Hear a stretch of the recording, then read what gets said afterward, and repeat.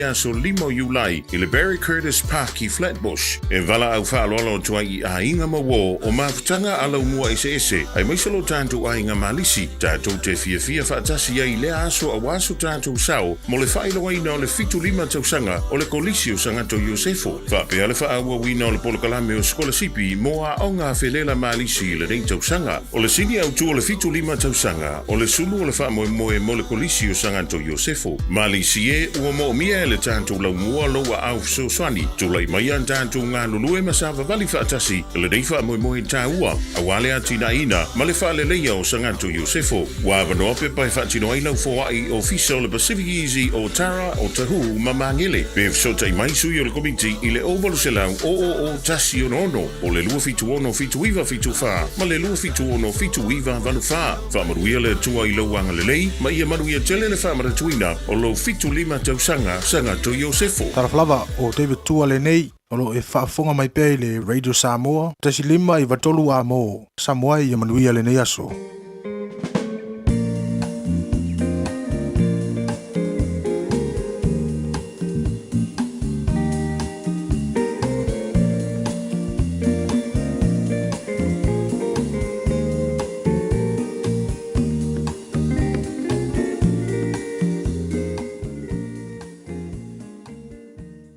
Ua na o le Radio Samoa se furulima iwa toru a mo e tautuaina o e ilangu ngana fitu aso le vai aso.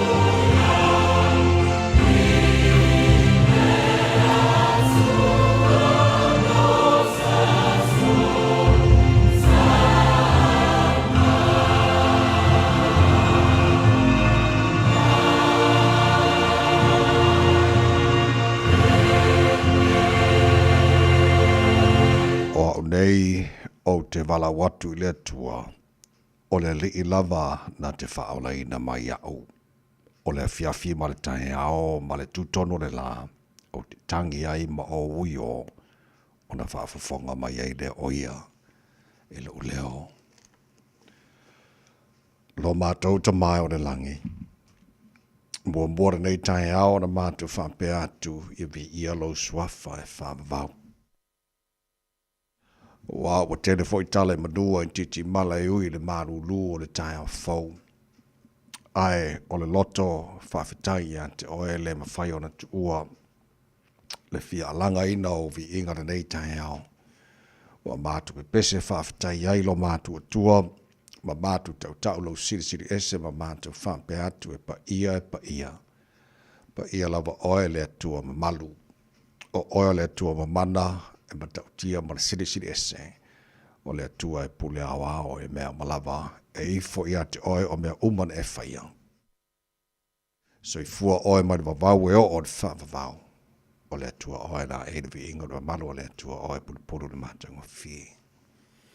Whaftaita mai lau mea lofa no le fau mātua maua nei tae ao, whaftai lua lofa O le fo o tu te manu fai ngā malolonga sa tofa whai o tangata we whapopo nea sa faudo lātu se fua mara mātu ni yola wa mātu o lia nea sa lulu se fun marvaru e yaso uni o le whalaunga lo mātu whai nei o le nei tu sanga. Ia o le mātu malanga o le nei yaso lo mātu o tua le ai lava se tasi mātou te malu ai ma mātu manuia ai wana o ai lava whamarmore tamā tau te mai e le whalaunga o whai nei. A ori tia whaiva le a whengai ma le tano, le nei fo ia sa fau e a mai, manu ia fo ia onga nei a mātou whanau, manu tia lantou le paolo a ao, ia o sa ili le poto he ala ia o onga, whamaria fo i ta maa whamore mole, whaiva lo whengai mali, ta mai te whaia onga lo onga wha, ma le au ina nei a mātou whanau. Mana tua pia sa mora tino e pere le mātou te talo, manu ia le tano, i ona te tai, o mātou te ngata uma, mana i o mātou a inga i Samoa, whapenale lala ma le papa awai so se tafa. Ora nei ke lope whamania whore nea tino, a New Zealand o mātu nofo mahmawai, nei vai taimi o le maru lu i a maru tia, o mātu tangata le mawhana whana o lofa. Ia mai se whore tu mai muni panga nei a mātu mātua tu a sino le tino, i maru mātu malaura nei aso, whafo i sia pero lātu sui fua lauri lei, le tino si sili le nganga e ala i lau whantasi mai. O mea umola whara mātu wanga i ai mawhaina nei aso lo mātu tua o tangata malana whai, whai e lava ina i a whoi rivi inga i ante. Oe, ta mawha amuria mai le tautua, ane Radio Samoa ni yaso atoa, mātu wole mātu wala au i nei mea malava. E ala swafa manu malo, Yesu ke risolo mātu ri mora mātu whaona. Amen e.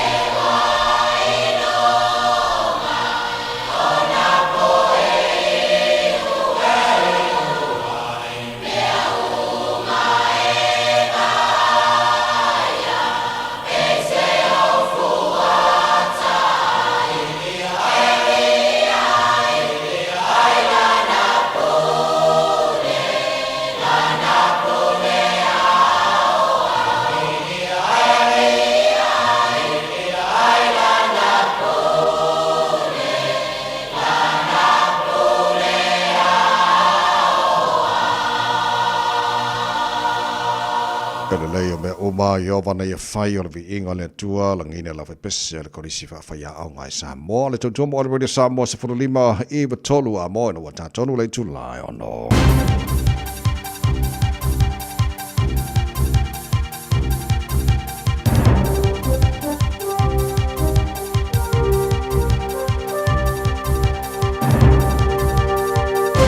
In this update, New Zealand lawyers are sending a strong message to the government, urging it to uphold international law and more strongly condemn Israel. 95 lawyers, including 9 King's Council, have signed a letter calling for a review of all ties to Israel and more sanctions. Since Hamas' attack in 2023, it's estimated Israel's killed more than 50,000 Palestinians while continuing its West Bank expansion. Barrister Max Harris says New Zealand's spoken out before, but clearly the message isn't getting through. If we allow international law to be flouted, international law means much less. If we want to take international law seriously, and as a small state that matters, then we have to stand up. South Island economies continue to stand tall. Canterbury, the West Coast, Otago and Marlborough have nabbed the top 4 spots on ASB's Regional Economic Scoreboard, which rates regions based on year-on-year growth. Chief economist Nick Tuffley says the South Island's housing market is robust and employment is held up better than the North. We've also had the benefit of very strong tourism. That's certainly been something helping the bottom of the South Island, particularly around Otago. We're also seeing some pretty good on-farm returns. New Zealand businesses are the most optimistic they've been in years. The 2 Degrees 2025 Shaping Business Study engaged with hundreds of business leaders across the country. It suggests 45% are more optimistic about the year ahead, compared to 34% last year and 40% in 2021. The road to repair for a fire damaged Auckland supermarkets up in the air. Firefighters fought for about 10 hours to contain a blaze at New World Victoria Park yesterday, which started in the mezzanine and roof space. Foodstuffs North Island CEO Chris Quinn says it's an important location and the team's looking at options, but he says they need more information about the building before deciding on a plan to get back to trading.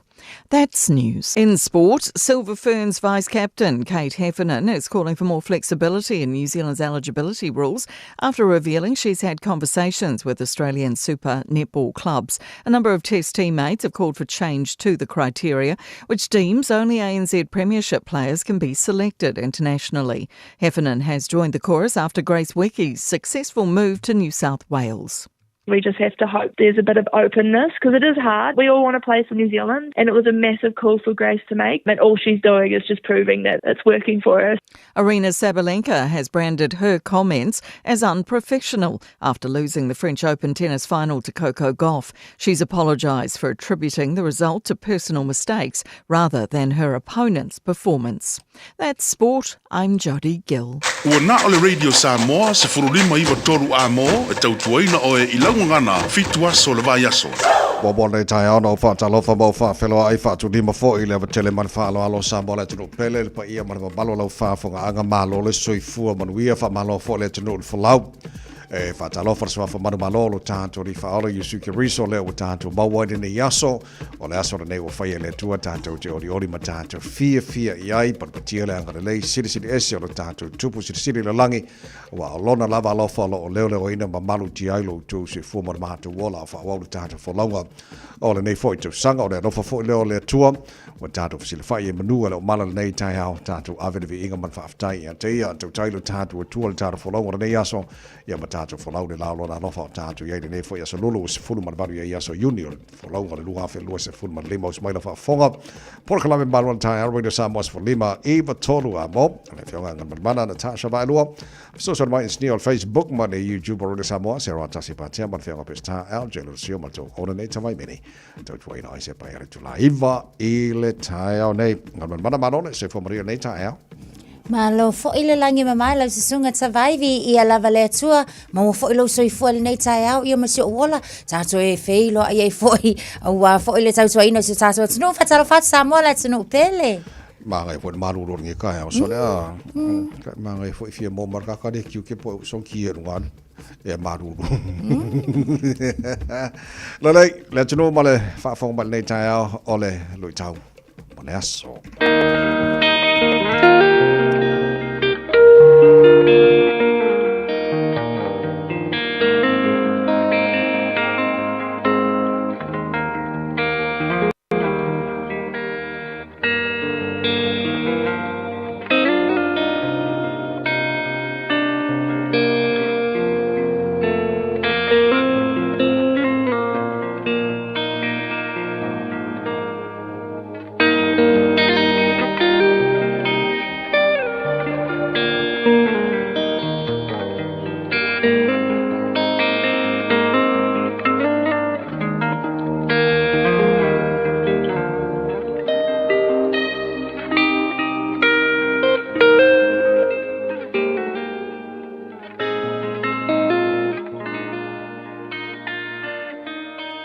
tau mō le aso. Pe a whea ngai I tātou malangona o le whaea ina. When we face a sense of being exalted, ruta o lona mata upu e wha, a o lona fui upu e se fulu ma le wha. Ua whai mai whawhine I a Naomi. Whawhetai I le alii ina ua fōa I atu I a te oe I le nei aso. Se tasi e aunga I ai lou a inga. Ia vi ia lona ingoa I Israelu. Na whea ngai le neitina o Naomi ma mea o ona o le olanga. Na o I Moapi o le fiaola manuia ina ua te tele le onge. Ae taunu u. Ae feoti ai lona to olua o Elimeleka malana whanau o maalona makiliona. To e fo iroa I lona no umoni. Sa le mautonu Naomi I le mea o le awhai. Ua whinau maruta. Na ia la ngona ai, la ngona mau aluma. A sense of regret. Ai toi foi mai I petele ema lona a inga mon. Ai whea ngai ma upu whai a tangata. A sense of rejection. A ua ia tautino. Wa mafua le o ona o lona o langa. Ona ua alu ese ma lona atua. Ua ia toe tautino. Ua toe foi mai. Se I tāpua I lona atua. Ma toe tāpua I lona atua. Ma whaatua tua I lona atua. Ua va ai Naomi. I le loloto a awa lofa o le atua. Ua ave I le atua ona mawhatianga. Ua ave le atua le o ona pei o le winga o le ingoa mara. Ua toe ave I le atua ia toe maua mai le winga o lona ingoa o le matango fie. Ua tali mai le atua. Ua lofangia e le atua Naomi. Ua no nofo le teine Moapi o ruta ma le tamaloa mau oa e ngoa I a poasa. Whanau le tama wha ingoa I a o peta. O peta whanau Yese. Yese whanau Tavita. Tavita lea. Le ngafa tau tupu na whanau mai ai Yesu le whaola o le lalolangi. E tele taimi, tātou te whea ngai ai, ma mea o ona o le olanga. Ona tātou maua luma lea. Ma tātou langona ina wa te ena I tātou. Ai to tonu o ia mawhatianga. Ia e loa ona nofo file mo, ma toe foi I loa tua. Naomi faced a sense of regret in her life. She faced a sense of rejection from her own family. But she patiently waited for God's time in her life. Her endurance lifted her spirit and was exalted by God. Ile nei fo yaso. A o whea ngai tātou ma wheau ma ngāruenga.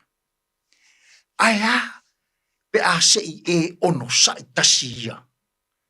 Ma ave I le atua lou mao aloma. Ai a pe a sei e ono sai tasia.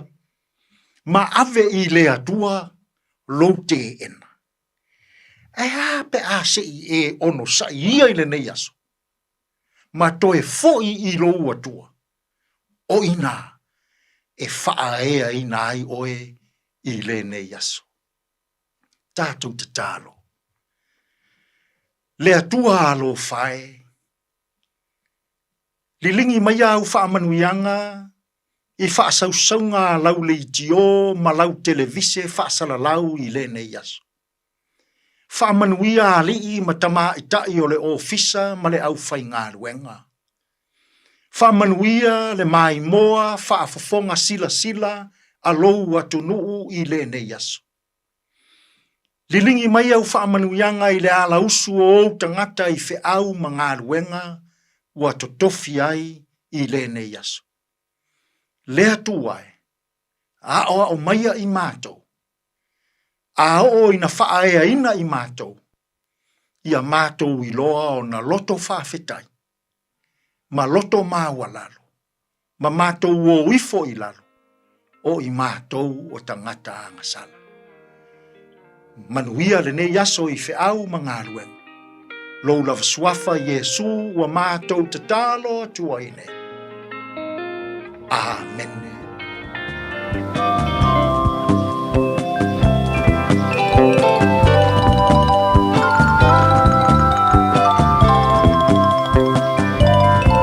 Ele meleka le tangata na o milanava me whanau e ta alua na alona makiliona malanga tuki moa pi maliwai si toe a ina ai toe a ina o na o mi manai tama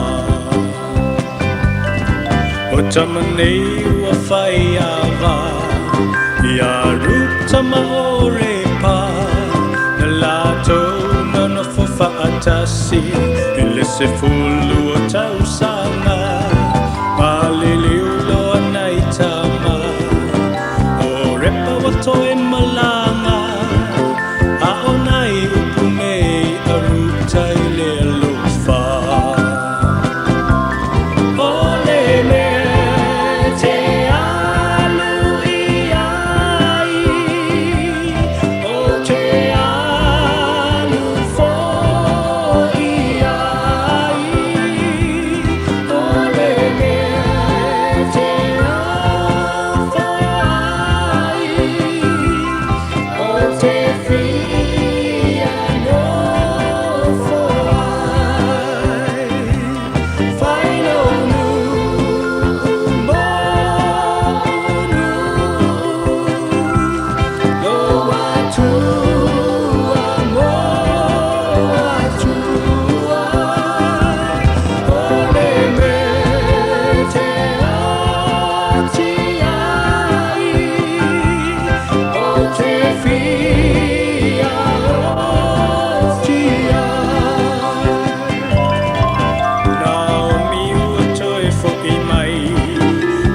Tele e maua whai mai Pele o nā mi le nei Oe wawao atu ia i ai Aua le taua ua nā o mi A ia whai moa o mara Ua o ona me wa whai ai le ona le malu si uma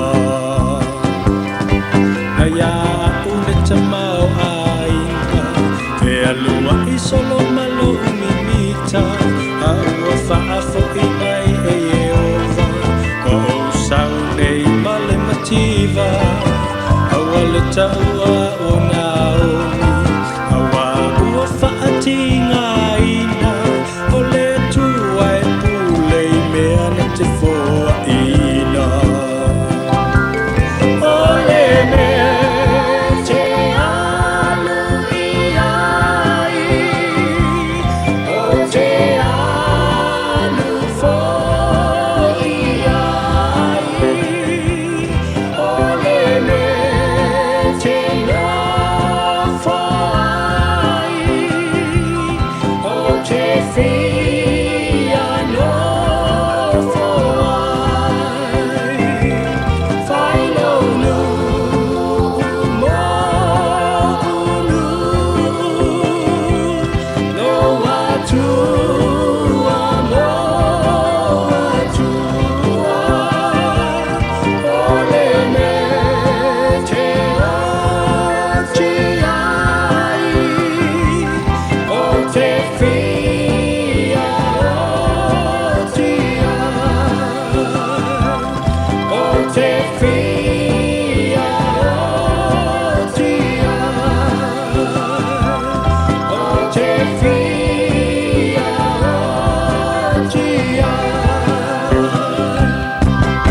sanga mara pese ruta mana o mina was a full on all what I needed to no to mo re sa mos folema e batolu a mo na minuto na fanga solo foi tara musica su I fe filoise ma qua I fa asi vai oe e le taia ki ai le malili ya ma fa mar se au fo le tulu le su tu manga wenga o le nga tono vai so ta tu yai toi kwata le fitu le ta nei mana ia pe fa avono mai so taimi o le tara proclame a reto le ola mai a pasta la fa copa fa le namta tu malu le taia fa le nga mo le foi taia fo toi kwata le fitu e le taia nei le na tara proclame a reto le ola tara vai ba mena tu pula su balu uni e le telo tu sanga ba mai le taia le fitu e le taia nei mata tu tara fo le fa pongo tara fo le ngan portania pe tara fitu tara proclame a mata fo na o le nei foi taia ia se mo bon ka ko va vai po ska mai ava va le lungo wala le taia fo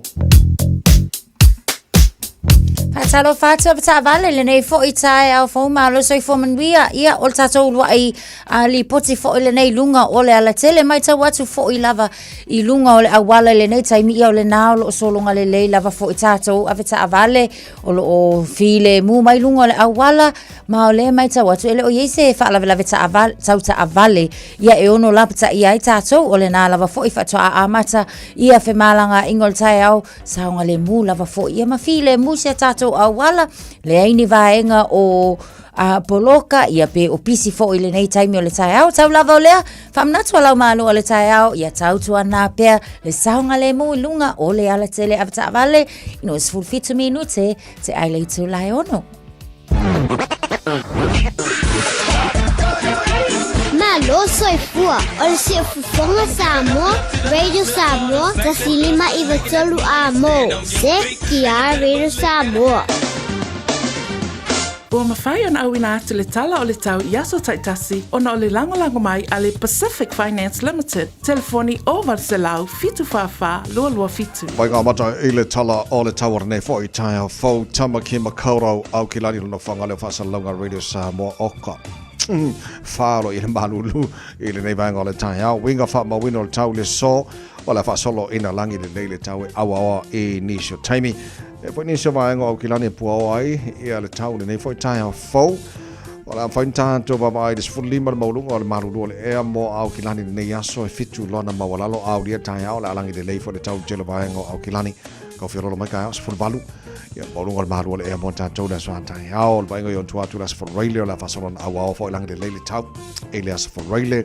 Fasolo ina awa fo lang de leila sto na I fasolo na awa fo lang de leila sa lang de leila so fu ma la so lua o le yaso luma na I atu wa o tala ia te o fa ma mo ala vai tau tu na mai nei fo I tai fo tu langa masani o fanga so lo poka la me maro le tai la fo intara va ba ai tu langa I le tau te roi si vai nga lu sila fa pena fo le tau sa mo Mani sa vaenga o ke lope au nā tu talo le tau redi sa mo wharononga le Pacific Finance. Ua loa le tautua le Pacific Finance in no ngā tupe mo so se wha moe moe. Ma liu, whai puiponga, aso whanau, sa whai whai ngā balononga, ma so se wha lawe. Apa laine lo le pacificfinance.co.nz. Pea bala au le oval sa lau fitu whawha, lua fitu. E talo sanga sauna no ngā tupe i le bao le 5 se lau tala, ma le lua se furu hawhi tala. E lua minute whai lau talo sanga online, www.pacificfinance.co.nz.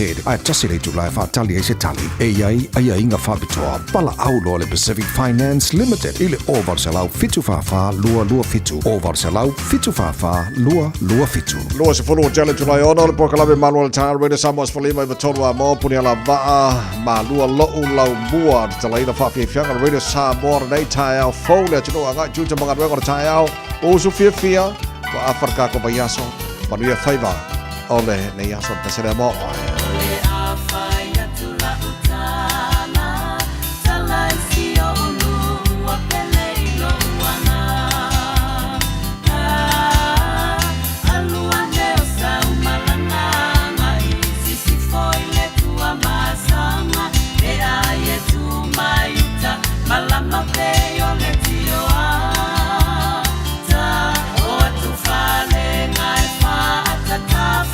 Ai, uline fale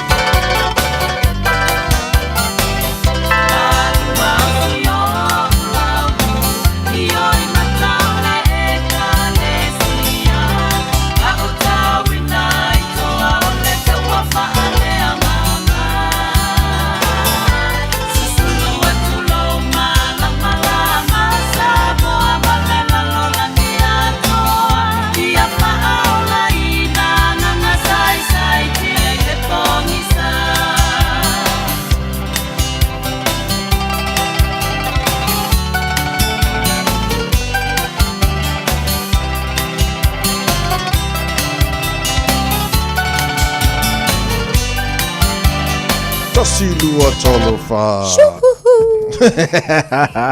Seki. Luas Fulima o tele tulai hono. Programa Marvel Tai Radio Samoa Fulima e vatolu amo. Ya. O paanga fo tala programa o ala usum fa felo mai fa tala fo mai tala programa nei tai au ma lo fa fetai tele lava. O lo tu fa tala fa malo si au mai. Yo moi foi fa singa malo si lan tu la tunu ni ka marulu malo fa fetai tele lava mo fo ne avno tala felo i lungo pe manga lunga le e.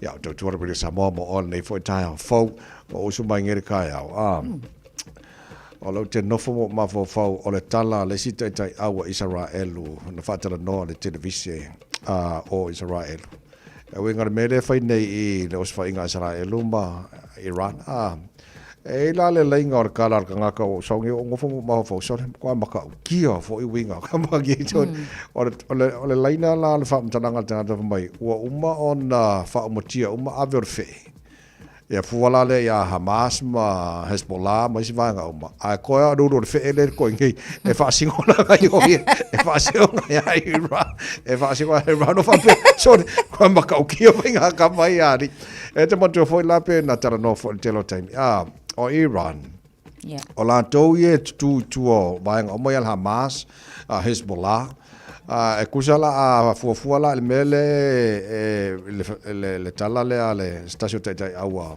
Israel kuso le ulu le male makama yo le fa kupu ngele le ke le ol fa le tonu le na ye nei la wa umala ka pingi uma vai ol fe ko ya la do ol fe le ko so ya o ma pe o wingo o po ka ma ngeri o ma ka kia o le ata menino na me o tupu nei e Middle East ya me se foi o le os foi inga Israel ma e ko Iran ya ala foi ka me foi Iran la to la data di tilo ya e nis fam talanga u di na va ngona fa na macho ba for si feel the no nei tai how ai ma to ane lu o le tu le talo ya man ko foi ka o mo langi langa nga ma di yesu mo ka o mo lang ya e le fa pe nga inshallah e lu mo sa mo mangi si la langi ako fa maungi la o portus pa ia awa lo fa mai le tu lalo langi ia ba ia awina mai ai lo na tali e tsatsa ia ngala ia fa o mangele o po e chefia ia malo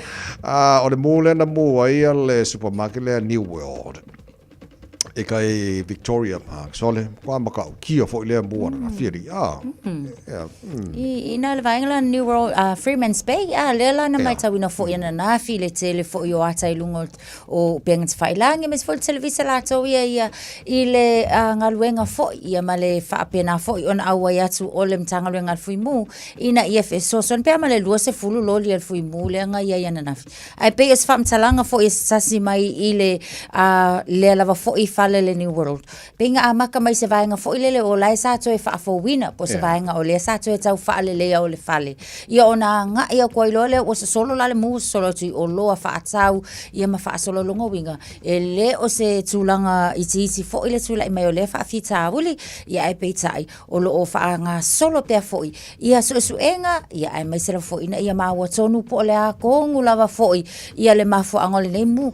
Ai e ta uta vai o le tulanga fo le o ngo fo ima o mata ia mo faitau e au nga ia mo tatou ai mai sa lai le nga ka ya ka ko uma o tangata fo ia fa ia la to pisingisi ono le tulanga lava tau I le vainga le Fire Evacuation New Zealand ole ta ua ia ole kukupo fa la vela fa apea o laenga mau kule le se evacuation system o wa fa fitai o laenga saunga le mu umal au fainga renga ole sili ai se ole le o ta yala ye ko kongu I loa uma yala au fainga renga kupu fa la vela fa fo se e loa umale au wala yanga ye fafo e loa le au wala fo ile ma ia mau tino o lai current ma valid ile lai senge la le na mo le saunga le mo tanga tala uteli lo o vanga mana e tawona we ia pulenga company o wa le lo tanto por me tupu o for ka ko for fainga wenga le lo por me tupu le temele time ia kupu ifo alai o ke me uma vanga fai ona o tanga te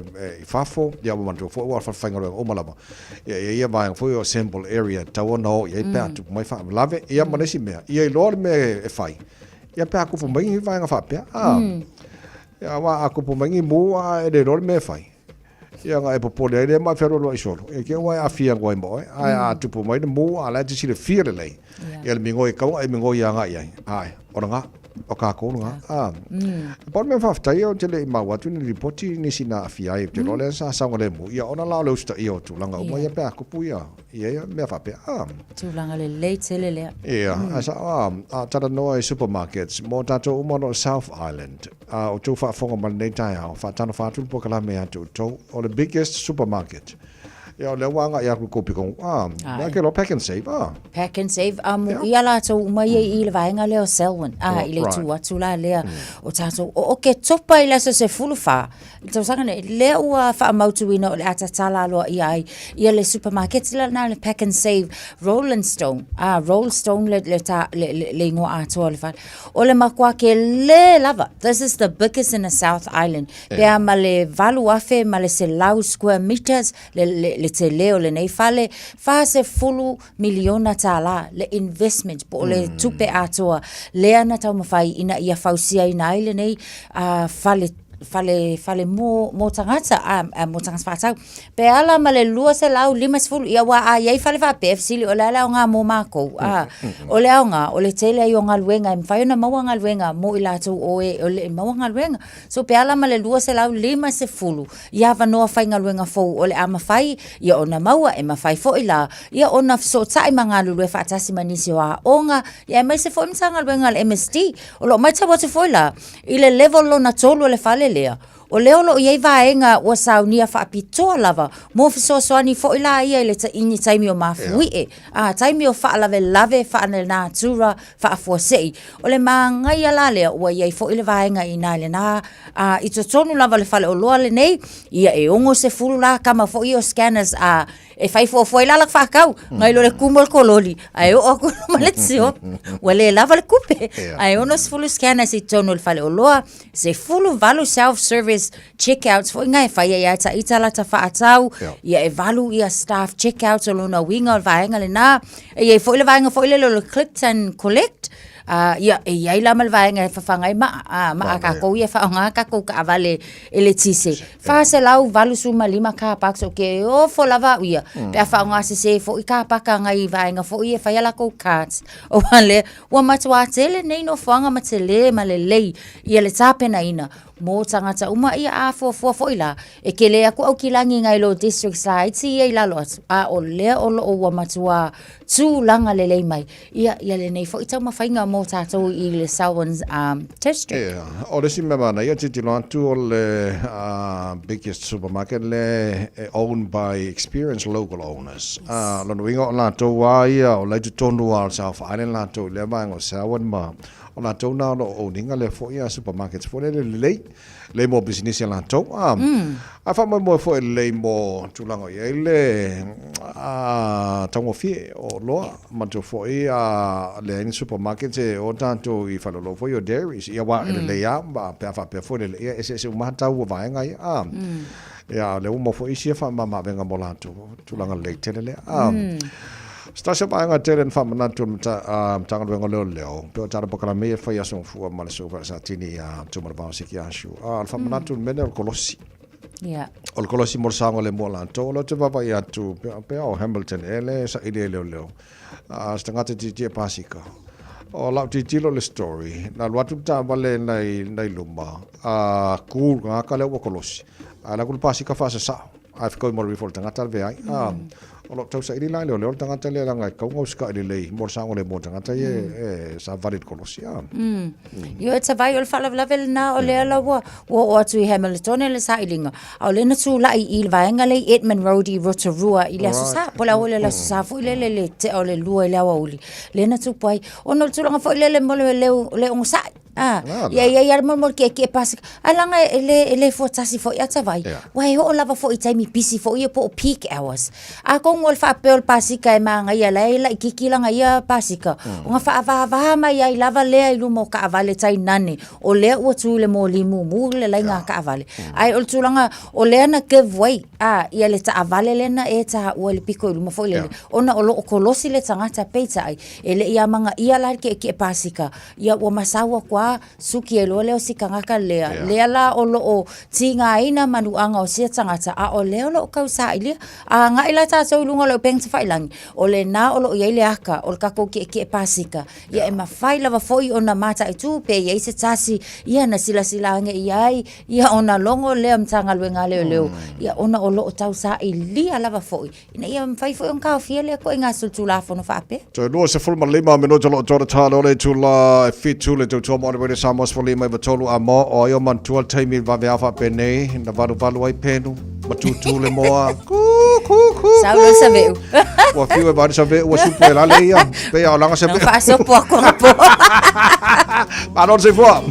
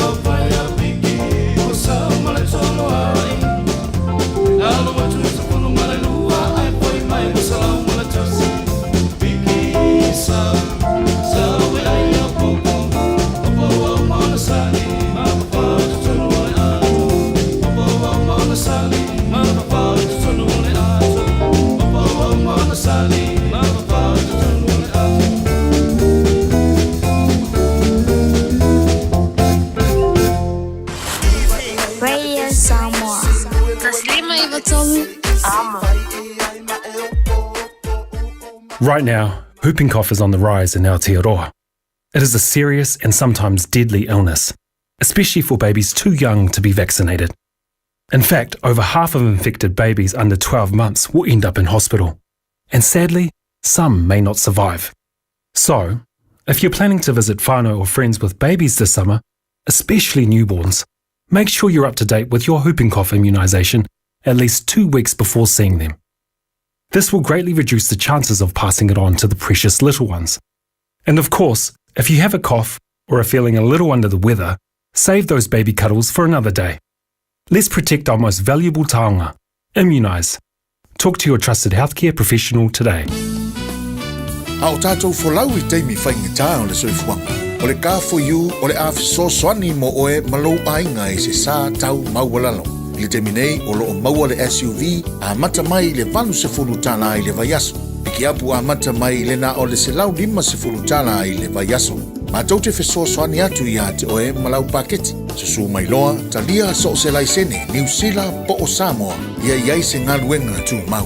Vili mai loa I le car for you, o valu se lau lua fitu, wha iwa ono malu. O valu se lau lua fitu, wha iwa ono malu. Po le tuatusi o le tolu se lau Great South Road, Manurewa. Hey, don't be that guy, or that auntie, ignoring a sore throat. This isn't just some drinks and lemon tea in your sweet situation. Untreated sore throats can lead to rheumatic fever. Nobody wants that for their family, eh? Go get your Pepe's sore throats checked at your GP, school nurse, or pharmacy. It's quick, easy, and most importantly, free.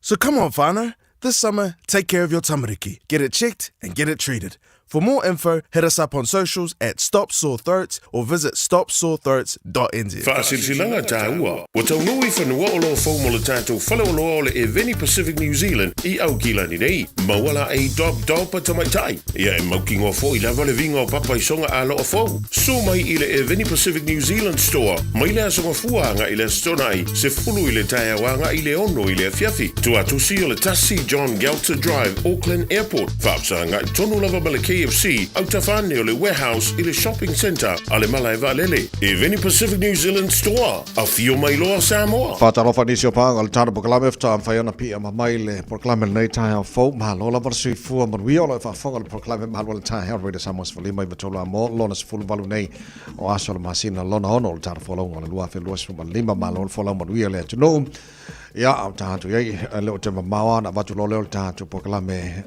reto leola, whaile na malu o tāia, whaile nganga mo tātou o ngā tōna nei vasu o tātu iei.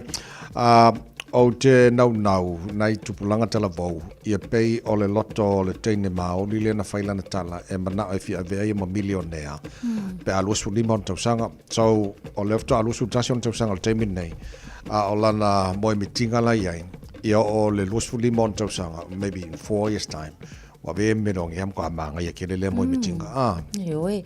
Olona swafa o te kahukura Boyton mana ia lana mo mitinga ai olo o ia faata ina mai la ia ni awala e faingofia ia wai le faingofia le nei vai tau o le faingofia ia o lana o le watu sia lana tu sifo le mai ia tau mafai au mai ole aunga ina ia o ina tupulanga talavou fana witi ina ia iloa ona ola fo ilele ile soifuanga ile whapea o le kupe na o le tupe e iai nisi o vaenga e pei o alafua e tatauna whaataua values a tangata ta ito atasi ina ia mawhai o na whaawau o le awa ongala o le olo o whai mai o le whaataua ina o le ola fo ilea toi fota ina transformation o ngā iei addictions ko ke le tātou tulang tavou iei addictions o le iei taimile nei I lata ia I le teine lea ngā ula maluanga mai ia yaso uma o le vai yaso se lau valu sulma le tupu le mamafa o longa kingo sa iai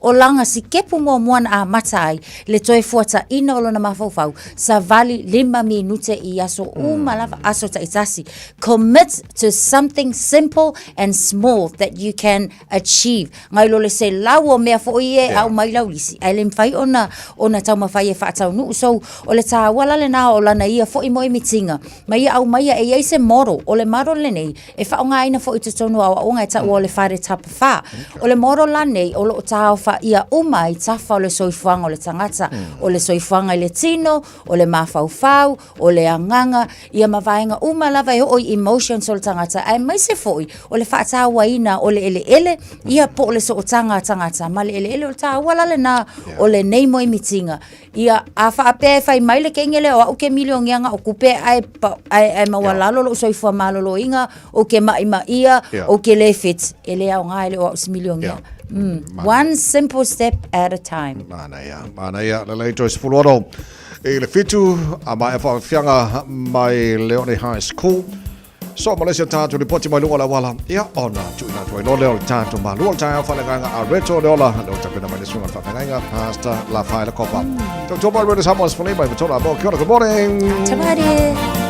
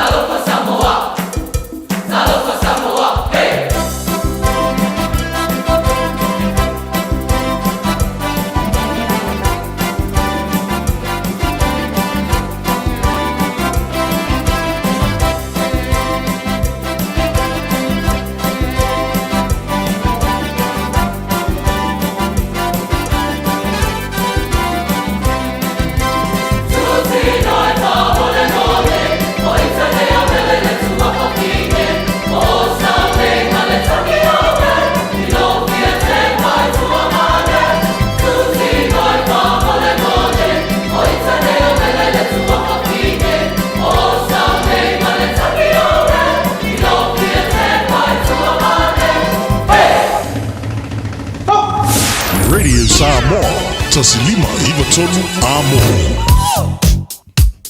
Lunga tato awala tele le taimile nei lunga State Highways fuma le ono lo mai tawato na westbound faisile mu mai o tato I ina le vaenga na Lincoln Road o le eastbound lo mai tawato o le anga ia tu le border vitano le na ua faisi slow taimile nei so o le delay la fainga malanga pe le ono minute o lo o yai mo tato le taimile nei une road lo mai tawato ia o le na fo yo lo ua faila fo isipisi le taimile nei mai le Northern Motorway anga ia tu le vaenga le na se fulu minute leo lo mai tau watu o le na ua yai le delay mo tatou o le vaenga le lunga tatou State Highway 1 northbound towards the city o lo mai tau watu o le vaenga lava fo ilea mai I Papkura ia anga ia tu Green Lane o lo faisi pisi mai I le taimi le nei Shield Road off ramp o lo pisi mai fo I le nei taimi o le taeao nga ia se mai le taulanga nga I mai Mount Wellington wa faisi pisi le taimi le nei ia ma le taulanga nga I mai fo I Manukau o le na fo I ua pisi I le nei fo I taimi o le taeao ta vale tautua na le saunga le mu I le nei taimi ino uto se fulu ma le 2 minute unta leo le tulai fitu malu le taeao Radio Samoa. Aloha, we're the Katinas, and you're listening to Radio Samoa on 1593 AM. Bread of life sent down from glory. Many things you were on earth, a holy king, a carpenter. But you are the living word, say it now. Come on.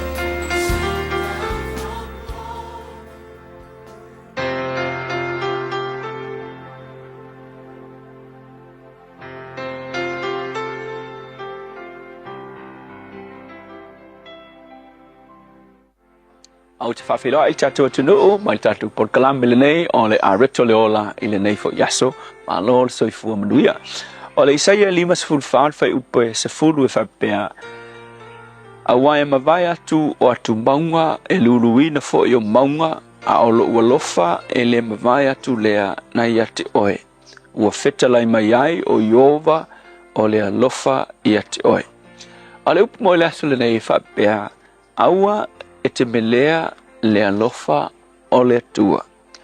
O le tusi le sa whaitauina, o le whaitau e whaitatau i wholafolanga le atua na whaia ilo na nuu o Israelu. O lo na nuu le whai mai sa ia sasa ia te ilatou, ia mana ia whaasala ia te ilatou i le te leo taimi. Peitai, o le te leo taimi e koe whaafoi mai le atua le nuu le nei, mai e tausi ia te ilatou, mana tai ilatou ilona ao malosi i le te leo taimi o le history o le nuu le nei o Israelu. Lela o lono fina ngalo na whai ia Israelu, ia awalava ne i whaangalo ina e Israelu, lona alofa whai pea, e ui mea na ui mai ai, a ia toe tepa Israelu, ma ia latou wa aia ilo latou history po le tala anga o Israelu, le a ao le atua alofa ilunga ia te ilatou, sana tai ilatou i le tele o taimi i le tuanai. Lele mga o le atua, ia tepa taulai Israelu le tuanai, ma wa aia lona alofa, ia latou manatua, le alofa tele o le atua, e ui ia latou angasala me mea sa whaia, aina whaaola mai lava i latou mataitai i le atua. E whapena fo i lase langona o le nei aso, i le alofa o le atua i lunga o le tātou atunu ule nei o Samoa. O le tele i o mea e nofo le lei ma ewa ai le tuanai ma le history o le tātou atunu. O le tele i o mea ua whaamanuia mai ai le atua i le atunu ule nei o Samoa, tātou tena nofo ai, mea mua e te wa ai, e ke wa ai alo na file mu i lunga o le tātou atunu. Ile nei foi vai tau e wina lunga la lor tatu atunu i whainga upu whai olo o iai. Ai ke wa ai ele ai ase vevesi. E vevesi a te ngata whai upu whai ma le vaenga le tai ma whai ia politics o le malo. Ai e wa ai a o ila whanua Samoa ma le mea o iai Samoa. E file mu ale atunu. Te nga wha vevesi mai te ngata e mai mua mai whafolka kua kumu ia ma Samoa ngei. Ai le ia se mea o vevesi. Le lave file mu ia onga o le tau singa le atua, onga a aolofa o lo pui pui ai le atunu ule nei. Lua o le si mea taua o lana pui puinga. O le pui puinga le atua i lunga le atunu ngei e makaukia. Ai mawhau pea ma le tols fulu maun tupu tau sanga umamai. Sa whaina i le atunu i mea wha malolosi fo ia. Ofa mawalelia ma isia whanga muli mai. Muli ange. Inga ua amata o nga mai wha, ia na amata i ona whaia ma whaatino ele malo sa iai, se i o mai le taimile nei. Ia meo te talo ma anapongi amatanga o tausanga uma, e talo si ai le manuia o le atunu. Le ala sa wilo, mai le tolu se fulu mon tupu tausanga, e le iko iai se wha, e a wha ina ai Samoa. Ai aina i tatu nu tua oi, wha fia o nga kaia ngai o kako usua tua oi, tonga mafiki ma isi no uia tua o tatou fa fio nga fainga ia fa malolosi na ia foi fa ia fa longo talo le tau por vai aso kulea na foringa mai eva aile le aka le matangi e vidi pe vidi mai sa o le la direction e o mai lungo Samo ai alua ke ia ko pio ai pio nga isi me o nga isi ku mo so le mele tatu te loai le lofa te le tua i lunga o le tātou watu nuu nei. So, o le mela, o le upu mo o le aso ngei. Aua, le melea, le alofa o le atua. E ao, o ngā mga tua pe le tātou watu nuu. O lo o iai a au alofa o le atua i lunga o Samoa. E le ngata i lunga o le atu nuu. Ai mo oe fo ia malogo o langa teito tasi. No lava o langa. Ia e manatua, le alofa o le atua, ia te oe. O lo o na foa, ia ki oe le ola ma le malosi. O mawhauwhaunga le lei, e whai eilo o langa, ma whai eilo o ainga, mea umanga le lei e watu e le tua, o mea e mafua mai, o lo ngā lofa i te oe. E lofa i te oe, e lofa i le atu nuu le nei. Vinga la le upu mo oe le aso le nei, aua e te whaangaloina le alofa o le tua. Aua lava e ke meleina le alofa ma le angalelei le tua o lo whaamalu malu I lunga o tatou tunu. Le tua whawhitai lava moni ma whaamaoni o lo ao o lo I lunga o Samoa. Mātou te le menea lo alofa, mātou te acknowledginga lo alofa I aso umalawa. Whawhitai Yesu. Amen.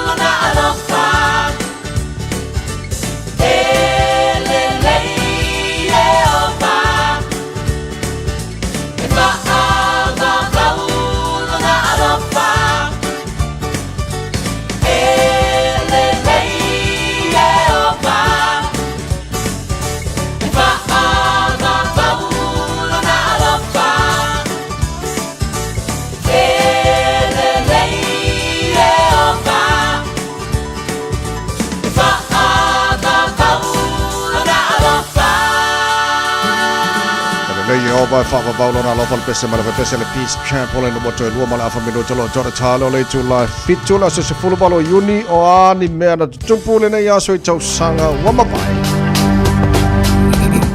Tausanga sa siva I vatasi ia o le aso le nei na whaalau ilo ai na ai se tasi o pese sa o fia lava fo iai mai le sunga ia Brian Adams le pese le whapea everything I do it for you ia o le pese le na whapea na whaalau ilo ai na ile na fo iaso sa siva I valima ile aso ia na whapea na au sia ile mtati ale nei ele sunga ia Jonah Lomu ile World Cup o le skoa le na o le na fo I ta milo sanga le na ia ausia ile tausanga se siva I valima ia mafapena foi ona manu malo ai la le awa New Zealand ia Engelani tausanga lua afe male tasi ile aso na faai lawi lo ai nai ia se tasi foi le nei watati fanga tauta ua fapena foi ona mana tuai ia le sunga ia Paul Walker ia ma Vin Diesel ile atale na The Fast and the Furious nisile na wa ainga mena tupile ia so tausanga uma vai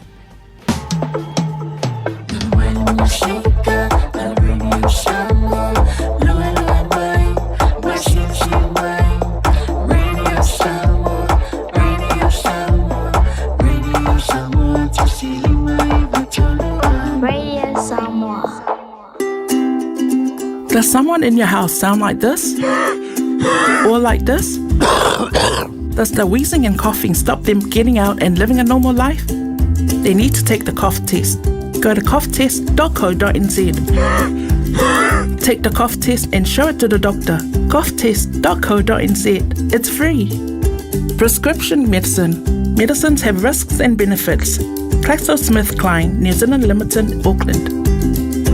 Whaasilsilanga tāua. Wa taunui whanua o lo faumo le tātou whaleoloa o le Eveni Pacific New Zealand I au kilani nei. Mawala e dop a tamaitai. Ia e maukingo fo I lava le vinga o papa I songa a loa fau. So mai I le Eveni Pacific New Zealand store. Mai le asonga fuanga I le stonai. Se fulu I le taia wanga I le ono I le fiafi. Tu atusi o le tasi John Galter Drive, Auckland Airport. Whaapsanga I tonu lava ma le KFC. Au tawhane o le warehouse I le shopping centre. A le mala e valele. Eveni Pacific New Zealand store. A fio mai loa Samoa. Talofa o au o leilani. Mātou tena rofo whaatasi malau to olua le mawha naumana I o mātua. O te bala au I le Healthline pe a whaia langona le tino mai e se tasi o I mātou. E le ai se totongi o le nei au o nanga, mai mawhai ona o talanoa I se tausima I mō fautuanga, tau soifua malonoina, ma whamatalanga I mea te tau ona whai. O te bala au iai ai le tinga ina seisi o I mātou. E awa noi te mi uma, lua sul whai tu lao le aso, mo aso umo le vai aso. E maua fo I le fesosoani mo se whaamatala upu, pe a whai o e fia tala noa I lau lavanga ngana, e lea I fo I se tutongi, Mala au loa le Healthline, I le o walu se lau, ono tasi tasi ono. O fia maua sau ta avale po sau piki apu, ai tongi ta I vai aso, lua vai aso, pe ta I masina, o le sleek cars o le a maua ai le fesosoani. Ua ta pena le au whainga ruenga a le sleek cars, mo oe malo a inga. Aua e te popole I se mea e tasi, te tala fitu aso, mai le sifulu I le tai au, anga I le afo le ono le afiafi. Tele la lai au kilani I saute, mili mai loa, I le o lua tasi wha, fitu lua selau, po le o lua o, wha lima, tasi lima tasi. Hey, loa hey, hey! Oh!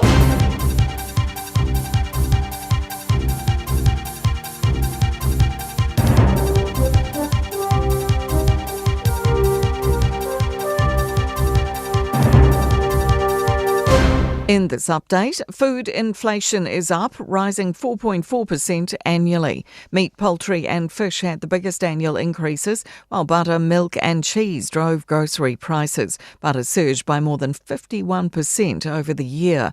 Independent economist Cameron Bagbury says the numbers are creeping up, but the composition of the inflation matters more than the inflation itself. So what we keep a pretty close eye on is what's called non-tradable inflation, which is domestic inflation. That's the piece that the Reserve Bank can control. It's elevated, but it's all been heading south, so we're taking a bit of comfort at that.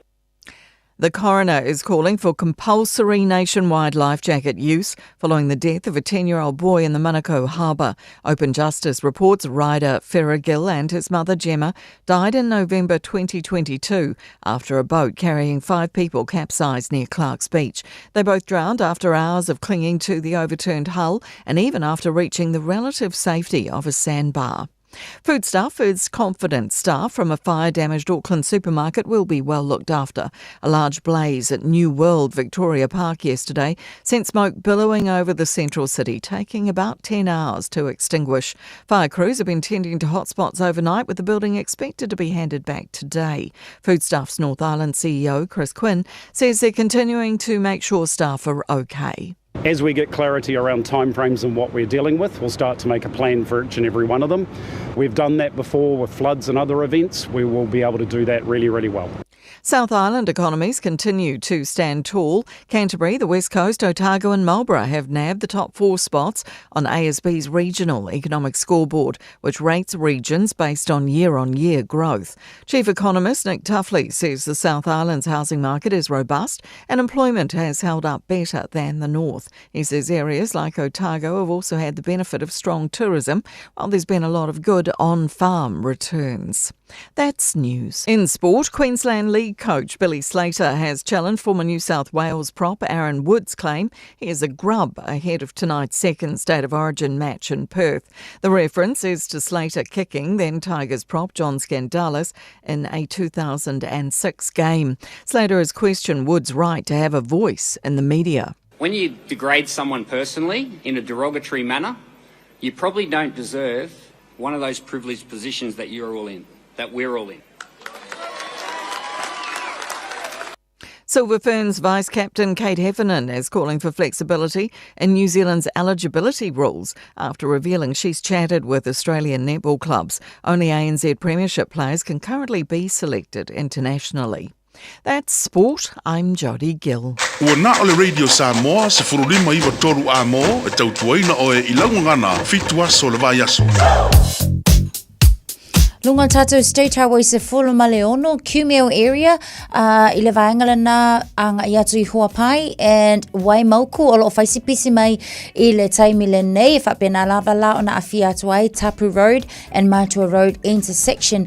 Lincoln Road interchange o loo mai tau atu fo o na eastbound, anga I atu le taulanga, whai lava fo isipisi le taimi le nei pe ama le fitu minute le delay o le travel time o loo iai mō tātou. E whapena fo o na mai tau atu le nice slow tātou lunga le Great North Road on-ramp and Te Aratu off-ramp I le nei taimi. Waterview Town to Newton o loo tu maupea fo'i ia le pisi le nao loo iai I le nei fo'i taimi o le tai au. Southern Motorway, Takanin sa papakura loo mai tau atu lava on the northbound o loo whaisi pisi le taimi le nei. State Highway 1, Eastmont to Onera, ia Onera Road, whaasolo atu ai fo'i le awala lau papa o le nao loo whaisi slow mo tātou le taimi le nei. Avata avale, pauna vaenga le awala le nao o loo wa mata o na mamafa le traffic nisi o vaenga o le nā lava o loo whio lolo lava mō tātou le nei taimi le tai au tautua nā saunga le mulo whainga malanga ina wono menu te aile tulai fitsu.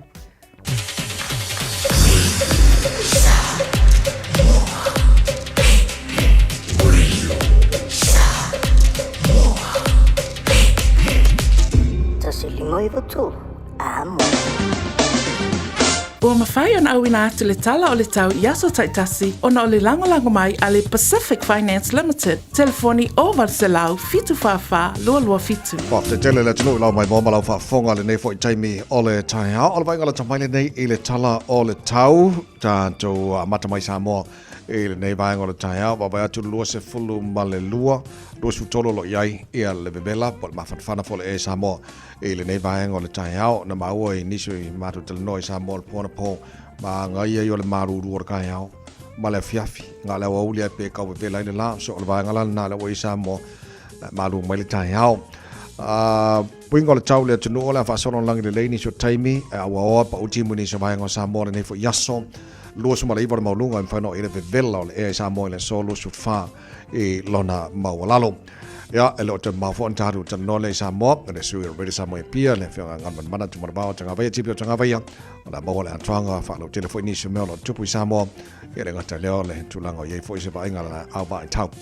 Ia mo Samoa le nei fo Yaso whaatalo whatoi fo I mali tarapu kalame panga. O malawa le tarapu kalame Samoa le nei taimala tai au. Ma lo lava se fua maruia tusa, tasesa uso. Alo whaatu le nei tai au fau. Pa tele whaatalo fo mai. Se mai le talo le tau. I New Zealand nei. E le motu I saute. O loto whawatu marulu I le Alexandra Fitu. Ia mo le so le alangi le leile tau e pua hoa inisio taimi se futoru mo runga le marulu mo Blenheim. O le alangi le leifo le tau e pua hoa fo inisio taimi o le so. Te lo vaenga iei Inmaka ko le alangi le leifo le tau e pua hoa fo le tai house futasin mo runga le marulu. Kai Cora langi le leis fulua mo runga le marulu. Nelson langi le lei. Omaru langi le lei. Queenstown langi le lei e pua hoa inisio taimi. Ival mo runga le marulu. Timaru langi le leifo le tau Dunedin.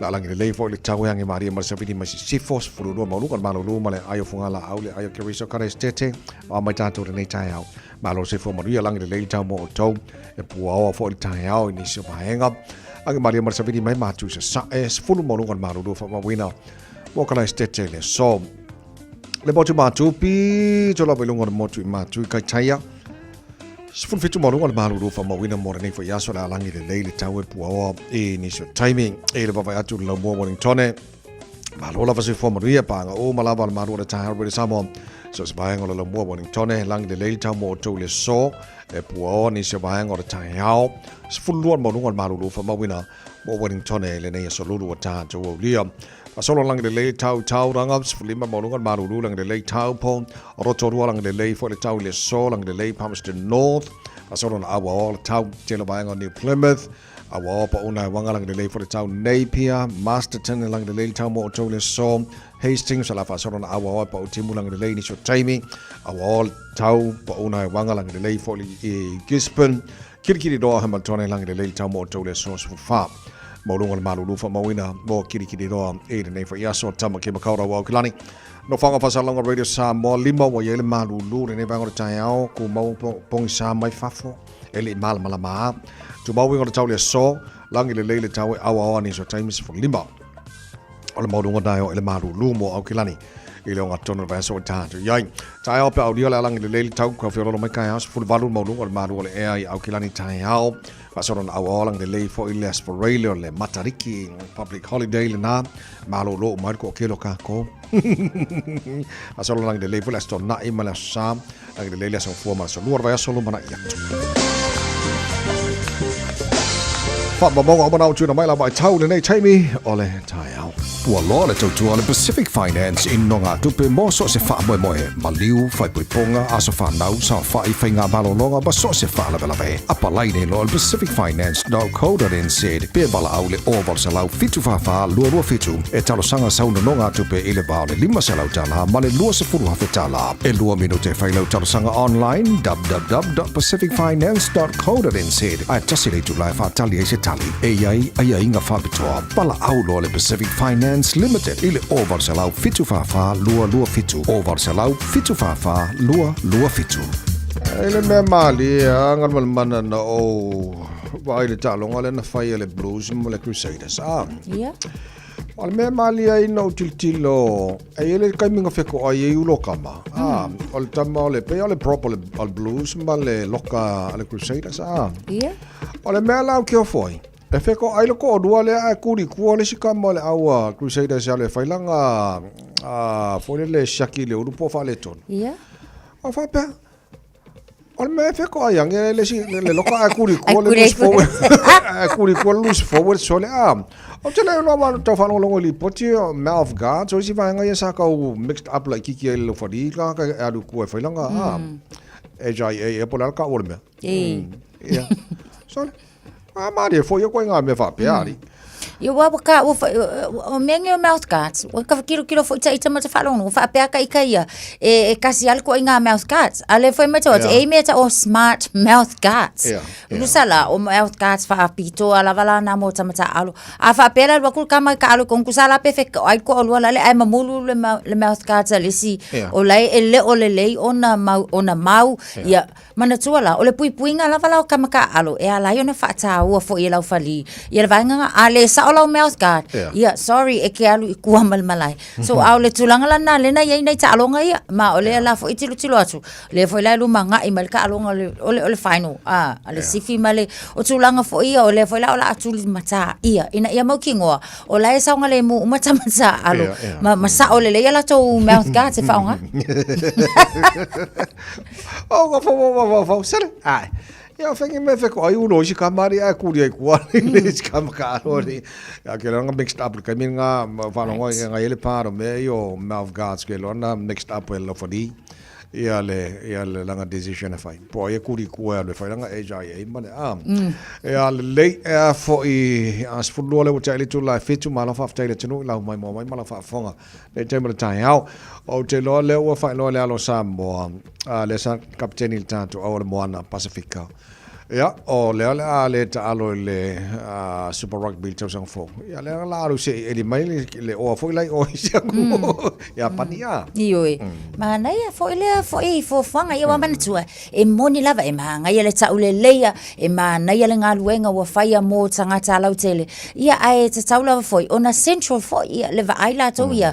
Ile racing o a inga mal tau single a inga mana ia lana o langa sabbatical leave le wa faia mo le tau sanga a toala le o lumana inei ia ole ale to ta alo ai le sunga ya Addis Ababa mo le moana Pacifica ile Super Rugby a ole alo ku ilang kon kala kele na saini fo ile sa ta alo ia pani ile lua fe lo suma fa Mana ia, ia wa fo yo fai unga tamata alo ku uma me lungo le fua ia nga fua le po fele vanga le leima masiri aku nga le lei ia masiri aku nga le lei wala fa nga solonga o sia ka ko wa mio le lei sili na le lei sili na le lei good better best vai ngai me nga mo le nga fo la kuta so I mean ole sa I mean la wa titira le mana Pacifica to sanga ngem ko ke le si tie lungo ole amasia o te mai motivation o tamata alo yeah because ole sunga ya ari savea ya malante te inga for kapteni le mana Pacifica ya ole fo lan fa unga mo sang fo ya o te lole mele ai po fair ye ari savea estiola after New Zealand fo le wa ol pelekit ko sanga ngai I'm sure for you la ta alo fa yeah ma wala no e fil fo ile ol pelekit fo mo ya fa feeling ya le le so nai va ngana mo ta longa ya si ba ska ko ki ma yo ngi ka fa mo ya Pisa foi la ia le alo adi save ai le fai se ki le ia nga fa adi e foi le fai me mo le ngi ka ya foi ai le fa ko le mo fai me fi ale ia vai fa ska ko polisi ma ngai ngi ka ya maruru Ioi. Mana ia. Se ai fai lo foi la polisi ta vai ke fa ko ma ko i kumu le poula le ia. Ai mangai polisi foi ngai le wa mai ia wa ia la tau pepa foi o manga saula ka portion o le taimi. Ia kama mangai. Ai va ve foi. Ioi. Wa kamalanga pulela oi. Ia petu ia le susu. Ia petu ia sina vai vevela. Ia na tu lo le kongo le motorway oi microwave. Singa luar ko mingo ke sa mo ready for kama lo lam le na so na banga na mai ska ko ki ma ngi ya le ta fa ki si maru ke le lo ka ya ori ka lo fa ka ma ngai po por ka maru ya e mo sing ko sa mo ya nga ya fa punga ma ko sa mo la ko ale spuroro jale jola fit ma no se fo ya mana ya si vai música malie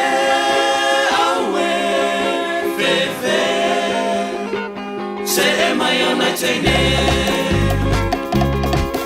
usumai la pese malie ata mai siva mai fata mati so le mai lua awale pa o se so a imiti fara lolo awala eta fali la pera meio se tama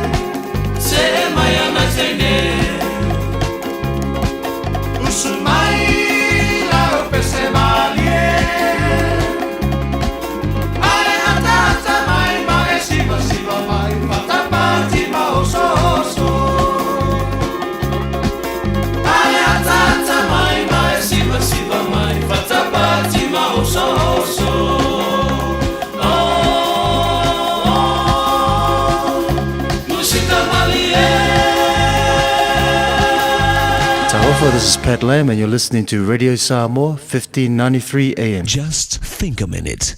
It could change everything.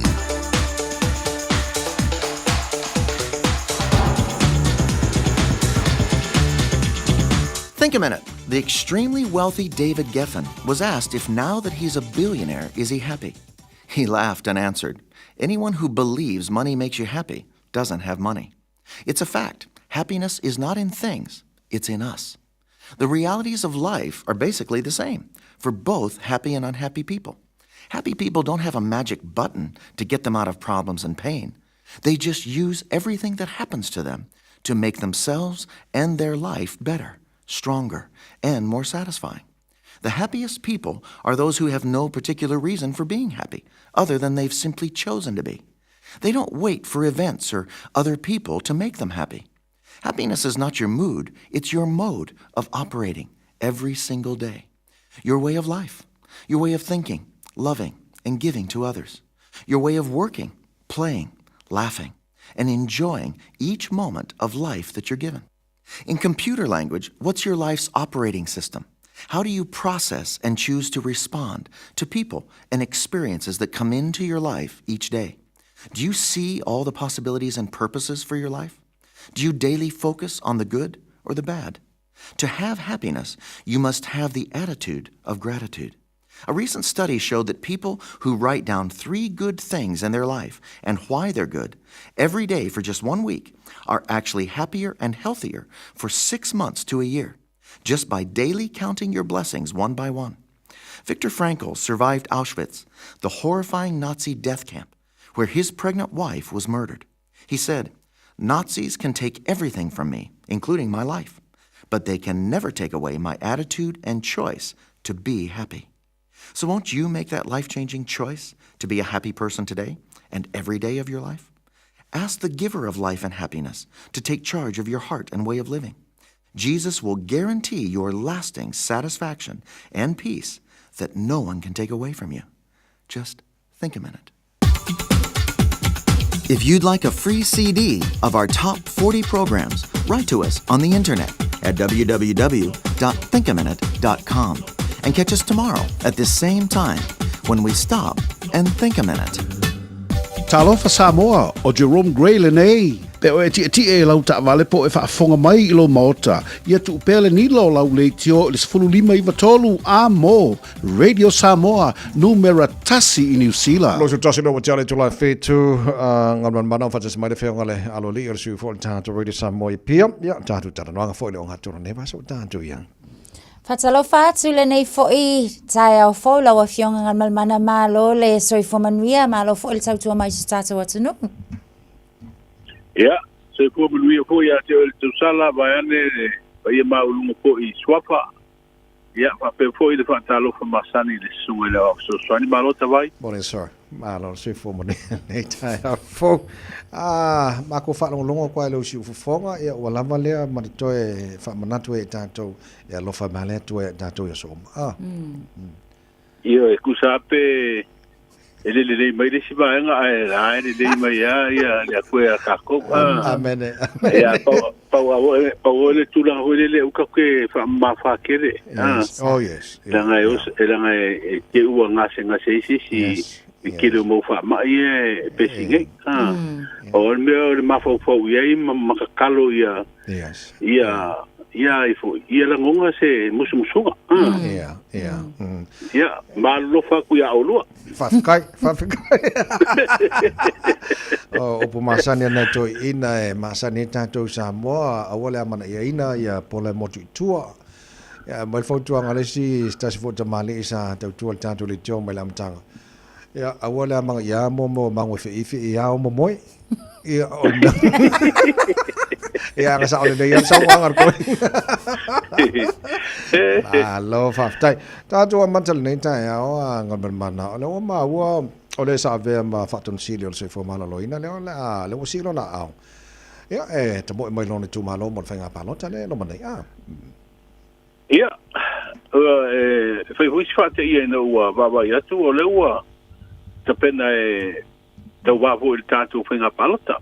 Awa lute wawa ia tu o leo lea songa fua vaso nei spato au mai ei se tūlanga whaalaua i tele aloa ia le wha mawaenga fo ia le tamali ia wa ia tu wa ile tu langa fo yo le faton sidio tanga runga so fo malo no ia ai te pena mo le palota o le ho na te fai lo yo se sema le tu sanga nei sa o lo fu e mai ele na tu sanga con karate no vinga la foi o le sa te pena i le palota no vinga le sa fo to no mai ai ate sem ai te pena i lo le palota tu sanga fo ia aprida pena fa pe e te no wa tu na te a le la wa fa fu se ia o tu langa ho la na no vinga le vanta pena te mani te wa fu i tatu palota le o ia fa ma vai ai mal tofin ia esa uni de ta longa fu o purkiki e la le sa i dionisi ta o tatu tu Manole o tala no banga le la fenga man mana tu la fono tono sa moa a pena tau tala no no le mai temi o public servants la tu no a fia tau ba en fan fa ma vai ai ale manuia mai le palo ten fa toi fo ya la ngal po tu la na e pele ia ole tu la fonga ngo sa ia vai temi na tu la fonga ngo sa ve se fo wa e o ia ni si fo yo tanga to fenga ronga si ni el pano ia foi mai ola e bano atu no fo sa to e fa wa nga ru ia ole na te de foi fai tionga ia maksu ia do de fenga fa vai foi ma fai de tu la fon e alu le so sta to fenga ronga malo e to va ia to e fa ma vai le ia ru la ia le il palot a foi mai ia a o paro te wole manuia ia sa iri se singaru ia pe to e fatali a fa pe to e alu to e fa sa lo le no le sa ia to e tau sanga ia ma ia a tu langa ia sa o kala fu de ia alu ele ku ia kamar ngaru ia e tu ia tamar ngaru ngore ho ia isanga to ngaru nga fa o wina de tu tu ma te wa a te lo o se foi ngasiri na Milton e tau ana e aru te wha vai ana aru le palota a manuia ia whawhitai ade ai ia Maria o paua me o ia asa okay malo ia manule tatu tal no ai whainga palota le ma wom ko te leo sui fa tu fo le ta va mo pati fa o fai ia ma sui tu to tasia e se tu langa le te vai tu ia talu ona fa ta per parlamento ma amata ta pena lota tu palota wa ele ngatala o le mata watu i penga te fai langi fo i o so ta inga vai nga fa upu fai le olo te pena i le memori atu fo i o sui ma fai lo fo inisi sui a lungo le penga te fai langi le api horing e o ai sui tu do tasine ua alu le te la tu hui tala inga i fa asala lau me ho le wawa e tuko yana po e fo isi sui tu do tasi e ua ai le o ni pati o le o ala tu fa tu do tasi o le ua mata ko ina sau la tu fa asala lau o la mata o isi tu malo le ua wa e tu e le tu malo le o paloli tasi o te wawa e tu pe e to lima sui fa tu lima ile sui le sa tu la il to ia e mata ulia la e mo ia fai o tolu fa lima ni sui tau wao se tu malo temil nei ele i fa uruina la sui fa tu a wala i pilota fa uruai ia mare pilota ho ile to e fa ui tu a le temil le fa uru tu o le ho ia mano la lo ia ngol tu la fono palot le ave o la challenge po le lu ho ile le pe ai si le pia ia tu la ngele to e na ver tanga tele mo sui tau ba ona tu la pe o ia inga ho ia o le tulanga ngava ele foi ase montanga le no ia pele ia to hol to sanga o no foi samo o va ngana e fina o foi i mata upu o le lui no tulanga ngava o si fa tu o inala a fa pe mai a mai mata upu na e no fa to ai lo tonu lo le to tonga o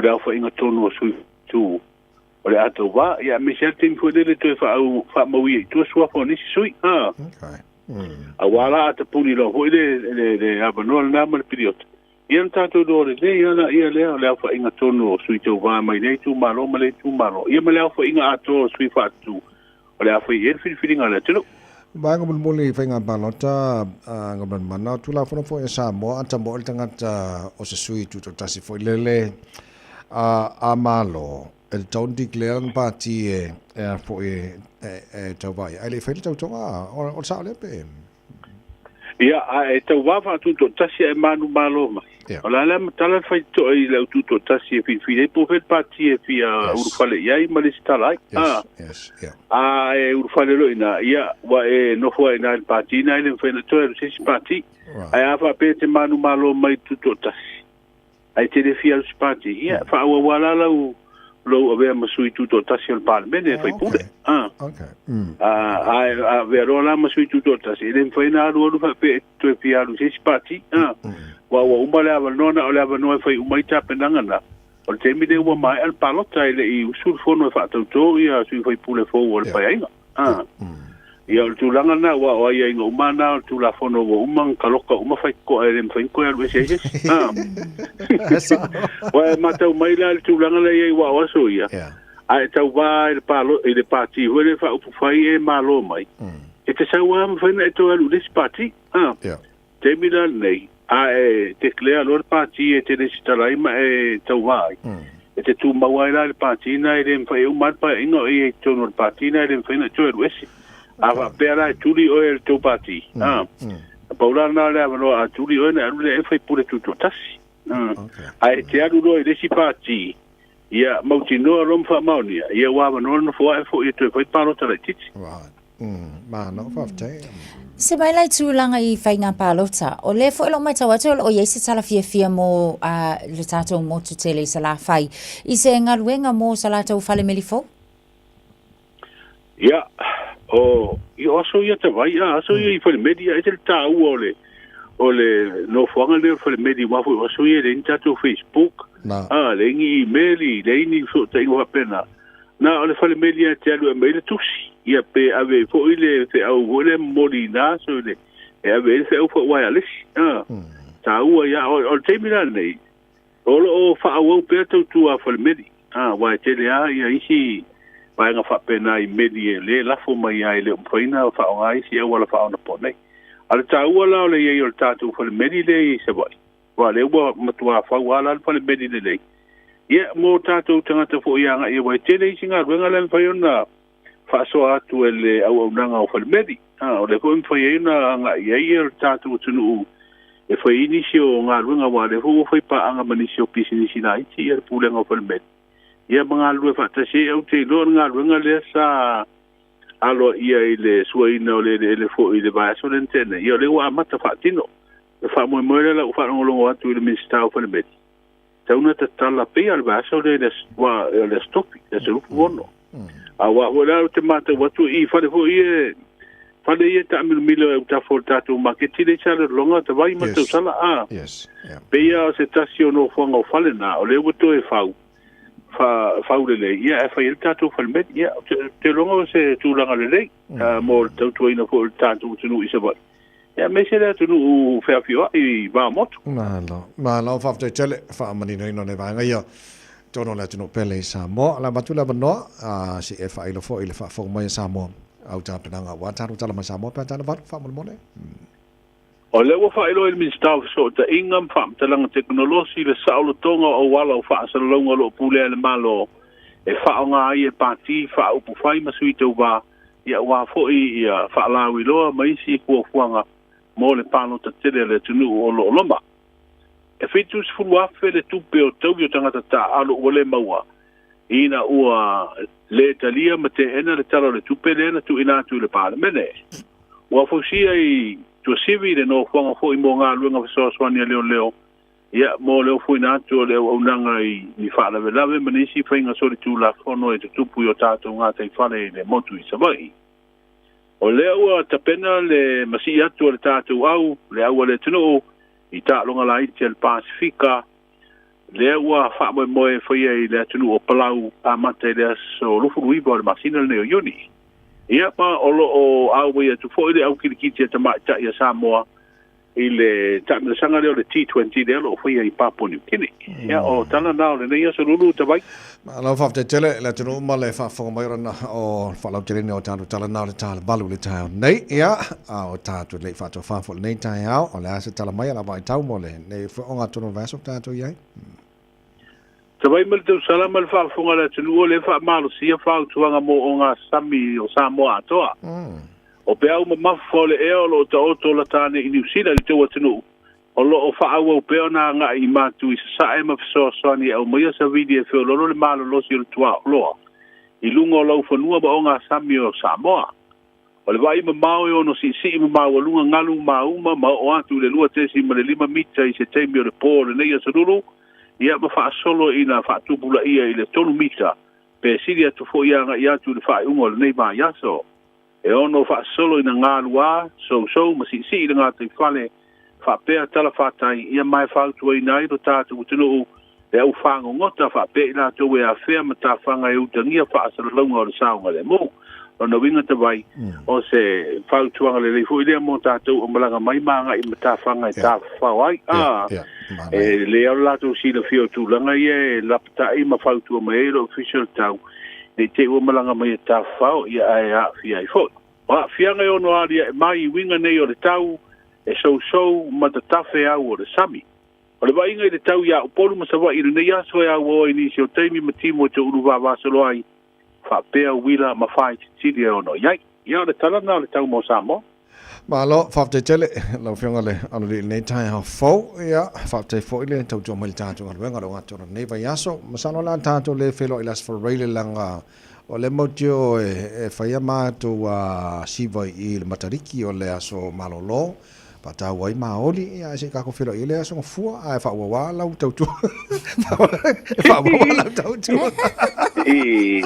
ia ele me anga o foi koi ele ia o ko a fa kos malo ke malo lo ma wa ko kon o la malo lo ele moso kon ia no winga la e te wala no foi nga ruenga pe ai tar si ia ke lo foi pe mat filo I male te bali ia teito ia foi si foi la matu pero ele sporide ia on fa kinga u foi der kai o le sporide ia ai ruia de ia so te vai bel te sala te tele na va te mo dia foi fai ne foi aso le whionga ngan mana tu mana ba tanga vai tipi o tanga vai le sur tanga radio Samoa PM. Ja, male tau tō mai whalau tele nei vahenga lo tupu I Samoa le ngata leo na watu tano headlines mo tala whalau tele. I lana tau tō e tānu tala mai Samoa pe anta le valu I le tai o nei le tau tō mo le radio Samoa sfolima I vatoru a mo tātou whamurianga o aso whanau ore nei fo e tai hao.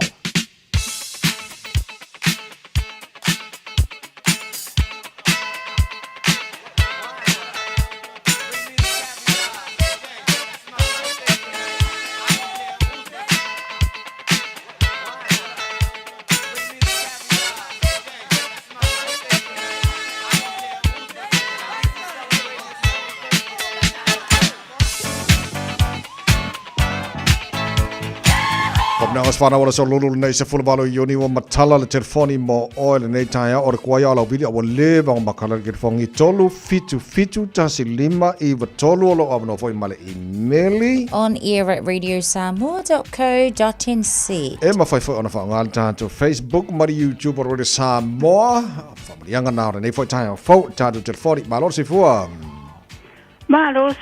lua va se le lua va se lua tavai ma Natasha, malo lava ngā lulue. Ai whaafitai mo lo uawa noa. Ia, e fia moli atu alo whaanga mo se tasi al whanau. O Stanley, Tito, Poloai. O le aso, le asfurvaru o iuni. Wa ato I aile 5 sfurma le tasi o na tausanga. Vi ia lava le atua o no nei tausanga wa maua oe atalii. I lau lana tausinga malanga puipuinga I ate oe. Whaafitai fo'i I ate oe tau singa fo'i o uneri tina ai maise o nai o tō whaafine mauso ai maise si o watali e tō tasi. Whaafitai, whaamanuia tele le atua I lo o langa. Maua nisi aso ma nisi tau sanga se tele e te o lai ma e au auna I le atua. Ao tātou au aipe. Avea oe ma whaamanuianga isi o tātou ainga o wā oe o lau matua lea. Whaafitai tele a talii, lau tau singa whaafitai mea o malava.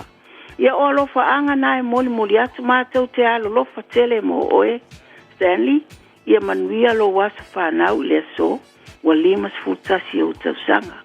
O alofa anga nae moli atu, to tele o anti Samoa, Asia, male whanau, whapea na o anti so inei, sa whae maapulu male whanau, si o anti a meki ele I tātoru nei vai aso taru na maliu o ia. Ai tātou te Whaatua lava I le atua. E au mai e sosoani mo tatou. Lo tua fine ia Manu Christina, ma le tolua ia tu uta ma le whanau ia Stanley Mofera. Teo tua fine ia Cheryl Valley, whapea foi Quincy. Ma le tatou ai ngā ato ma lava. Ai whaasirisiri ai lava alo whaanga. O lo tina o lo ilunga le telefoni, tila whai ngā, polo ai. Alo whaatu fo i seo anti alo leta ma le tolua ma le whanau. Tau masita ma le whanau. Whapea meki. Ia, whaatai tere tawai mo le avanoa mo le nei tae au. Manuia tele le lua ngā luenga le nei aso. Whaasoi fua ia. Maria for le nei tae au. Silfai malo sui fua. Malo sui fua lau sunga le. Awa o kawai malo swakau. Ai. Ia, o videa ku o le tae au ngei whaamanguia ku oidea su whangau o. Ko mao ngei a inga. Ko whai a le au. O le so wa ko ai long fixu mo le ongo ko sanga. Fa au ka de lofa mananga le o ko ma le langi lang ko singa pui ma le so fu mo le ola. E wa o fixu long ko sanga. Ya e dem fa la vonga. Ko le lofa mananga le ko ma le langi lang ko singa ya la le so fu mo le ola. E o vi inga fa fo I langa fio nge yaso. Ko wi inga fa mo le rofa malanga le o le kua mo ye ko mo ni ko sanga ke le long so fu e ola au ngai mo langa fio au ye ni lo langi de ko mau e olo fa nga ye mo ni ya ku I siong ko ru ma le fa ngau ya mai se la ko ai nga ko malava ta mo ngi si da Australia I lo nga so fu le sofa mo le kua le au ko fa ye so fu fe lo Te lava silfai Maria le nei tae au. Esa talo fa...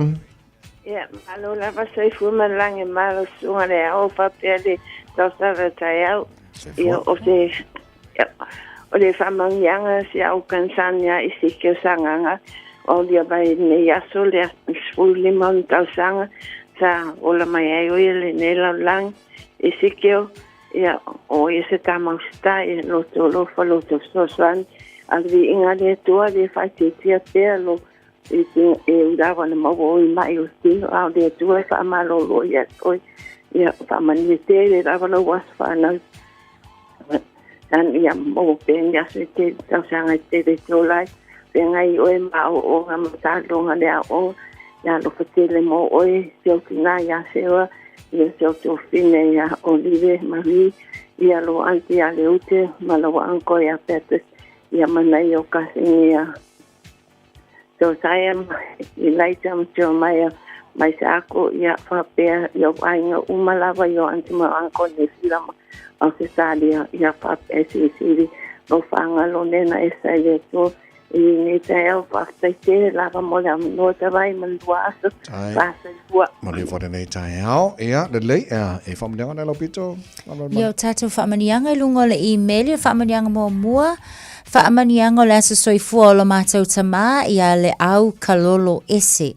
Vi ia le lofa ma le anga le leo le atua, wa e au lia le fitu se fuluono o tausanga, ia maua pēr le ola ma le mālosi, a walo whianga iai matiute I lo ainga, nuu ma le e ka le sia, o lo whaanga mai lau whanau, whaapea le tina ia whaalili, ai whaasilisiri ai au grandchildren ia Trevon, Janisha, Savannah, Matau, Amaya Grace, and Leroy Angalele Kau Pauli. Leisio whaamanianga, Maya Nick Ele, whaamanianga mo le asa whanau le tamaitai lea o ngawi ele o Ranui po o tufui opa. Whaaftai lea lofa ma le angalele o le tua, wa e au lia mai ai le whaasfululua tausanga o le matua o le wola. Talo pea ia maua le ola ma le malosi, manisi tausanga se tele mo lo wola a wā o le atua lava na te fua I mea uma, manu ia tele lo waso a lo whaangana o lo ainga atua I New Zealand. Maya Peter Eneliko, ilungo tato apia fōlinga. Happy 45th birthday, Jenny of Henderson from Western Park Village, Ranui. Pe fōlinga mai o tāra whamnanga, mana nei tai au. Le atunua whamana toto aso se fua, asa whanau nei aso, ia tātou ave elevi inga I le tua. o ia o mafuai ia on fa popo nei tau sanga i tele mo tau ia mako me alo fale mo tau o le pese mai a SJ Di Marco ia ma Wesley Lafayette fa mo de joel pulenga mana fenga wenga le radio sambo ma ka ko pokala me nei manual tai au fa ska ko paki na ia na e masala vale onga mani o tua soifua Fai malu o faiba Oh yeah Batia nangal Honglangon na gili Demago Batia Batia nangal Honglangon na gili West Coast Batia Sangi famanu iti na yo ulangona Sefale po uafalia Umewa tutupu Ebibia ile anganga Maluwenga amata Mafua fuanga Lelo tumasanga otangata Ile sahili malo Ne utabu watasi loto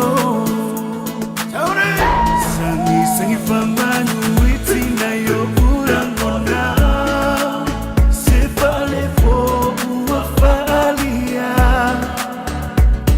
Umewa tutupu Ebibia ile anganga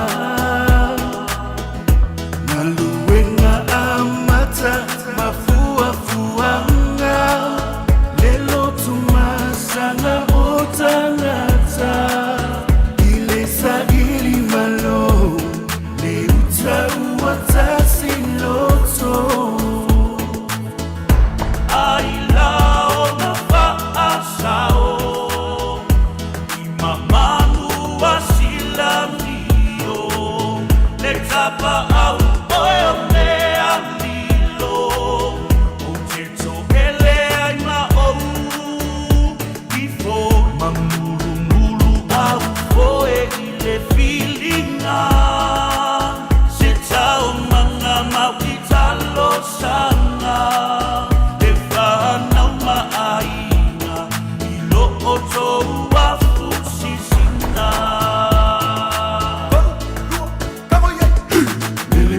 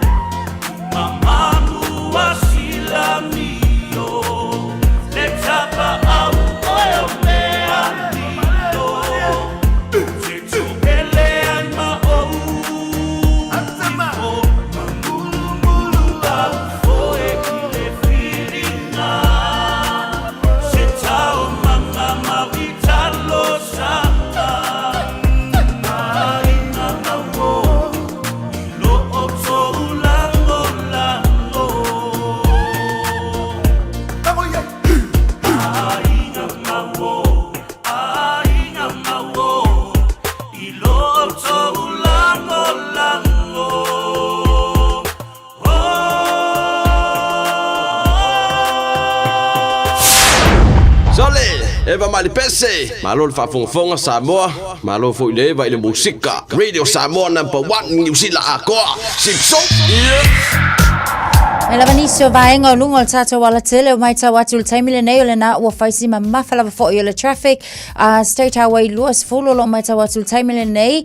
Queenstown Road to Maiora Street o le na o ua pisi tato. On the southbound o lo mai tau atu le anga i mai i le malaiva alele malanga i ane manukau o le na fo i o lo pisi le taimile nei. Whapena fo i Nelson Street. Puinui Road o lo mai tau atu fo i o le na fo i o lo pisi i le taimile nei o le tai au. Esmond Road to City bound o faisi mamafa le traffic bea ma les fululua minute le travel time le nao lo iai.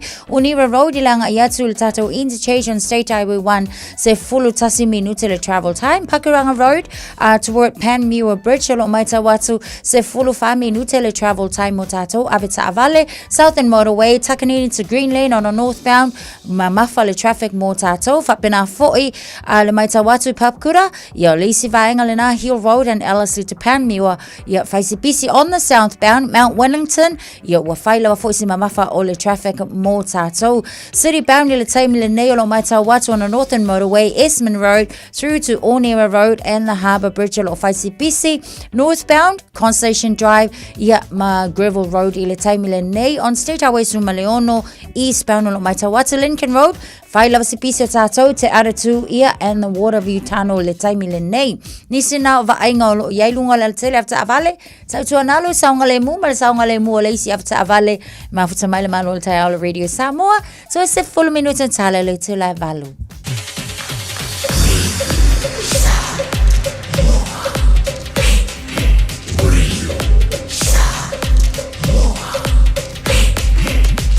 Tasilimo iwa tu.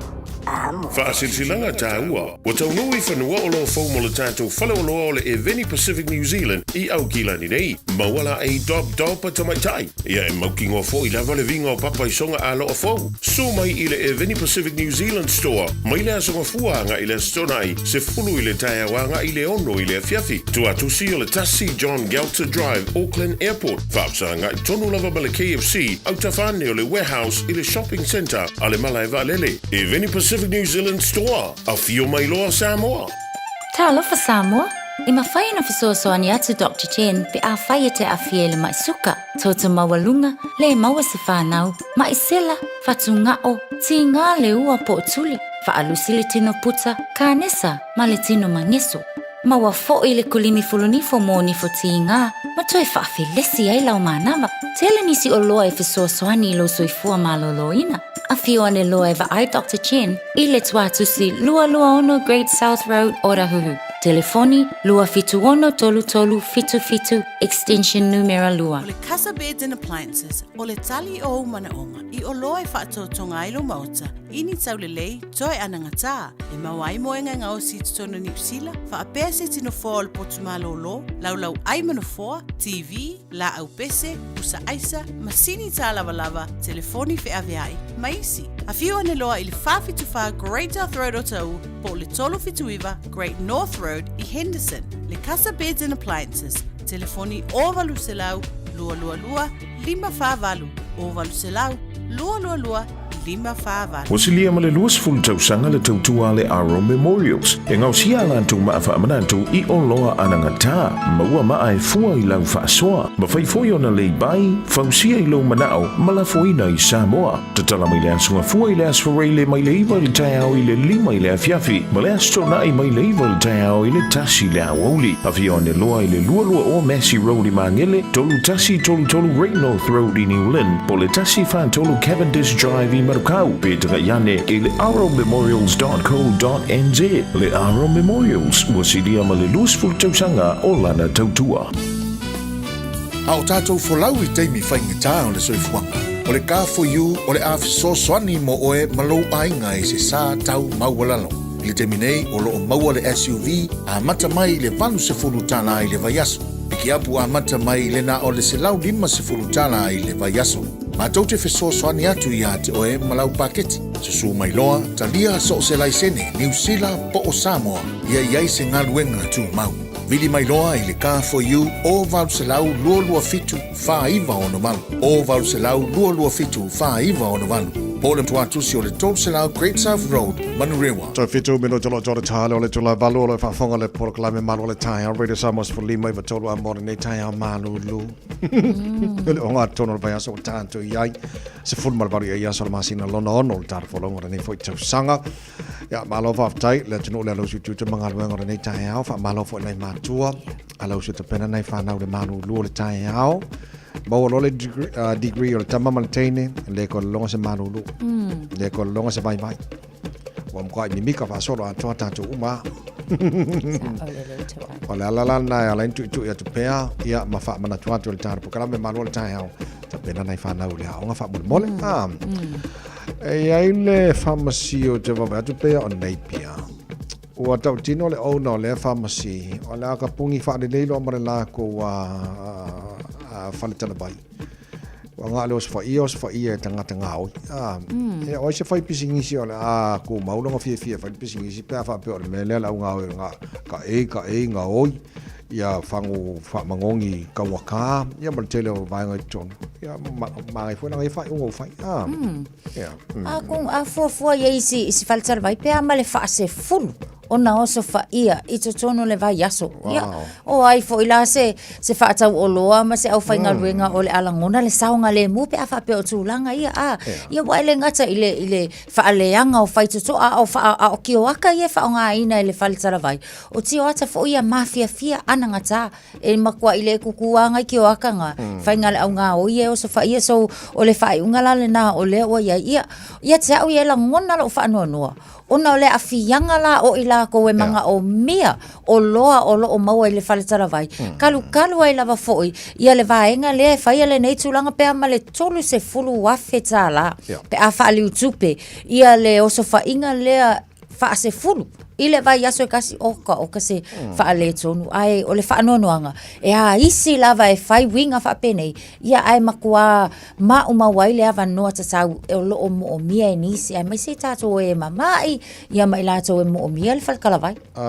titilo tu pele alu repair so fa mala mai o ta e tolu se fulu a fer kupenga e fainga fai a bawal polo fikia le company ia pole foi pharmacy e tono nepia ava pela le wole mo le profit ai aduanga o expenses e mo le fa le leo ia ole ala oil 5% so la ia wai le lo pe ke o mo ke foi fai fa mala mafo ia pe ko o le si masinga po lo masinga ia po vaso fo ai ko fai fo ale mo ke fo ki kilo e pe after ka nge ke le lo po a me tanga tene fai i me o fangu fa manongi wa pe o va atu lipoti e after mo fangu fa manongi ka waka ke o pala ko me fai ai ia manisi foi o lo i tono le fadolo kupule pisa o fia fai fang famangon kang kafua awale afford manolo alongo winga ayo fai ngole ko fata masalola esa ola pos me fa penga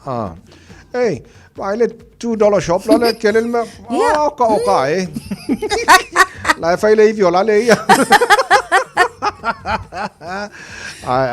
at the end of the day mo la to ia fai business e lo se tulanga le tele le mo la to ia me sona ia ingo business tina ene la to ai a for menale fa kul business a ka fa nga mga oi ia la business la ola mo lu mga o sor ka fe pa wal ma fa ka fa mar sking wal fa mar sking ai o le nga oi o fia fa mangongi fang kong ka sa sala mai ngai pe e po ai lai oi ai e o mo fa mal stino so mata la mai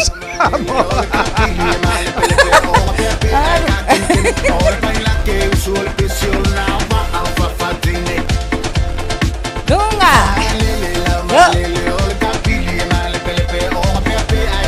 Naya Iya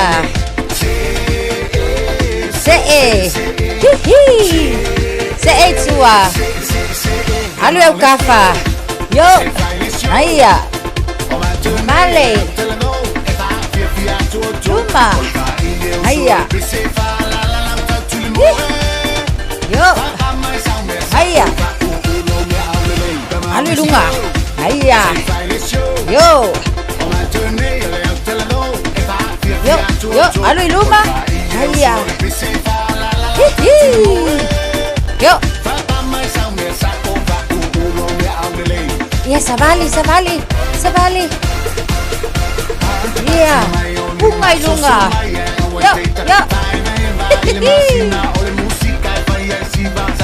Ia, io makua i whaasasa o i lunga a ao. Luma. Ia, io Oi.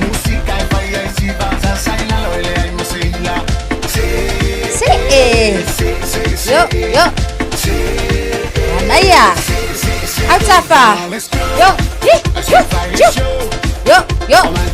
Al. Yo. Al espito. Yo.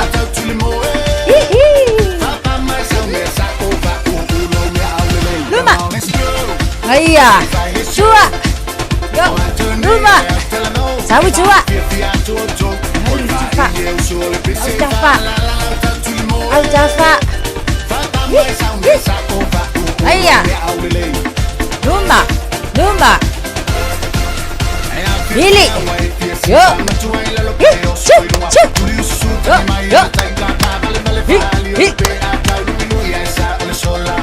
Aya. Yo. Aya.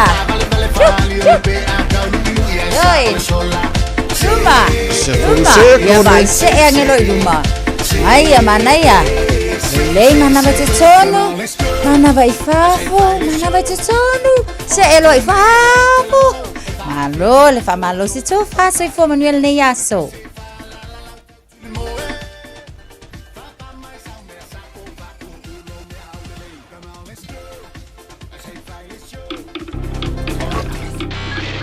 Tasilima i Vatolu Amo Radio Samoa. Usi mai alau whaafafonga. Telefon mai Samoa ia sa taitasi. Ua au mai mo oe ona o le langolango mai a le talofa voucher. O te whatalofa fwero tātu o tunu i leo ngā tonu o le nei fwoi vāiaso. O tātu mafuta ua fwoi le whaapoponga le ngā ruenga. Ia usi mai alau whaafonga. O awalo fiso ta inga e whailo alau te le aifina ngalo tangata. O fuafuanga pāti whaupu whai masui whaatutu. O se tasi o vaenga au tū matau o tele i tāpenanga, a o lumana i aise whai ngā palo ta tele a se atunuu, e pūlea wha te mokalasi ma muri tai i ala o le tūna whono. O tau tua fo i mau au nanga tau whaasara launga o lo pūlea le malo. O nisi o au wala o fiso o ta inga e tāua, mo le longo puia li i ai o tangata uma, a o ta pena se whai ngā whiriwhiringa e to e sa iri aini tā i o le malo, ma le atunuu. Ma ua whaelo ai ele minsta o fiso o ta inga, ma wha mitalanga wha teknolosi. I lunga o le leiti o le lua a pima le TV iwa, o leo ua iai le finangalo le malo tausi, e wha o ngā e pāti wha upu whai, ma sui tau wā, ia au nanga le malo. O lo ai ai le ta iala o lo wha tonu ai ngā ruenga le au tu sitala, ma le au wha asara lau a Samoa. Le te tau ona maua o le awa noa tutusa, o so se vaenga wha upu whai, ma sui wha tutu o se palota, e wha o ngā ai au wala o fiso o ta inga, o lo i le wa inga le malo. E leo ngō kia, po o ka o fia foi, le tu AP, ma le TV iwa. E leise kulanga whapenga, o ka oko ye, ke mi o lea lama, o lo ka kana pēa wangoa. O ai lava le vaenga wha whai, o ai foi le suika o wā, e fia wha o ngā inga, le au nanga le tu AP, e whape foi ma le TV iwa. Lea lama e ka kana le, le awa ngoa. Ia mao lea lama e so solo lama ia la fua e pe o ngā lima kai ka inga i foi ia le tako ana leo le tu ipi. O le foi ia le kuna fongo e pe foi o ngā whawai mai lewa sisira mai pepa lea. O lea lama lo wha mangingo le mai ei. Ia ngisi foi o kuna fongo ngā whawai inga.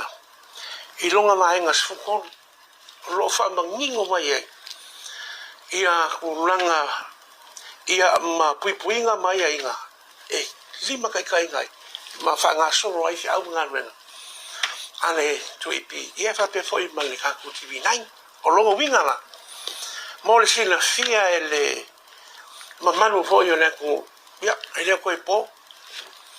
sila fia foi pe ngai pe ka failang ia wa fesa wa I solo e fa pe mai wa ka o fia le maro ko ava ngo mo tu pi ia fa pe foi ia le TV va mo fa sa longa angi si foi o gan fa fai ma le pu mo ia le o fai no o le fa ko fa la inga le fio ka mi pa mia ma le maro ko kanga pe ale ava le tō wha mau usio si pu mai oi o le minsta le malo tausi, mo le mtanga ruenga o fiso ta inga, ma wha matalanga wha teknolosi I sona finangalu I le leitio ma le TV, o lo pu lea le malo. O tausanga butona I pu lenga malo sa iai, sa mori mawina le no tia o ava no uia u wala o wha asara launga, mo pati wha upu whai masui tau wā. E ese mai a I la tau o se pati wha upu whai, o lo pu lea le malo. O nisi o no tanga na mafuai o na ave de wha msidonga mawalunga I di tausanga umawai. Se tangi na tua ia ai de malo I de sai se tia o le tua ngai. E wha o ngā awala o wha asana launga le malo I de le tio ma le televise. O le wha iunga le wha msidonga I de nafi naunga. Na wha maoni ai sa iai le tapu o le malo. I lea vai tau sa noti ai. O na wha o ngā awala o wha asana launga le malo. E le teitai ma le pati wha ubufai. O le SNDP. O le whaalawi loina o le vanga wha upu whai fau, o le Samoa o Poto Poto, o le Samoa Uniting Party, I se vai aso e le ima mau atu, sa whaasara lau e le tio ma le TV e le malo. Whapea au wala o fiso o ta inga tele vavave, o lo I le vainga ma le pūlenga, a le mtanga aluenga le pāremia ma le kāpeneta. O le talo le tupe tasi tesi ma le lua piriona tā la, Leana te ena I le pāle mene ma mafuai na whaata ape le fono au whai tū la fono. Ma ta pena I nei le isi whai ngā pālo tā au Samoa. Sa au fia I nisi o fuafuanga tau tupe. Mo le si tia o le pensione a tangata mātutua. I le tolu se lau tā la I le masina. Ai se lau lima se furu tā la mō tangata. E iai a fianga tu mau. Sa au fia I ma le fuafuanga o se vai ngā tupe siria le fitu se furu afe tā la. Mo tau I o tangata tā alo e manu malo I pine auro, pine siliva, ma pine apa me mea. Mo wa whaalia le minstao tā alonga mala ngā oa mo le fia o tangata, le fio ngā lau mati a manu Rinko Purcell. O se vai ngā tupe na fua mo tau I o pine e manu malo ai, tangata tā alo le tātu usino, mai tā alonga la iti le Pasifika, leo le awhia I palau I le whai unga o le masina nei, whapea isi tā alonga whaavao malo o lo whaatūlanga, mo le isi se fururua masina o lumanai, e fua le tausanga wha le tupe lua o lua lima, I le lua o lua ono, le pe o na iei le tara o le tupe na tapena I le malo. O le tasi leo whau tuanga na tu ina atu e le whalap tonga o ta longa Samoa, le Sasno ki le malo. Le ana talia ma whaatu langa I loa le vai ngā tupe mo taui, o tangata ta alo lea wa le maua, ona ua te ena le pāle mene le tala autua le tupe muri, a le paia inga wha pāle mene se furu fitu, lea ua wha muta e le imaea le lima tausanga. I le wha mautu wa itu a sivi o ngā ruenga mta ngā ruenga o leo, whale pui ma le toi fuata ina, a wale tautua ina o le tātou motu tele I sala whai. O leo watalia e le malo au se talia se mori mana o na mamori I ai e le mta ngā ruenga, e ala le tātou malo e fia fausia se no fuanga itu a sivi lava, e wha tino ai au nanga fisoa sonia leo. Wha pitoa I ni soli tū la fono, mani wha lave tū la I mai, I ngā tei whale o le tātou moto savai. O le taria I e lea malo o le fausio se no fuanga mo ia ngā ruenga fisoa soania leo, ua amata wha tino ai ma ngā ruenga, ina ua mai ala sauninga na sua ina aile ele, ma wha pa ia le no fuanga o le a fausi ai se whale, e a vea ma no fuanga au tua ia ngā ruenga fisoa soani. Wa whailoa le minstao leo whale pui ma le toi fuata ina, le fio ngā whawalo Harry Jeffrey Schuster lea sauninga. O lea no fuanga, o le a iei ma potu e ma whaio na wha mautu waitanga te to avanu, se no fuanga e whai ai ngā ruenga, o se umukuka, vaenga e wha mautu I ai wa afia leo, ma le no fuanga e tutu waita vale a malu le malo, o le a ngāduru e ai. Wa mamori ai le whaafitai e le minstao le sui le malo Australia le tātu utano ono o le talia ina o le manaonga o leo na wha awalatu, I le sui o le fitafita o le pui ngā Australia, sa ngalua I Samoa e le tausanga lua o lua tolu, o ia leo Lieutenant Commander Jared Williams. E uina uti le whaasoa le malo tausi ona ua te ena le fuafuanga tau tupe. Le ena tu ina atu le fono ale pāle mene talu wai nei. Ai ua mawhai lava na whaasoa atu se vai ngā tupe. E tu sa se lau ono se furuvaru awhi tā la mo le tapena ina. O le au tā alo sa moa. Mo tā longa la iti le Pasifika le awhai i Palau. I le whaai unga o le masina nei. O le minstao tā longa malanga oa mo le fifio tangata. Whapere komisina māwanunga o le malo Australia o malo wala ulia ia. I le sauninga na whaalawi do aloa i ai. Le au tā alo e limas fulfitu e au fiei whai a onga. Ma tai o le tātou angu. Whalia le Palestine o tā longa le atunu u le fionga tu au Pepe Jerry Warwick. O le ave atoa le malo simba le tau mawhai. Sa idi ei ni pine mo le tampo inga le atunu. Ai o le nalu i le au ia maua ni pine se fast furuiva. I le sfurulua o tālonga mo tālonga laiti al Pasifika i Palau, e na le iwa tālonga le atau sini o ai Samoa. E au fiai tālonga a Feleti, si ua mea mamafa, tālonga volipolo le matawhanga, o le alo waa, whanawhana au le archery, tālonga o le basketball i au ali i matamaitai, tālonga o le au, tālonga o le pii, ma le tālonga o le triathlon. O lo whanga solo nei le atunu o Papua New Guinea se tāmilusanga o le tālonga kirikiti, o lo tau sini o ai le au kirikiti a tamaitai Samoa. O lea tāmilusanga o whaingoa ina o le tīlua sfuru, o lo tau sini o ai au Australia, Papua New Guinea ma Vanuatu, ma o se avanoa taua lea mo Samoa, he toe whedua i ai maia au malo losi. O lo tūlanga whāsuru lima le rangi le au a tamaitai a le atunu i le kirikiti whaperetania, a ena sao whai le tūlanga sfuru ono, a o le pepesi ai le wha mai COVID sfuru maleiva. Talai o le nei aso, soifua. Talofa, we're the Casinas. Talofa, this is Pat Lam. Talofa lava o a o Lapi Mariner, mau pela o litio. I le Radio Samoa tasi lima iwa tolu amo.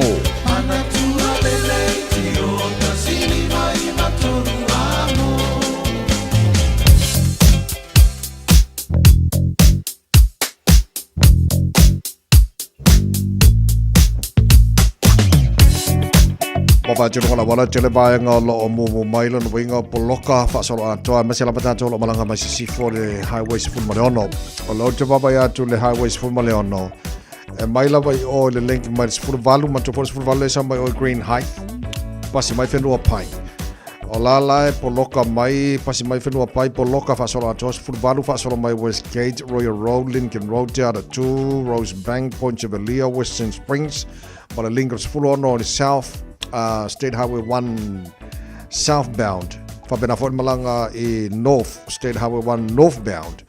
Ka poloka fa sola to te no mo tinopo i nta varo la VE. Fabena fo run Cool Mill. Ale yo o fenua pai lesi side. La fo poloka mai le neva ngora tai hao. Ta tolo lunga le highway lo se fulu. Fa si poloka la titi pasi ma le tano.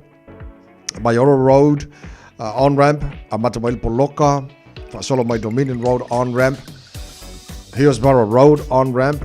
Pasi mai loina ia lunga la wala papa la flow di leia fka ko po local lava ia southbound or State Highway was fulu. Ia pasi mai Puini Road on ramp, faso mai Lambie Drive on ramp around Rainbow's End. Ia mala link los fulu anga tasi vai nga poloka na ne vai nga tai ia lunga State Highway 1. Lai for PC I flow mai papa kuranga e Takanini.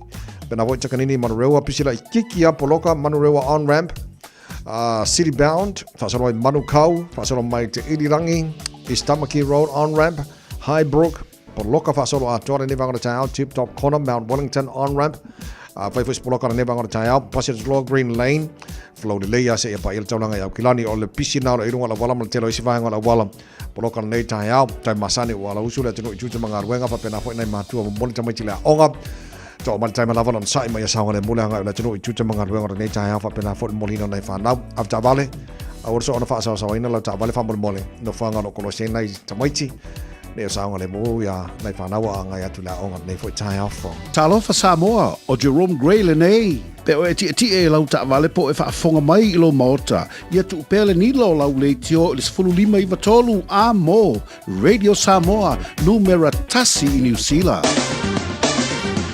Ua mawhai ana au ina atu le tala o le tau i aso taitasi ona o le lango mai a le Pacific Finance Limited. Telefoni o Valselau fitu whawha lua fitu. Maria whaiva le pulenga ma la whainga blenga a le Pacific Finance ma lo whafte te le whalolonga lom whaina una tuai talo le tau a le Radio Samoa. O vatu Samoa o lus fulima le vevela wa te ala iwa i Samoa e le nei taimi o le taiao e tu mauinga o le tau e awa oa.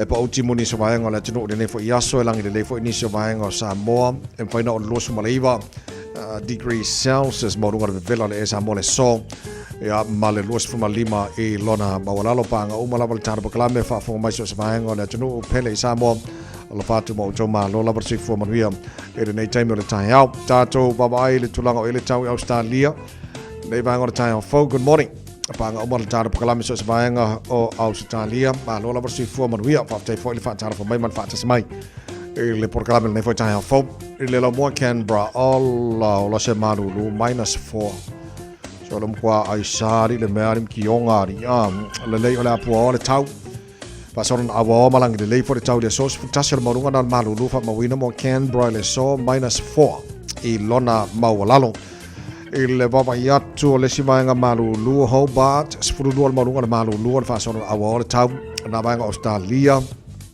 me le pone le simaenga malulu al so ono lo yene le banga taiao ala fasono awol tau sfur fan malunga malulu fa mawina mo ne yaso a fitu lona mawalalo o isi vaenga ye sini Australia a fo e fasi malulu le taiao balu lo yai fasono sulu mata ngo file las furono o le maurunga na le malulu mo tau nei fo yaso Adelaide sfuro no fo ile maurunga le malulu ma tene na awa o le tau e le so o isi maanga le mawhanawhana i la wawa iatu Brisbane le malulu mai tai au o le popole la awa o le tau whiarolo fo i mawhanawhana lo sfuru lona maulunga Perth Australia lo sfuru maurunga le mawhanawhana mo tau la pa utimu e initial time o le nei fo yaso ia male suru mata ngo fiona lai Darwin ole mo kwa vela fo le air tolus from tasi i lona maulunga o fa mamonga ia la vai tau ia mara tulanga ele tau tera vaenga Australia ia mo ne so ru tatu ia ile tulanga ele tau mo tamaki makauro au kilani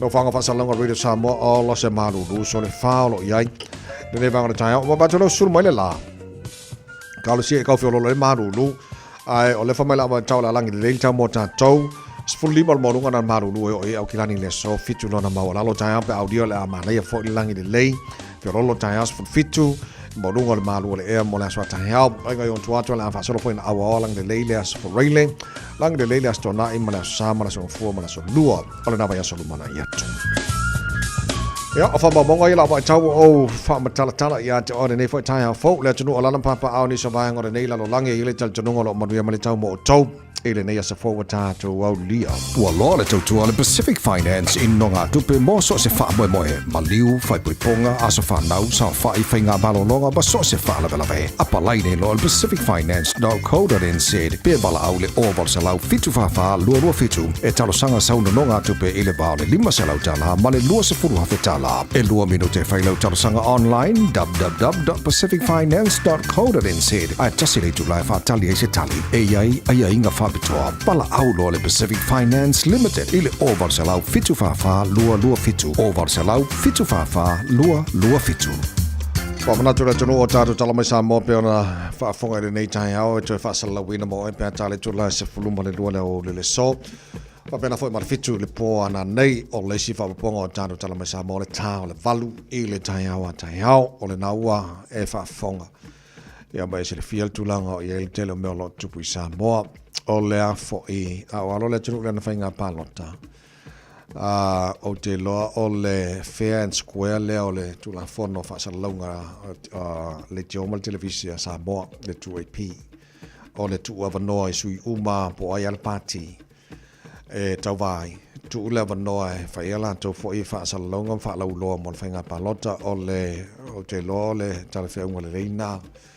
o maenga wha te mukarasi o lo wha foeile sa moa ia wa afu atu la isi tausanga ia a ku ulanga lewa noa na o le malo e wha whela isi whai pule ma la tau fo ima pāti ma la tau wha alau lo la fia whai so wha whtaile min star malo tausi wha manino nei vaenga ia wha moe moe la wha o ngai ina pāti umama sui tau wa uma Whai o lātou, se whangafo ima, whai o lātou, whai loa. Ia warisi te whio le tunu, ia wā tātou umar mālo Samoa, e taua nā tu avanoa. Avele avanoa so es pāki, ma so es sui tau vai, whai ia campaigns, ia mwha lau lofo I lunga, o le 2AP ma le TV le tunu upe o na iai. Ia, o le nā, ia wā a whapela ngā mālo e whaongaina, e le whaongaina isi, ia wā sa oi la vau.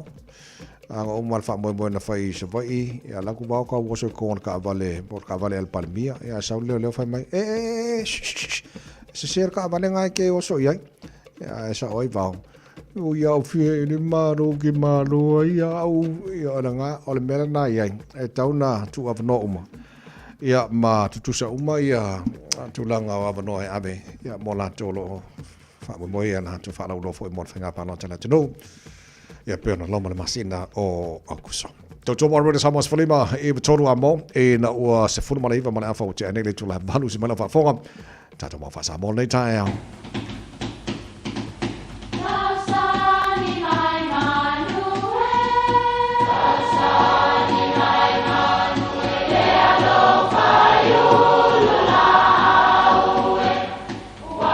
E o whanga manu I ululu o la au, awa e whawhanga I funga o la au. A o le tangata, e whawhanga I upu matala. O le mawhileo o alanga upu mamuanga ngana Samoa maona whaapongai, e a fua I lona si o mianga. O lona lea sao I le whaatufunganga o le iloa whaale aso, mai le tautua se ia o ina pule. O alanga upu mamuanga ngana, ua lantou mamanuina le tō whamanino a Samoa, mana tua fo'i, e tāo fitau muli le atunu. O le waa ua mafa tautai. O le upo e maua I whaangatai a Samoa. O le tele o waa e taualo e tautai e sili atu ma le tasi pe lua pe to tele tautai. E tasi lava le tā ua o le tautai se malanga po se whangotanga a oisi. Ia e tā ua o le autawalo, peitai. O nei autawalo, o isi fo'i tautai mata pala pala. O inae maua mai eile upu, a to a tele ni tautai I lunga o se alofanga o na whaapelea, ua mamafa pe mafa tautai le waa. O lono winga a whaale tonu se finangalo le tautai o lo taita ia le malanga. O na tuulalo le iai, o fautuanga mai isi tautai, o loo I lunga o le waa. O upo e winga I se mea ua tāpena leima mautu. E maita wantu o lea tāpena le tātou au kilikiti le tāmilusanga. Ia ale ai foi se mea e popole ai le tāpua inga ia ma le tātou nuu. O le nā ua mafa tautai loutou, le tātou au. Lau sunga il prestene ma le kapiteni, na e to tele o tau wa masani li tālonga. Ngā lulu e whaatasi tau te mālolosi ai. Ia a whai foi o se tofinga mo le ngā lue ngā lea tua. Ia o na whapea foi lea. Ia o lea ua mai a lou whaau unga pa tele.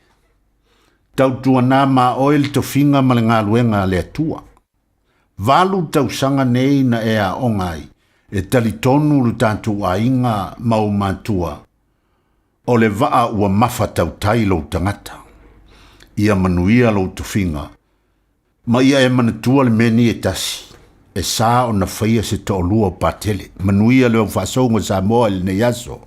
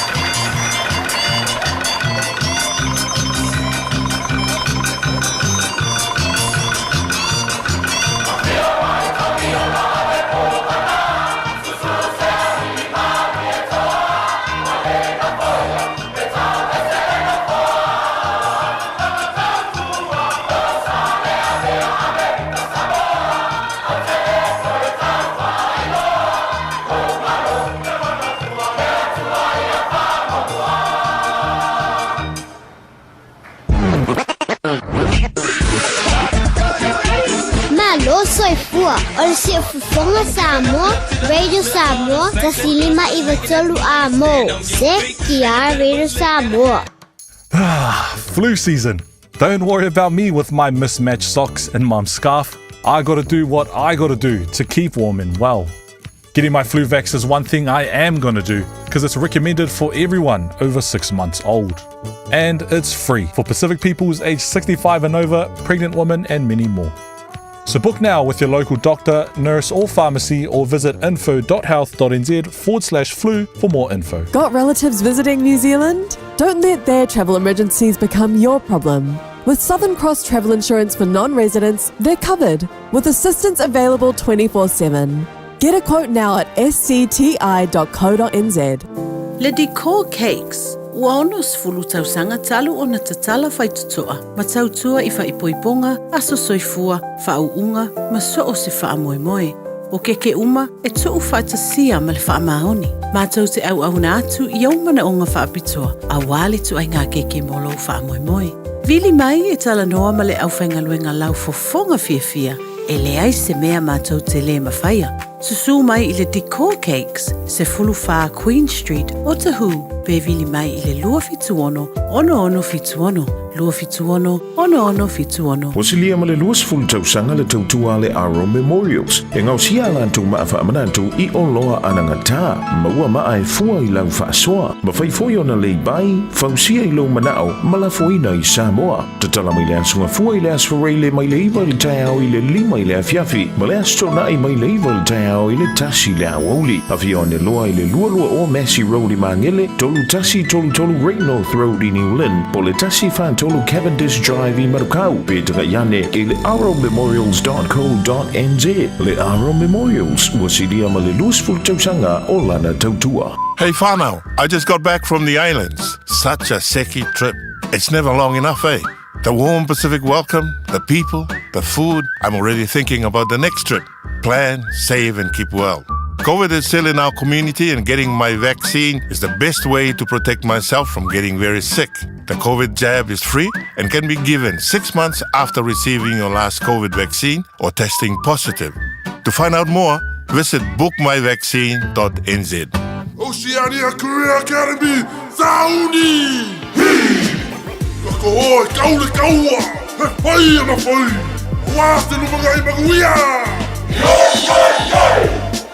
A whaia sa ili se la asanga fau moe, a waloe te no whai. O le OCA e au tauina ai o e imtata e sese. Maua se ngā whau fale, vali fale, palasa, ma le soifua maloloina. O le nei awa noa e anga wa ai tangata no whamau ma siti seni New Zealand o loo halala I au kilani. Le sitala nei loa I le OCA, I le go.oca.nz/apply, po le vili mai I le o varselau ono lua valo fitu tasi. O varselau ono lua valo fitu tasi.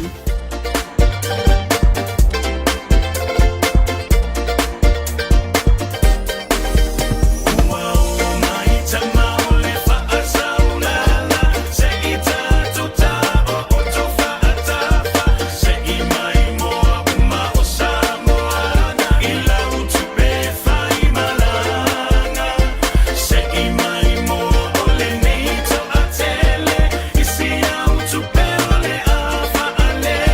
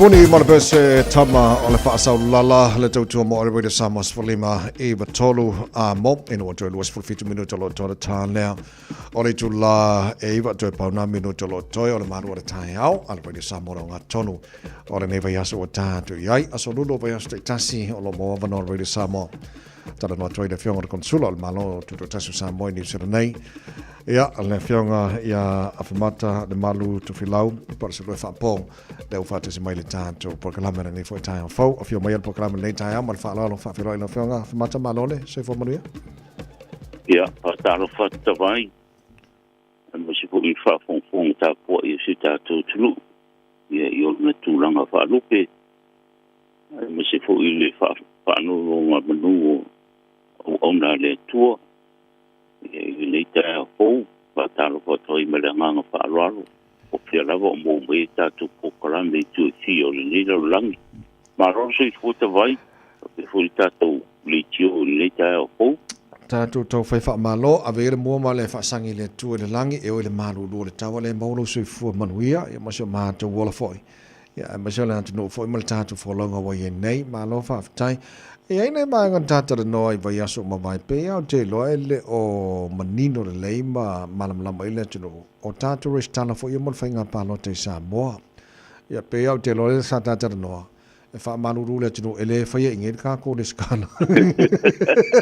E kawanga po le vane de roi Samoa. Sa ore lei lau sa unranga ta vai.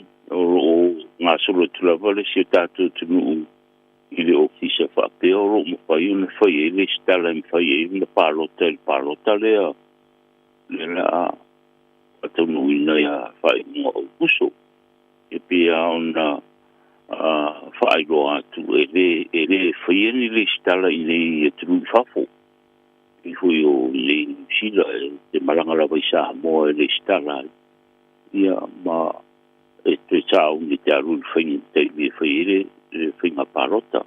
Na paule mea ta vai le o whaina whatanu i al temi nei. E ma whai o na le stara tulunga online. Ia. Ia, o le wharawerawe, e te toi alwa i sa moaranga te ona whai le o fingerprints mo pai o metrics swinga i ma puero wata. Ia, ona ato toa i o la le stara. O lono winga e le stara tu online i nei. Ia, e le whaonga ina pe a whai e le whai e tulanga i e biometrics mo meo fingerprints ma te pui. Mantua puta vai o le lima tausanga i a pole o vai whai le parota pauare o kai me pāti ai roa i a te tau. E fili ai o tata. Ia wāre le pāremene. Rono unga e moni fo i le whaisi taunta. Ia mo tātou no fua kui whafongi. Ia are ka ua o whaari o lo i atu tau. Mane. Ua ere au ngā tātou pisa atu. A ere o Iesu tātou sao e fili ai. Le whai ngā maro e tau te ia tātou o tunu. O le mele ka ua ai. O lea ua longo mai. O lea ua koi kuu le sofa i ulai. E whaanga taile le stara. Okay. Ia, ai o le palota la so fu i vo o kuso. Uno uno. Sa boa mal fa con mai male nganga palo. O lo o val no ni ki fili. Le fai nga malo e te hunste te yesi ta tu e ka wala la we kisi. Ka wala paloka. Ia.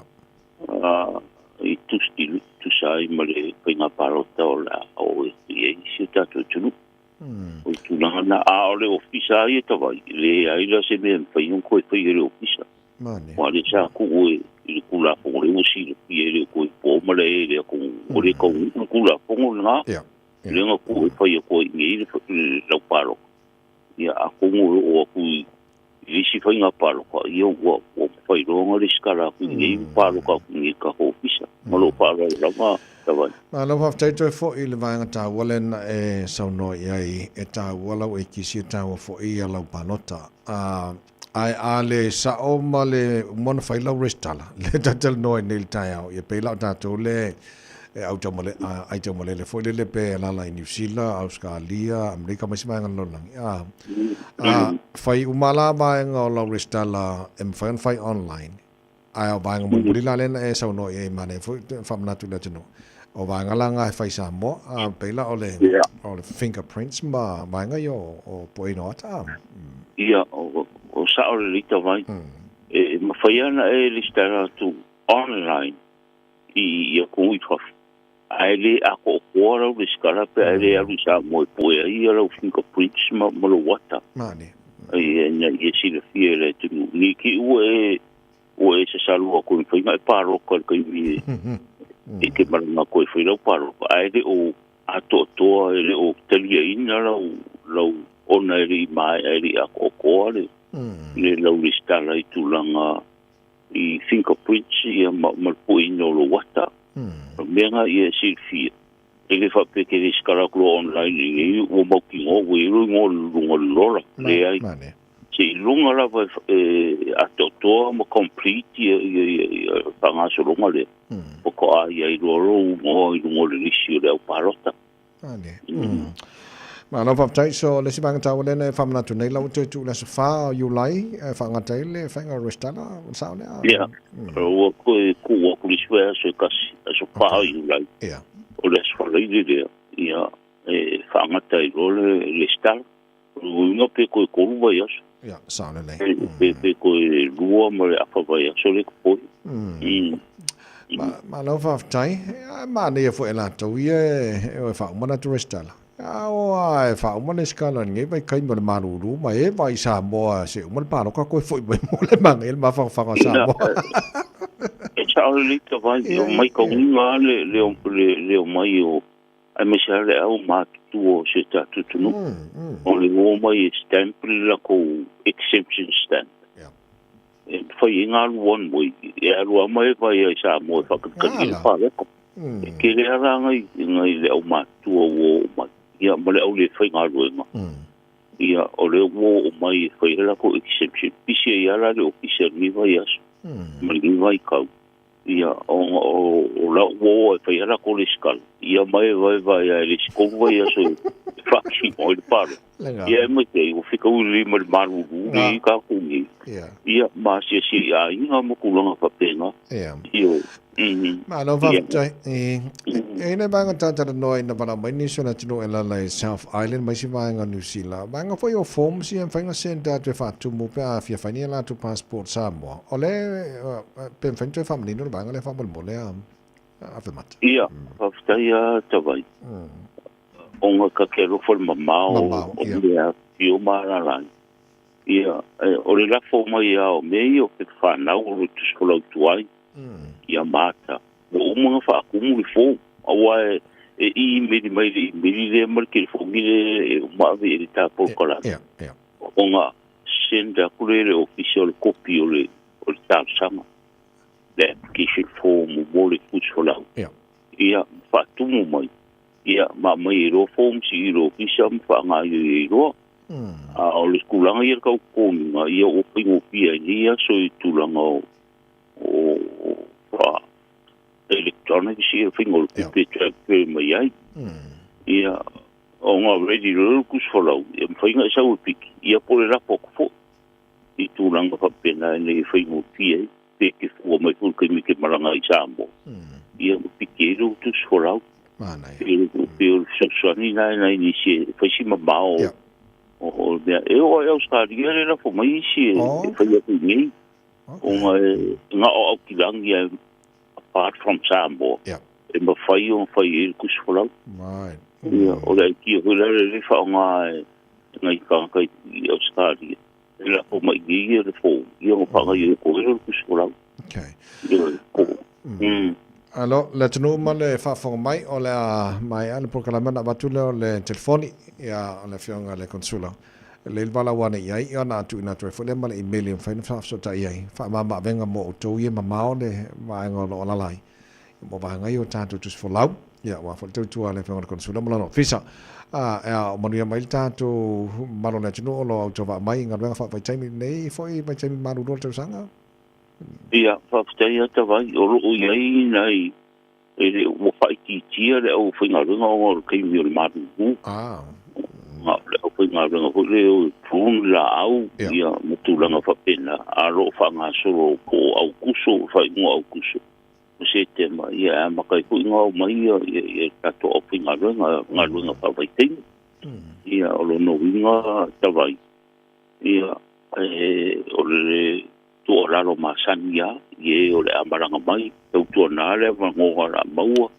e le au maua wangoro ko kere le au risi whatelitaki a moro wanoa ia whaangare lei whaangare tau ia o kwaka iara e mesu e tau nuk mai nei le rangorau sua tatua ingai nei ia manu ia whaama moe pe o nei ai o lo i nei so te inga tawai mal tātou ofisa o whainga pārota mankua o le kulafongu a e le skala e lua awhera usa a e le pāroka fongu e pule fasala a ngai ka mikirari ni ia e le whainga le skala o le whainga ronga i e le whainga pāroka te mira ni o le whaiwhiutana inga ia atanga ina ia aro whanau o ngā rua i nei ia wane i whasala ina pe a whai e le skala ia makulanga whainga pāroka ngā rai le whainga pāroka aku e ua maranga mai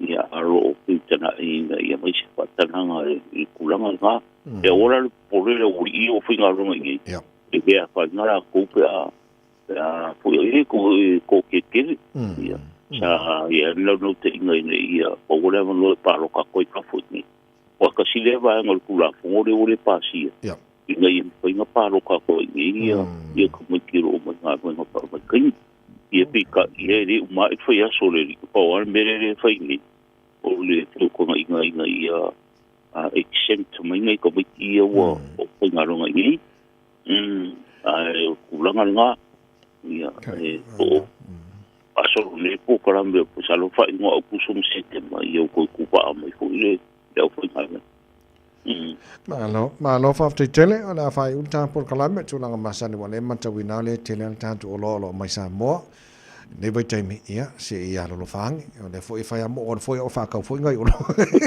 e langa ka o lo ka ka foi sa mo le tu ia a si de e ko vai to vai le i kar ku pere le no le ku foi ni le yes ia o mo kwa ke le ale sa fama tatu ya lai tu fa mo ni mo kulanga ia so ia pu o lo fa ka wa ma tu pelo fa mo ia sa o sa na tatu ia mi fu ia pu pa ele le ia mo ni lo sa no nga po la ka ke pu le lo mo sa mo ia mo wa de ele le fa mo fa tau o le ta po kara ia e fa o ma o ku si ka ko ia tu na ia ta tu o lo mai sa mo me si la vo le ko le mercado ma le tu la ngai ta lo ia o foi o mo kwa le si ma sa lo pe si su po tu la ka pena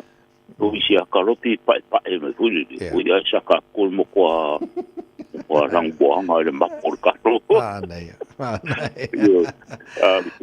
la mo kwa le ia le ka ia me se vola ka ko le tau lima ia o ka ko e rei de wi ka ko fa le lo ngai i tulang pa pena ia se la va ka ro pe pa stai ka to tu ia o lo a per fa mo o ka ko sa ale nei foi pa to ia mo le o foi le tau lima ia se ko ma ai no se ta tu ta pa Ma no fa te tele lo fenga consula mo le tata bukalame nei fo taia fo o le fianga fo lo to lo mo se fu la o le ya walter tuina fo tata no i tono ni sela nei mo le tonu man fa fo mai tolu tasi lu telefoni nei mo le fenga consula mo no ofisa a bana mai isi vaenga o New Zealand fa foto o kilani o iva o code number na o kilani tolu tasi lu ya maria fa nei aso na fa mata ia fa ia te vai o karame ia mangi o i fenga i re sunga ia me se ta ko le tio mo lo pui i no sta to tunu i me tupu ia mangi o nga ruenga me se ta to tunu fenga i nga ruenga ia so fa sui pui le fenga konsola le fenga fa mata le malu to filau pa se fa po male tana nga nei tai au ino to es fullo minuto lo to talo le tula e vale to mo re sa mas fole me to a mo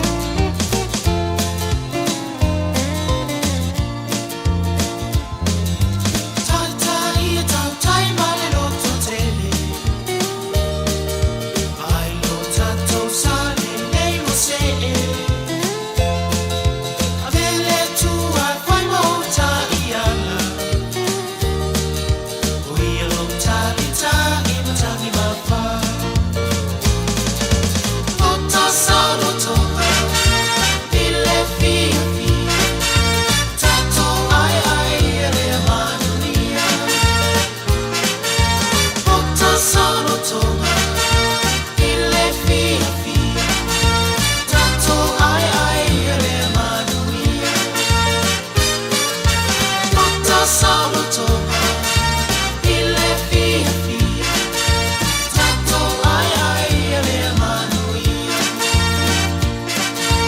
tato ai ai ele manuia tato ai ai ele manuia Samoa sa loto le pese mala pe pese le Hamba Light Express le tautua le Radio Samoas for lima Eva tolu a mo ina watoe Eva mido tolo tolo tale o le tu la Eva Tātou siasi le tautua le Tire World and Auto Limited o alo Samoa lo ngā rurue ai tautua ina lo tu pa ima lo tu malu pe auto va atu whaile full service, whaile warrant of fitness ma va ai leilo sa le nevai teme le malu lulu sunga Victor ma le tātou le pote le Tire Victor ma lo se fauso Simon Wera sunga tawai ne sa fo ma lo sa ma lo tautua asa lo pa foi lo ta foi nga Samoa so mo tamala ni tula tao ni si vanga o singa lenga le mo lo sa Kalau singa pisi ko mala wala sa bai wala bari on sa wala bari on sa idong wala dele so umalawan me ka kiyo nga yai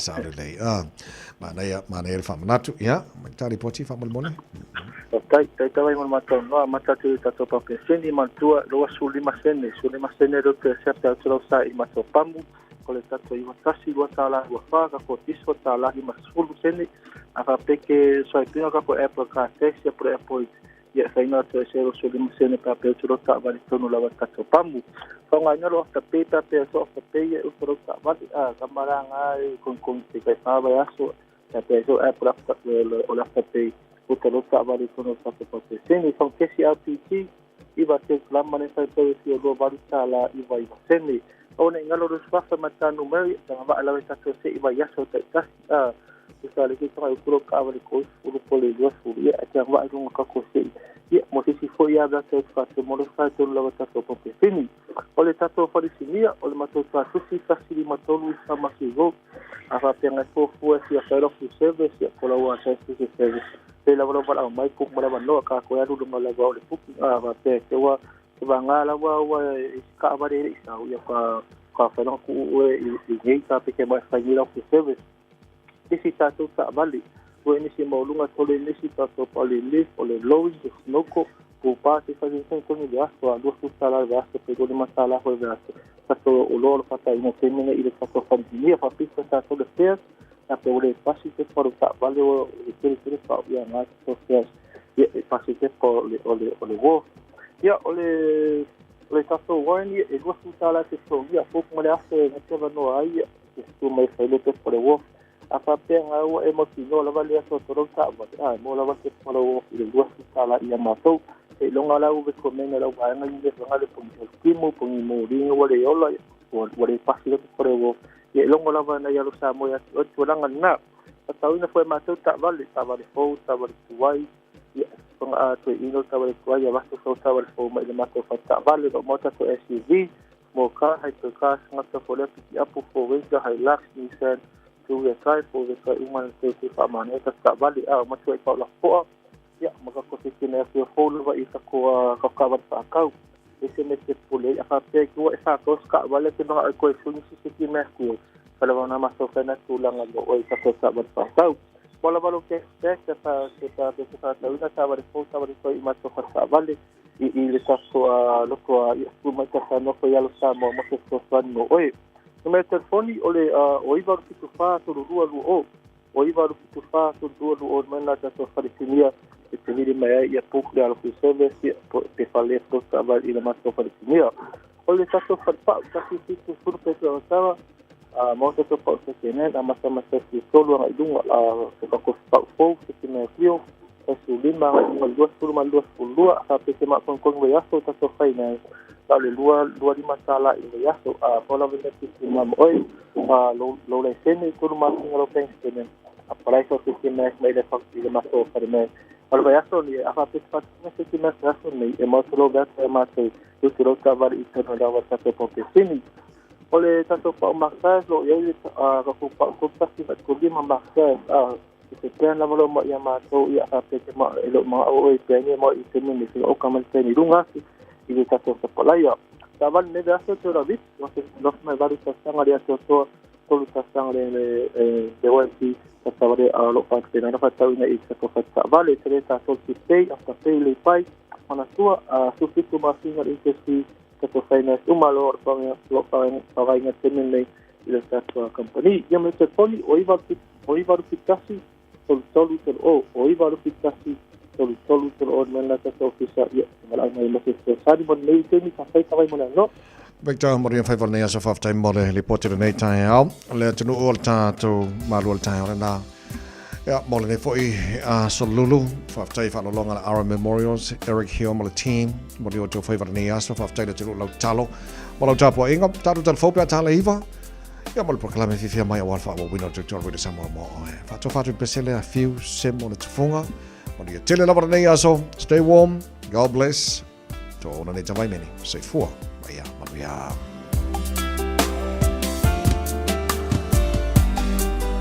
So fatally, il tele waso. So no for no fe amatalo. Be is time. So se aso. If I town away.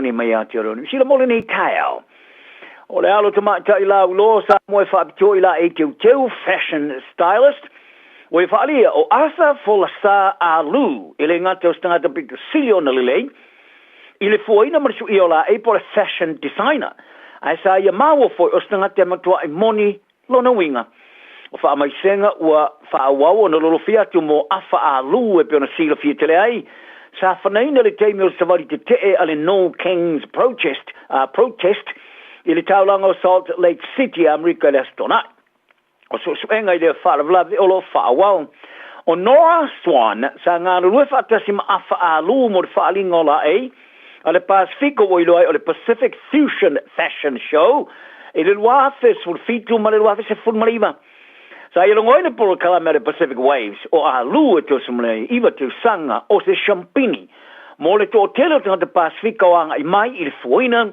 mo su iola e sa ia ta wai a tilo e tulanga te utalen sa ta tala ia alu ia fa to mo the Pacifico ile tilo lea e tuatu ola e Pacifica e masaniai sa ia fa tanga ina fo ila tu mafo fo i fa fotu mo tua oyo i tu a ingola e ilona tulanga fa tangata sa fa le Swan sa le ese tilo a lu ia te ia o se tangata e maulunga ile nga renga ena te tausia tu tusa tangata uma ai ole tu lawo le pengola e mali tu ai ngolanga e feel like for the fashion and lifestyle page a fiti America sa tu siai ole taua male nga afa o se tangata e foina masu ia e se a me pasa o tu manga no ma se sui alo fangia tangata lo tele o le ao ngā tele mataua mo ngā tūplanga o whai mai.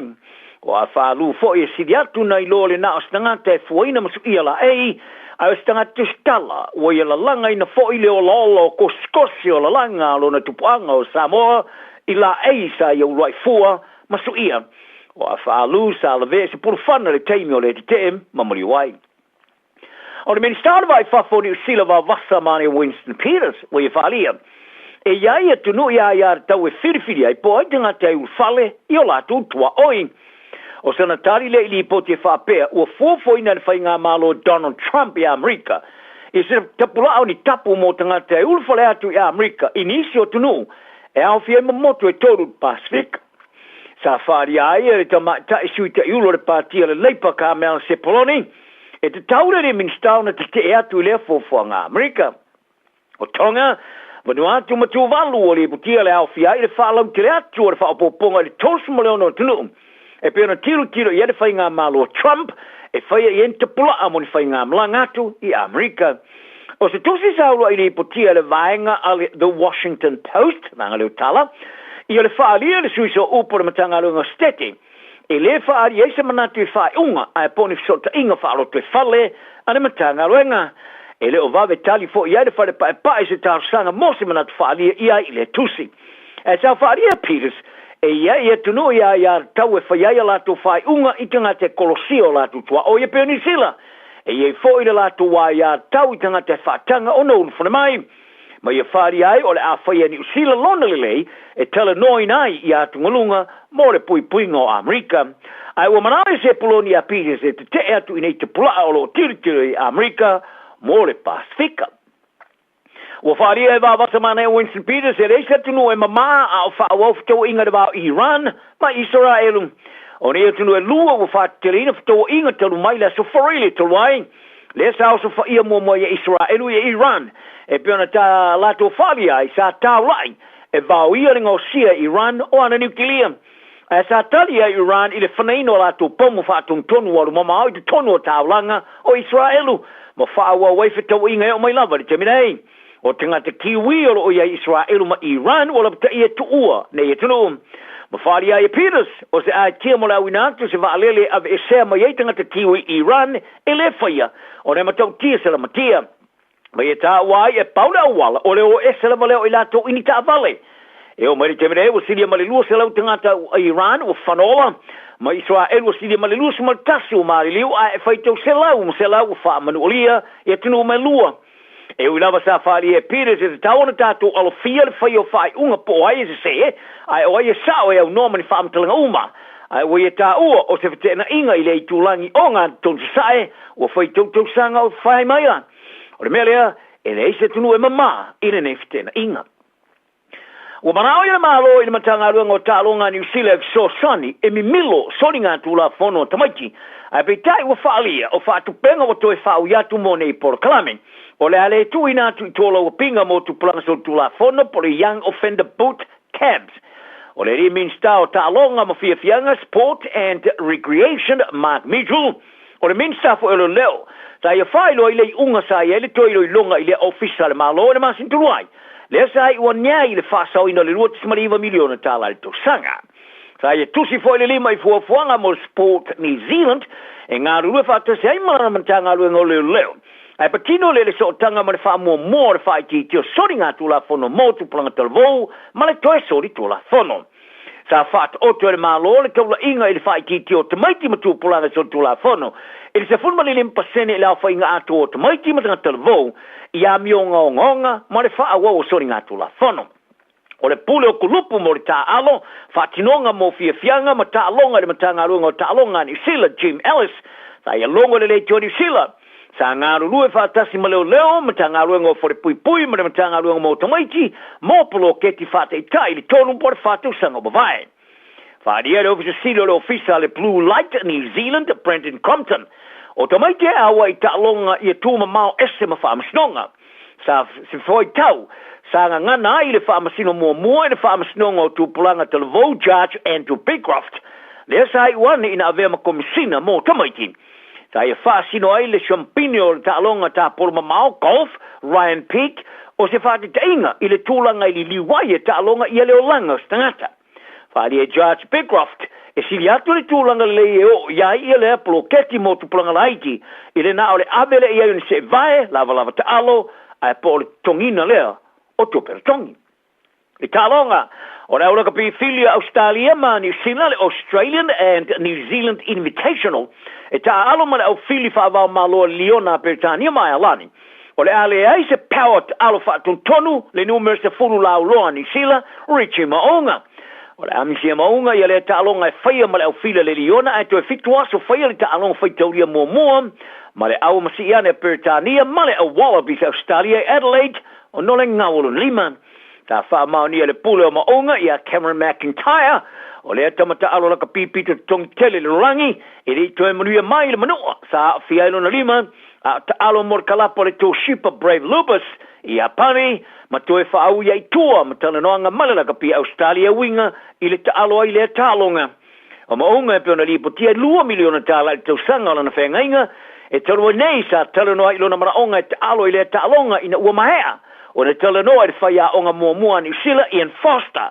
Le ole a vea ma whaia onga rangolango mo le au fili Australia ma New Zealand. Sa whalia e maunga. Talo i nei leo penga le rugbyjp.com e whapea. Wo ia misia ia ta'alonga te tele malai te tele, ma lea ta'alonga le au Australia marisila, o se tūla lata le iai o le aia maua, a o iai ia pani.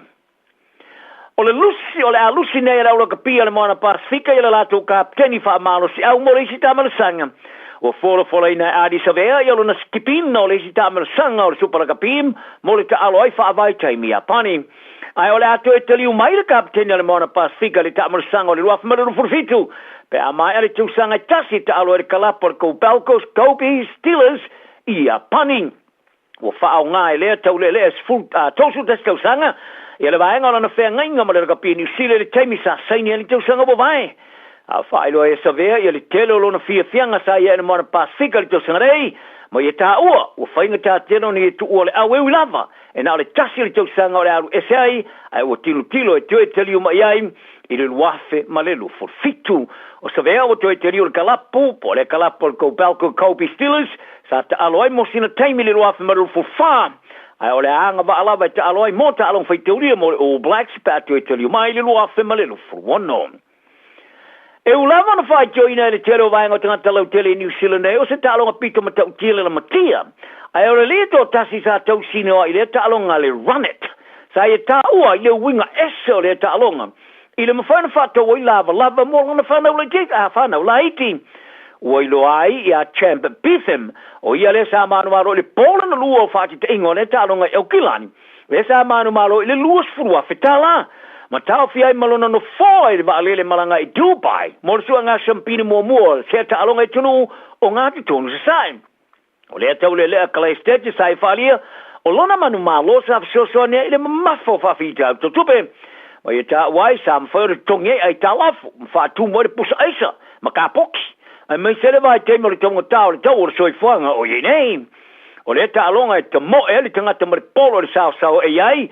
Ma le isi tanga te mo e fa sanga tau ma ia le sao fo I te mo e ai. Mo fa fito ai po e pala si lalo. Ai o se ta alonga sa fai joina mata waile le matia fa amanu oli ai o fai ai. E au fi ai fai jonga mai fo mai tanga ta alo mara al kapia ni sila mara la kapiliki. E sa fai e pism.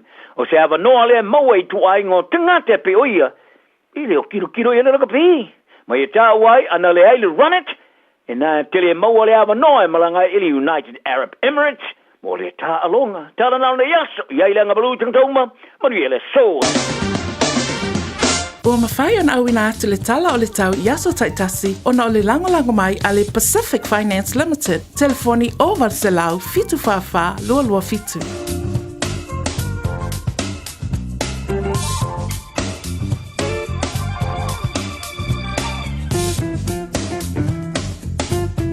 Ua loa le tautua le Pacific Finance in no ngā tupe mō so se wha moe moe. Ma liu, whai puiponga, aso whanau, sa whai whai ngā malolonga, ba so se wha lawe. Apa laine lo le pacificfinance.co.nz. Pia bala au le oval se lau fitu whawha lua fitu. E talo sanga sauna no ngā tupe i le bao le 5 se lau tala, ma le 2 hafe tala. E 2 minute whai lau talo sanga online, www.pacificfinance.co.nz. Ai tasi le tu lai whatali e se tali. E iai, ai inga whabitoa. Bala au lo le Pacific Finance Limited ile oval se lau fitu whawha lua fitu. Oval se lau fitu whawha lua fitu.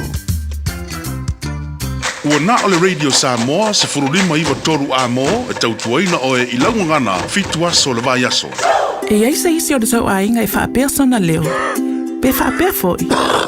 Whaamata e avea le tale I ma le tale maasani e tau fia ai lātou ma le whai o lātou mea maasani ai. E tatau o na lātou e whai suenga o le tale a ngā I le coughtest.co.nz. Pai le suenga o le tale ma whai loa le fō mai coughtest.co.nz e le ai se tatongi. Whala au talawai e iai tūlanga la matia ma tūlanga le lei o whala au. GlaxoSmithKline, New Zealand Limited, Auckland. Talofa o au o leilani. Mātou tena nofo whaatasi ma lau to olua le mawha naumana I o mātua. O te pala au I le Healthline pe a whaia langona le tino mai e se tasi o I mātou.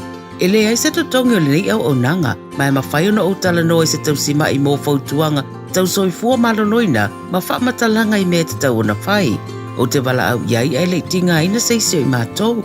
E awa noi teimi uma, lua sul whai tū lao le aso, mo aso umo le vai aso. E maua fo I le fesoasoani mo se whaamatala upu, pe a whai o e fia tala noa I lau lavanga ngana, e lea I fo I se tutongi. Mala au loa le Healthline, I le o walu se lau, ono tasi tasi ono. O mana umie o e po se isi lo a inga se fesoasoani tau fe malanga inga mo New Zealand. I mata au po e pei o le vaita mai no whanau po ngā luenga. A whai o lau tali o le ioe, wala au loa Ken Ferniho o le Fern Immigration Services, e iailana lai sene, ma ua silia ma le se 15 tau sanga o lana tau tua. E toa tele tangata o fesoasoani iai Ken, I mata upu tau fe malanga inga. E au fia ai mata upu na o atu le Tribunal, ma apili le Minister. Tanga iane le mata o Facebook, ma le upenga te whailangi I moli mau. Mo nisi whamtalanga, wala au mai le Fern Immigration Services, ma tala noa ialu isa, I le oiva, lua ono lua, tolu lua lima tolu. Lua ono lua, tolu lua lima tolu. Po le o lua tasi, tasi lima tasi, o lima. Wana o le fetu moana a onga amata po le Moana Stars ECE le a onga Samoa Manrewa. Tuatusi, lua tasi tolu, Weymouth Road, I tuane o le ekalesia e whakasai Weymouth. Mātou te tautua ma le whaamaoni mo le whanau. A wale whaatau waina o le ngangana Samoa, anga nuu, whaasinomanga, ai maise leo na whaakerisiano o alo ma whanau o le atunu. E tolu sifulu I tūla e le aise tutongi, mo le whanau e tolu tausanga malunga atu. Lua sifulu I tūla e le aise tutongi, mo le whanau e tolu tausanga anga I lalo. E tapena le fetu moana le tia le tai au. Whapea le tia o le awauli. Nappies ma wipes e ma wafua. Whafsotai mai loa mo se awanoa o lo walo. I le olua tasi tolu lima, fitu valu iwa fitu. Olua tasi tolu lima, fitu valu iwa fitu.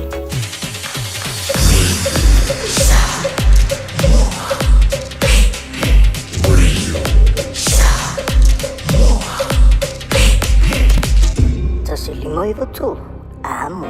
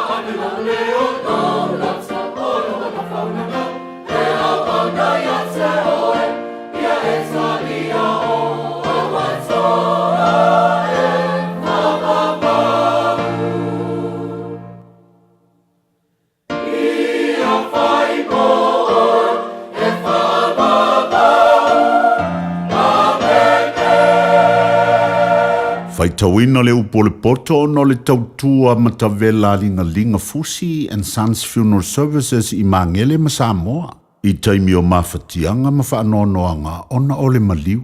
Mana tua linga Fusi and Sons malana au nanga o le a whaamama avenga atu mo oe ma le ainga. Wala au I le telefoni lua fitu lima tolu o fitu.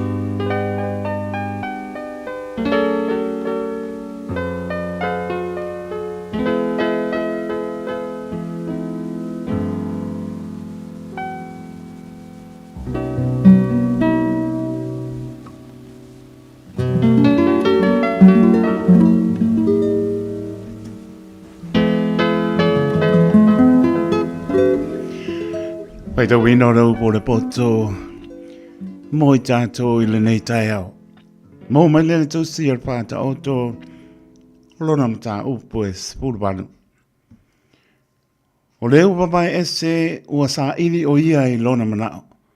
E whinau o ia I le poto malamba, e manao le vale, I le pa utauta, wana ona ia paali o lona loto, a sauli tangata anga sala, ua sau paatasi ai, fo I le ino, e sau fo I le luma paatasi, male a mio mātanga, o upo le ngutu o le tangata, o vailo loto ia, o le puna o le poto, o le a lia o la lama lea, e lele lei ona au mana tangata anga sala, ina ia whaia ina, I le pāmasinonga, le wa mio tonu, e o atu lau ngutu o le vale I le misa, ua wala au fo I lona ngutu I tā, o le ngutu o le vale, e whano ai o ia, o na lau ngutu fo I, o le mai lei lea o lona ola, o upua le whatua upua,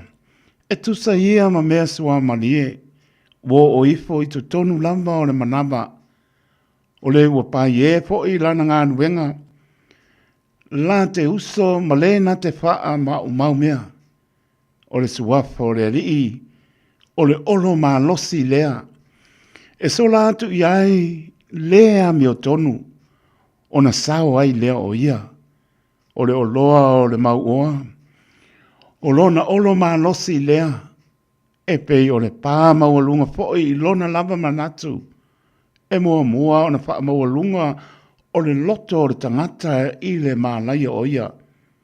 Ai mua na wha maua lalo I le mamalu. O le na te tali atu le upu, ao le I wha alongo iai. E whai lea mona valea, ma mea e wha maina ai o ia. O le loto o le tangata, na te wha ato toa ai lona mai. Ao le loto wha noa, o ai se na te lava ono sai. O le loto o le ua mā na te maua le poto. E ta linga fo I o le ua poto, e sa ili ia I le poto, o le mea lofa le tangata, e whanau te leina ai se ala mona, e taita ina ai fo I o ia I lumo o lii. E tonu le ua mua I lana whinaunga, ai sau le tasi tangata, ona su e ai lea o ia I a te ia, o le bili e I uai misa, e mawai ai foi e fita, o le tangata wanga le anga ina e lona uso, e sili o ia ona whaingata I le olo, o misa foi o uso, e tusa ia, mau faa lama o le olo, o le fua o le ngutu o le tangata, e maa ona ai lona manama, e maa ona o ia I mea e tupu mai I ona lau ngutu, o le oti ma le ola, o lo le pule a le lau whaiva ia, O e mana na o iai la tō te ai I lona pua. O le ua maua le a wā. Ua maua e ia le mea le nei. Ua maua fo e ia le alofa mai le alii. E tau tala mai ma le ai oi le ua matiwa. Ha le mau oa e tali atu o ia ma le wha sia sia. O le tangata ua whai ana wō. E u ina tinga aina ai o ia. A o ia le tangata alofa. E sili o na pipi mai I lo le uso. O puarpoto mo I tātou ile nei tai au. Ua awina atu le upu o le poto I le nei aso o no le langolango mai a linga Fusi and Sons Funeral Services. Ua mawhai o na tu whātasia o au nanga tāla whea ngai I ni tautau ngō fia tele. E fso soni atu ai, a o whea ngai oe ma le popole ma le whememea. E mori whātasia atu ai ma wha mai senga, ma wha mawhana whananga mai a linga Fusi and Sons mo a inga uma o Samoa ua whea le maliu ma le oti. Walau mai loa ia linga Philip Fusi linga. To ia whaapō linga, to ngia si ulavea, pesusu mai I le luas fulvalu Canning Crescent I Mangele.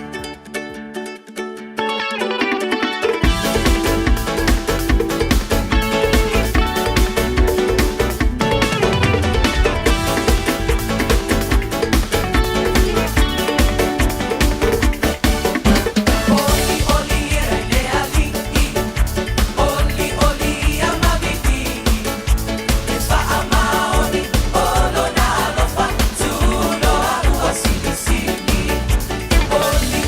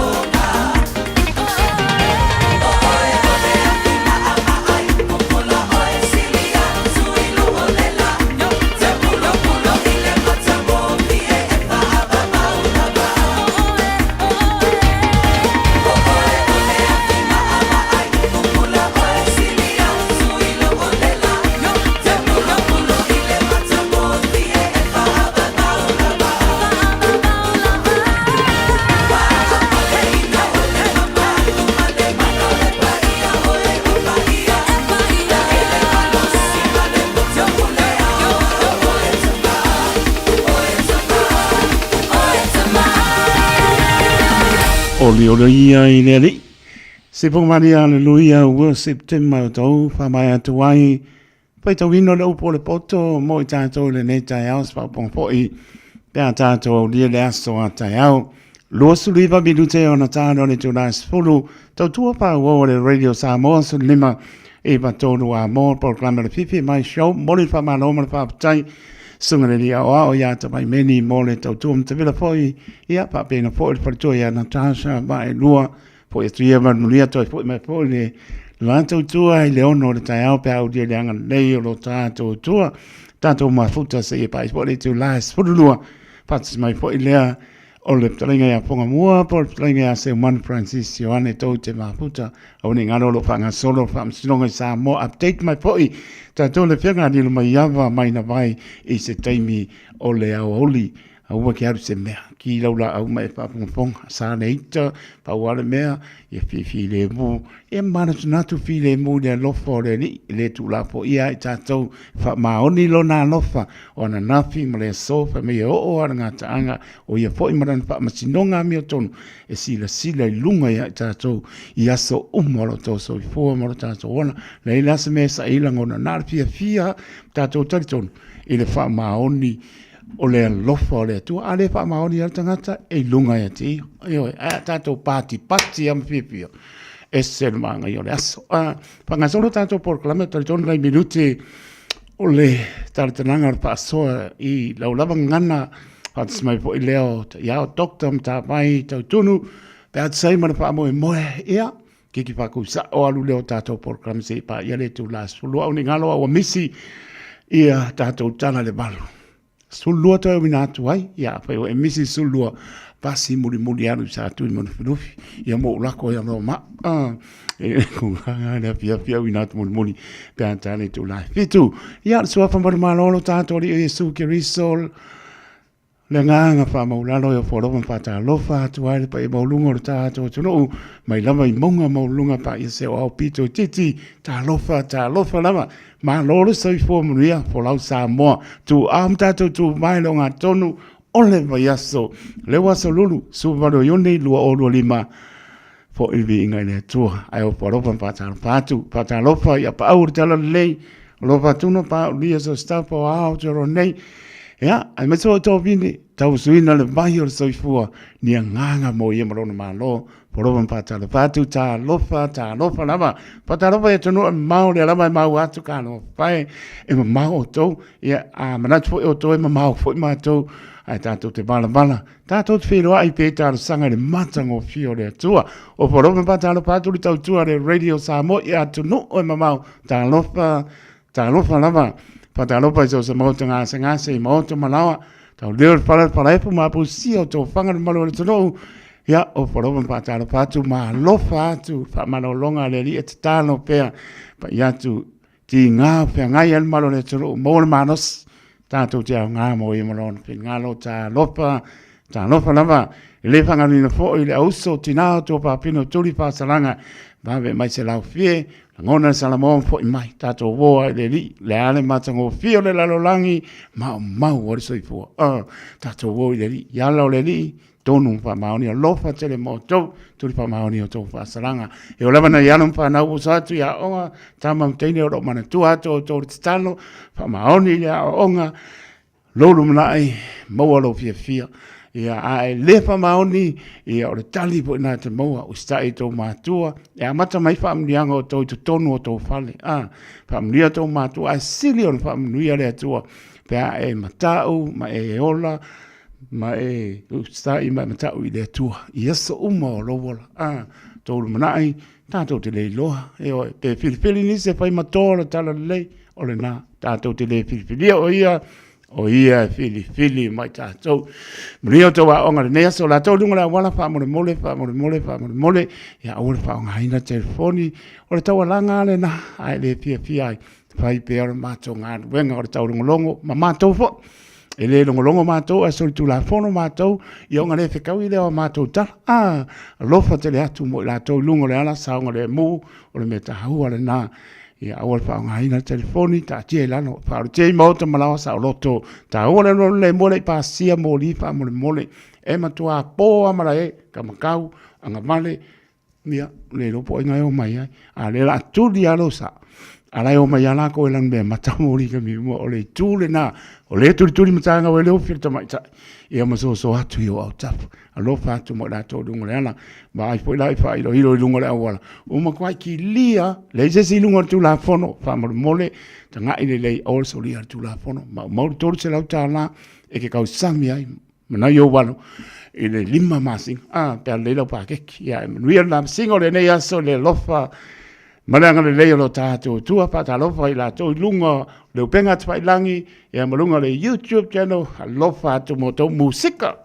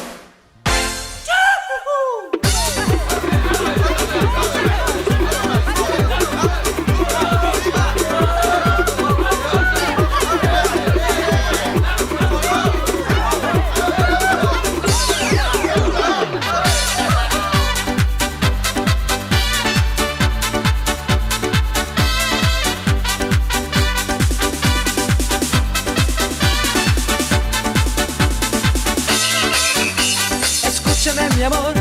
Tú sabes lo que quiero, me dices que no entiendo, sé que estás mintiendo. Te pido por favor, me tratas como un tonto. Decide de una vez, me estás volviendo loco. Que sí, que no, que nunca te decides. Tabi le mai struno minute o na tala o le spuru le upat mai ia le tautua le Enterprise Motor Group se pai se tala sunga ia Augusto fia le ia wa por pa por malo ta to no pa tal ba tu le ngang pa lo Augusto ma no nga nue tu aum ta tu vai lo nga tono vai aso o le asta tala le apai mo lano lama o ta nganga mo ta lo to ta tu tio ai dedi ia pa po yo lo bi inga ia pa ta no pa tu le ngang pa no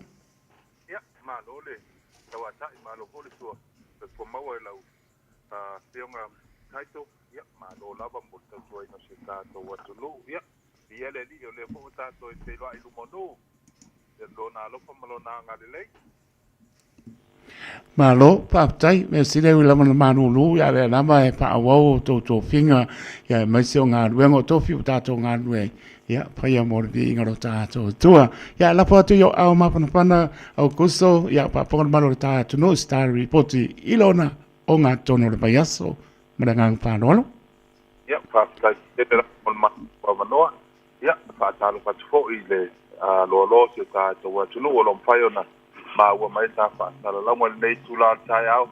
Ia, ngona lawa le mānulu, ia, ia le li i o lo mandia mea uma i ta kon fo i langona o lo whapena ia le loa se tā taua tunu i le alwhai fo i lawa tingon nei aso. O le tātou tautua lea i le Enterprise i nei manukau, ia o nei tautua ua le wafo i ona tautua ina, ia le ngata i seo tātou watunu, ia mai se fo ia ni sila i tūlanga o le atau wina o Tāwale, ia o tātou lotoa nei manukau, e lua tātou lotoa, ia o le vai ason tenei, ia pe lau sila fia fo i nisi wa suma tala au mai fo i, ia o la wa ia le tu ko lele o le pate cars ia e fa to la va mo ila to fo i le tulanga o le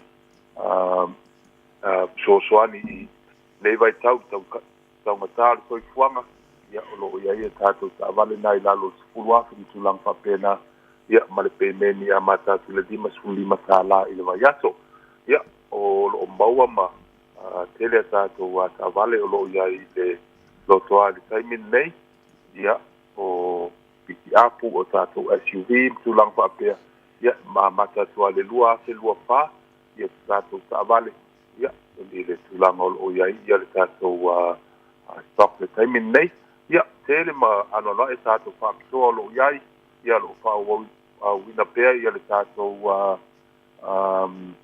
cash bonus le a mata tu le awhita la nga i le tolu awhe ia o lo whao pea tātou whapitoa nā mo tātou Tāwale o lo toa ia mo lātou o lo o tau sa ili sa ia a whapepo i leo mo se awanoa pai ona sua e tātou website o le enterprisecars.co.nz ia o lo mau umai ai whaamaumau ngam tūlanga tātou Tāwale o lo lunga tātou stock i lunga tātou website na e pai fo i o lo iai le whaamau po le link i au tafo Tāwale taitasi e a mata o na whanga i oi mai ei lau sanga pe a whape e mana o mia se finance whatu pe e lo sa. A whape fo umana na whaia tūlanga lea ia, whaia o na e vini mai, tala noa mai fo i mātou fo i o lau sa mo o lo iei nei, na ia wawe o na ngai oi ia le process fo i le wawe fo i o na approve le finance ma tūlanga uma. Ia, o na vini mai lea tātou no mera mātani, o le o valu se lau, ono tasiono pata sivalu ia fai ona vili mai le sunga le dipule ia Terry Corn ia o le tamafo ia tau o papo ia po tau au na nei o kuso pilelei ia mo nisi whaamtalanga ia whaatalanoa po i nau lawa ngangana ia mo lato po i trade in tulang whapea ia vai nga masani lawa na o lo fai ona tali e matou trade in ia po ia fo inisi o tupe o lo owa yunga Tāwale ia fai lawa ona na i tulanga ia ia pa tomi foi lo sa ina ia fai ngofia ona trade in fa mama avenga i tulanga o le tupe tongi ia taito pa tai tele mo atoa vanoa mo ila tau lo fia ia su mai tātou e tres masani, o le 5 i le 5 tolu i nei Quay South Road i Manukau. Manu te leina o whaiwa lo filima lau whionga taito, wa lawa le tautua o puina si o tātou atunu. Ia, le lolofo si o tātou atunu, ia, lo whangia le atua, lawa singo nei aso, ia, i umalemanu ia, ia, fo i pelo na vihinga, ia. Manulo, ni te leina o whaiwa taito nei aso.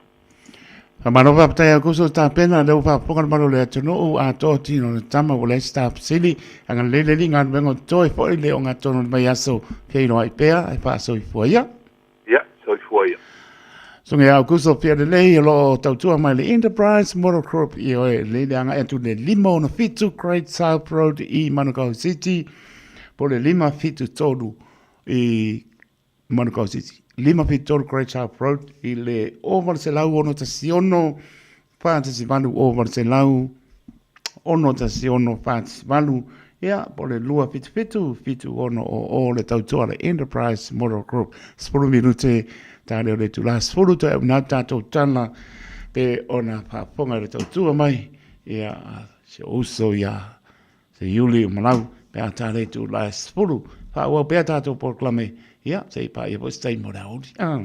Talofa Samoa, o Atish Narayan, o le Licensed Immigration Advisor mo le Auckland South Immigration Consultants. E visosoani mo so se tu ai ngā visa e malanga mai New Zealand po Australia. Telefoni mai nei loa i le o valu o tasi o no valu wha fitulua. Po le olua tasi o no valu fitulua tolu o.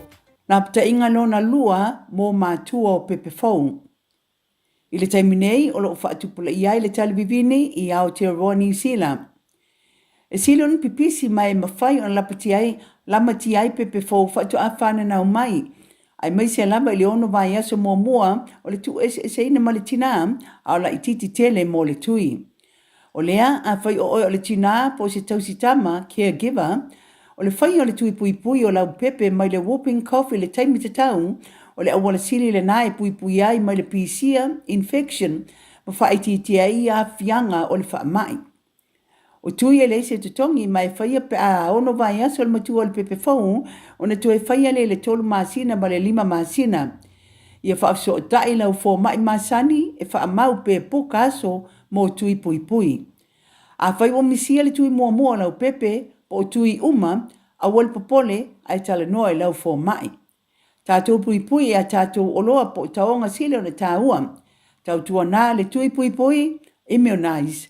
Tala noe lau fō mai whaatua ina i se taimi vave. Wa iei nei le la lao le Bluebird Lumber and Hardware i Mangile, a wa whaatau molo a inga i Samoa. E mawhai ona whai umai oka o loa whauwhale, pusa aisa o ngā umu TV moenga, se tino forma le telo o loa ese. O whaatau umai mawhai ona tutongi le tātou ofisa i Mangile, ai piki i whale o loa o le Bluebird i a pia vai tele po sa le longa. Walau loa le olua tasi 5 tolu whawha, olua tasi 5 tolu whawha, pe i meli le info@tlmarketing.co.nz Moni si whamtalanga. Oceania Career Academy, Saudi!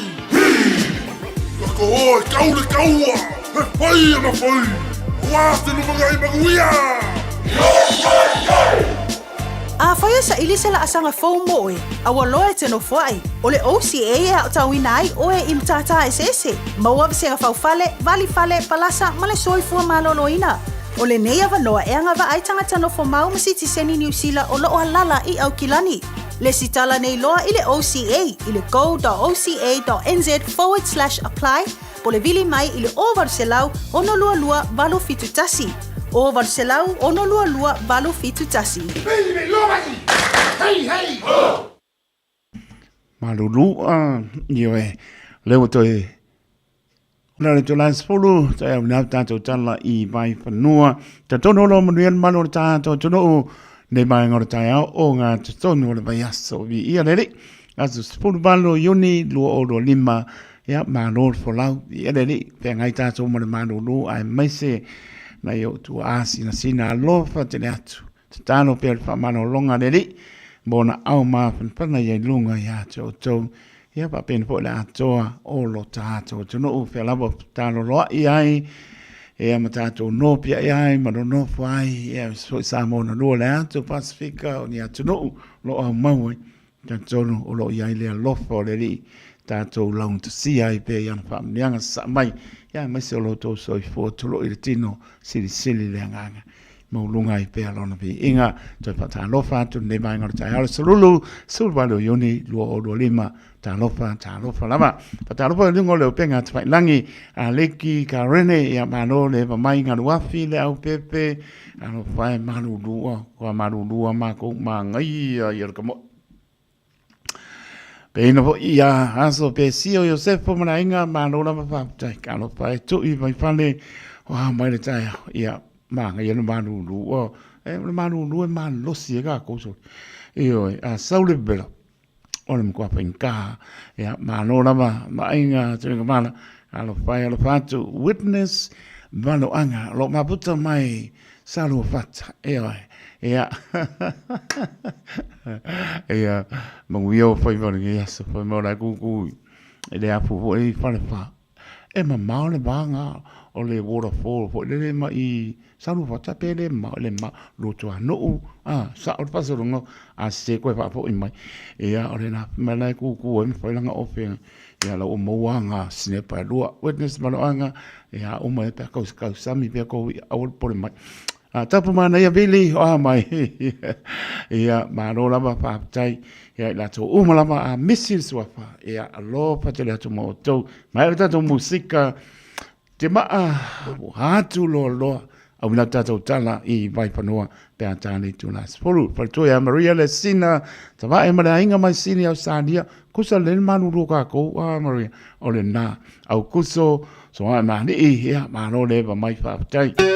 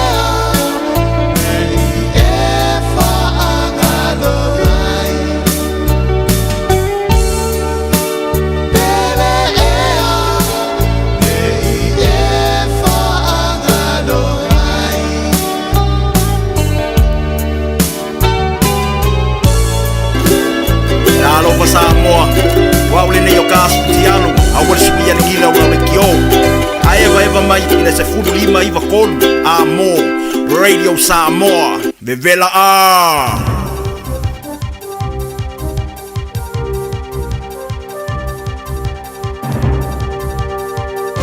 Whawhamai, tana ni mai atironu. Sila mole ni tau. O le alo tamata I la ulo sa moe whaapito I la e teu fashion stylist. O I whaalia o asa fola sa a lu. I le ngata o stangata pika silio na lilei. I le fuaina marisu I o la e pole fashion designer. Ai sa ia maua foi o stangata matua I moni lona winga. O whaamai senga ua whaawau na lolo fiatu mo afa a lu e peona sila fia tele ai. Sa whanaina le teimi o savari te te ale No Kings protest I le taulanga o Salt Lake City Amerika le astona. O suenga I le wharavlavi o lo whaawau. O Nora Swan sa ngā rue whaatasi ma afa a lu mo le whaalinga o la e. A le Pacifico o iloai o le Pacific Fusion Fashion Show. I le luafes ful fitu ma le luafes e ful mariva. Sa I longo ina polo kalame le Pacific Waves o a lua to sumle iwa to sanga o se champini. Mo le to tele to the Pacific anga I mai I le fuina ma su I ola e. Sa I ta wai a tiro I tula ma te utaleni. Sa ta tala I a lua fai to mo to the Pacific I le tilo lea I tuatu ola e Pacifica e masaniai. Sa I fatanga ina fo I la tu mafo fo I fafuatu ma tua oyo I tu a ingola e. I lona tūlanga whaare tangata sa whaare e Swan, sa le eise tilo a lu I a teia o se tangata e maulunga I lea ngā renga. E na te tausia, tutusa, tangata uma. Ai ole I tūlau o leo penga o la e mali tu ai ngōlanga e whiolai po le Fashion and Lifestyle page, a whiti a Amerika sa tūsi ai. O le tāua malea ngā afa o se tangata e fuaina masu I la e. Se a me pasa o tūmanga nuu, ma se sui alo whangia tangata lau tele, o re ao ngā tele mataua mo au ngā tūplanga o whai mai. O a whālu fo e siri atu nei lole na o stangata e fuaina masu I la e, a o stangata stala, o I la langa ina fo I leo lolo ko skosi o la langa lo na tūplanga o Samoa, I la e sa I au roi fua masu ia. O a whālu sa la ve se puru whana le teimi o le te teim, mamuri wai. O le meni stara vai whafoni o sila wa vasa mani Winston Peters, o I whaalia. E iai e tunu ia tau e whiriwhiri ai po ai tangata e ufale I o latu tua oi. O sana tari le ili po te whapea ua fuafoina na whai ngā malo Donald Trump I Amerika. I se tapula au ni tapu mo tangata e ufale atu I Amerika I nisi o tunu e au fie mamoto e toru Pacific. Sa whaari ai e ta e sui ta iulo le pātia le leipa ka mea se poloni e te taure re minstau na te te atu I lea fofua ngā Amerika. O tonga Vanuatu matu valu o le putia le awhia I le whalau te le atu o le whaopoponga le tosu mo leono tunu. E peona tiro I le whai ngā malo Trump e whai I enta pula amo ni whai ngā mlangatu I Amerika. O se tusi saulua I le putia le vaenga a le The Washington Post, nanga leo tala, I le whaalia le suiso upo le matanga lunga stete. E le whaari eisa manatu I whai unga a e poni sota inga whaalo te whale a le matanga lunga. E leo vave tali fo I aere whare pae se tāru sanga mosi manatu whaalia I le tusi. E sa whaalia Peters, e ia tunu ia tau e whaiaia lātou whai unga I tangata e kolosio lātou tua o ia peoni sila. E ia fo I le lātou wā ia tau I tangata e whaatanga o nōnu whana mai. Ma ia whaari ai o le a whaia ni usila lona lelei e tala noi nai I atu ngalunga mo le pui puinga o Amerika. Ai ua manawe se poloni a Peters e te atu I nei te pula o lo tiritiri I Amerika mo le Pacifica. Ua whaaria e wāwasa mana e Winston Peters e reisa tunu e mama a o whaawau fitau inga de wāo Iran ma Israelu. O nea tunu e lua ua whaaterina fitau inga talu mai le so wharile talu ai. Le sa o so whaia mua mo e Israelu e Iran. E peona ta lato whaaria ai sa tau lai e wāo ia ringa o sia Iran o ana nuclear. E sa tali a Iran I le whanaino lato pomo whaatung tonu alu mama au I te tonu o taulanga o Israelu. Ma whaaua waifetau inga e o mai lava, te minei. O tangata kiwi o ia Israelu ma Iran, o la pata ia tuua, ne ia tunu. Ma whaari ai Peters, o se ai tia mo la winatu se waalele ave e sea ma iei tangata kiwi Iran, e le whaia, o ne matau tia se la matia. Ma ia tā wai e paula awala, o le o e se la maleo I lato ini tā vale. E o mari te minei, o siria mali lua se lau tangata Iran, o whanola, ma Israel was di malilus ma tasu mariliu a faito selau fa manulia e tunu melua e una va sa fali e Peters e tauna tatu al fiel faio fai unga po ai se ai o ia sao e normal fa mtanga uma ai o ia ta o se fetena inga ile tulangi onga ton sai o faito to sanga o fai mai la o melea e nei se tunu e mama ine ne fetena inga o manao ia malo i matanga ruanga o talonga New Zealand so sunny e mi milo soninga tu la fono tamaiti ai betai o falia o fa tu penga o to e fa o ya tu mone por clamen o le ale tu ina tu tolo o pinga mo tu planga so tu la fono por young offender boot camps o le mean style talonga mo fia fianga sport and recreation Mark Mitchell o le mean stuff o le leo sa ia fai lo ile unga sa ia le toi lo longa ile official ma o le masin tu ruai le sai o nyai le fasau ina le ruot smaliva miliona tala to sanga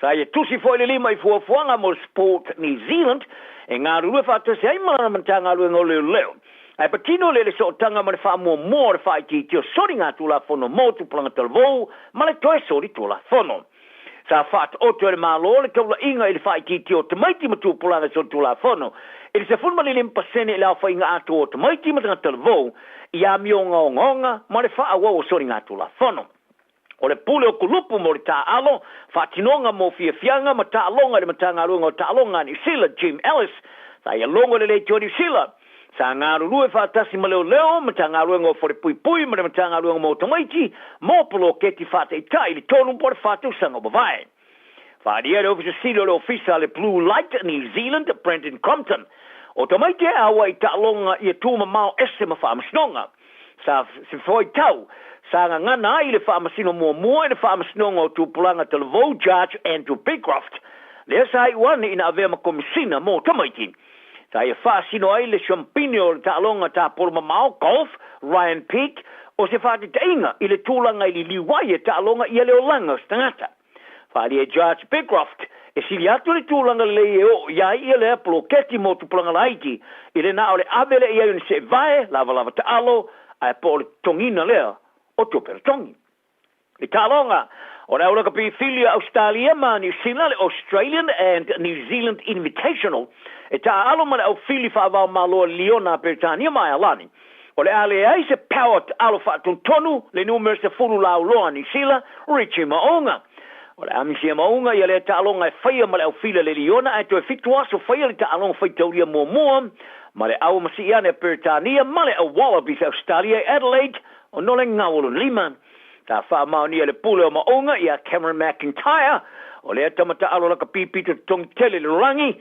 e le to manuia mai le manua sa fiailo na lima ta alo mor kalapo le to shipa Brave Lupus ia pani ma to e fa au ia tua ma tana noanga mala la kapi Australia winga i le ta alo ai le talonga o Maonga e pona li potia 2 miliona tala to sanga la na fengainga e talo nei sa talo no ai lo na maraonga e alo i le talonga ina ua mahea o le talo no ai fai a onga mua New Zealand Ian Foster le ola ave mo fai a onga lango mo le au fili Australia ma New Zealand sa fali e maonga talo nei le penga le rugbykp.com e fa bea wo ye misia ye talonga te tele malai te tele ma le talonga le au Australia ma New Zealand o se tula la tale iai o le ai maua a o iai ia pani o le lusi o le alusi nei la kapia le mona Pasifika ia la to kapteni fa malo si au mo le sita sanga o folo ina adi savea ia lona skipin no le sita sanga o super kapim mo le ta alo ai fa vai tai mia pani ai o le ato e tali mai le kapteni le mona Pasifika le ta sanga o le luaf malo furfitu pe a mai ale tu sanga tasi ta alo le kalapor ko Balcos Kobe Steelers ia pani o fa au ngai le tau le full tosu testau sanga ia le vaenga lana whea ngainga ma le rakapi New Zealand le taimi sa saini ali tau sanga bovai. A whaelo e savea ia le telo lona fia fianga sa ia ena mona Pasifika le tau sanga rei ma ia tā ua o whainga tā teno ni e tu ua le au ewi lava e nā le tasi le tau sanga o le aru esai ai ua tilo e tue tali uma iai i le luafe ma le lufo fitu o savea o tue tali o le kalapu po le kalapu o le Balco Kobe Steelers sa ta alo ai mo sina taimi le luafe ma le lufo farm ai ole anga va ala va ta aloi mota along fai teoria mo o Blacks patio e tell you mai le loa fe malelo for one no e ulava no fai joina le telo vai ngo tanga telo tele New Zealand e o se ta along pito mata tele la matia ai ole le to tasi sa tau sino ai le ta along ale run it sa ia ta ua i le winga ese o le ta alonga i le mawhana whato o i lava mo ngana whanau la jik a whanau la iti ua i lo ai i a Champ Bitham o ia le sa manu maro le pola na lua o whati te ingo le ta alonga e kilani le sa manu maro i le lua sfurua whetala ma tau fi ai malona no foi le vaalele malanga i Dubai mo le sua ngā champine mua se ta alonga i tunu o ngā te tonu se sai o le tau le lea kalai stetje sai whalia o lona manu malo sa fsosone i le mafo whawhita to tupe o ia ta wai sa mwhaure tonge ai ta lafu mwhatu mo le pusa aisa ma ka poki ai mai sere vai te mo le tonga tau le tau o le soifuanga o ye nei o le ta alonga i te mo e le tangata mo le polo le sao e ai ma le isi tangata te mo e whaasanga tau ma ia i le sao fo i te mo e ai ma whawhito ai po e palasi lalo ai o se ta alonga sa whai joina mata waile le matia le wha amanu oli ai o whai ai e au fi ai whai tionga mai fo mai tangata ta alo mare al kapia ni sila mare la kapiliki e sa whai e Bitham o se ava noa lea maua i tu ai ngō tangata pe oia i leo kiro i la kapi ma i ta wai ana le ai le run it e nā tele maua le ava noa e malanga i le United Arab Emirates mo le ta alonga tala nao le yaso i ai langa balu tangtauma manu i le so Da lova Samoa. Wa ule nei o kasputi alu. A wale sui ale ngila ura ule kio. A eva mai ina se furu lima iwa kolu. A mo. Radio Samoa. Me vela a. Le o le manu lu mātou o whaponga mano le tino o tau winato tātou tala pe o na whaponga e fōi. I lau lava ngana le tautua mai se uso vane swapa se yuli umanau mano le tautua tino. Ia a lewa sfulu mara minuto te ale tula sfulu ia a tau no mai loa e le palento ese le pionga ia le malu semo city silia kuka alo longa kani ia se fai po se tanga i le onga to tonu o le vaiaso ia pe ona le po se film maro tato no ia tulang po lo ngalua po ia pionga ia le malu semo city ia mlato fo pitola au le nanga po soi fu mano loina ia mai so le fa matala ino tui ia le pau tua po le malo tato no ia pangale o tato le ustai ia le nganga pa no o te o po lo fa pata lo patu ia mamo muli atu lo fa anga se uso ia te tia mai le Ward 9 i Miron Moa pata lo patu le nganga pa lo le malu se fo maria ala usunga taito fata lo fatu foi ia i le whaafonga so tātou atunu e mwhai na mo mai tātou whaasalalonga. So i fō manuia, ia na i sungai i toa ina, ma sungai whaawhengainga, whalitua mesi fōi ia a whionga i sea, tau simtanga luenga, whionga pestene o uso whionga whani lenga te lea, whionga pātele, tumai te sā, ia ai le ngata i leo o tupu matamari, ngai lawe mahotel so i maweti, ia sa awa fōni tamai tai, ia, malole de whangaloina tapa inga nei o tātou tuasi ni sina tonu moto malawa me se leo loa si o tātou atino whatalo whatu fo i tātou ofisa wa leo te whalongo taito e maloa ane ia o lau sunga leo wa tula i mai e whatau taia le tātou ofisa ia malole so i fo mruia ia lau pule le tape o le pule o leo le pule lau whaalo alo leo o tau ia ai patalo papo imto e patalo patu ia o leo so mane suapa le malu le to tau pamtala ina po ina pionga le malu ia stasi po sui pasal lau de Radio Samoa ia le uso lako po inga la ua mo mia mai po ia pa ngai po ia lon lai sene doctor ia la po tu le vai malo e mari vai aso le nga tonu vai aso le malu a mari to pitola o mala ngang pa lo ba wa sole le over malu rua di ko udi te toa o lo manuia me uma ia le foi vai ter malu rua tau tatu fai tete mai ia feo voi le kau fai ke feo ia san wa i de me kau e ia ai foi de ai o sen wa i mari ke ko ma ke ko kasi oi o lo fin ngana ni se feo ai me de fe ko o la morio se mangu ma mata vai ta vai so de europeo o le fare de fiku de boa ka ke va ai no ngare au wala pasi ia mai au casa fier kai min ngan man ka e de fiku la ka de ele papel ia ka ke va ai ngi i South Auckland ia o ta o e go foi oi E la vesti. Ia ngai mamao, e ora ka mo westi. E vai si mamao. E ka mo pai ia anu le mu, e sa ngale mu lama sunga le o mo tom lao, le vo i ulan tau tua. Pa tele manu, te me pa ta la ponga ia manu tau tua mo tevela fo malu le tunu na pitola au. O le a se ta ua tau na pai tui pui o alon whanau. Ia e masi fo i tina fo i o lau whia ngai maitanga. Ia e masi fo i ia whapangongong te au pia. Tangi ao le whapunga maro le tunu. Ia le whamanatu. Tau longo. E whamanatu pia. Ina ia manatua pia. Tato uma. Ia le longo po i ina mai fo le tau pito la au. Paingo tui. Ina ia tato. Flow le ia por kamera tangata. Malana e whai. Le aso.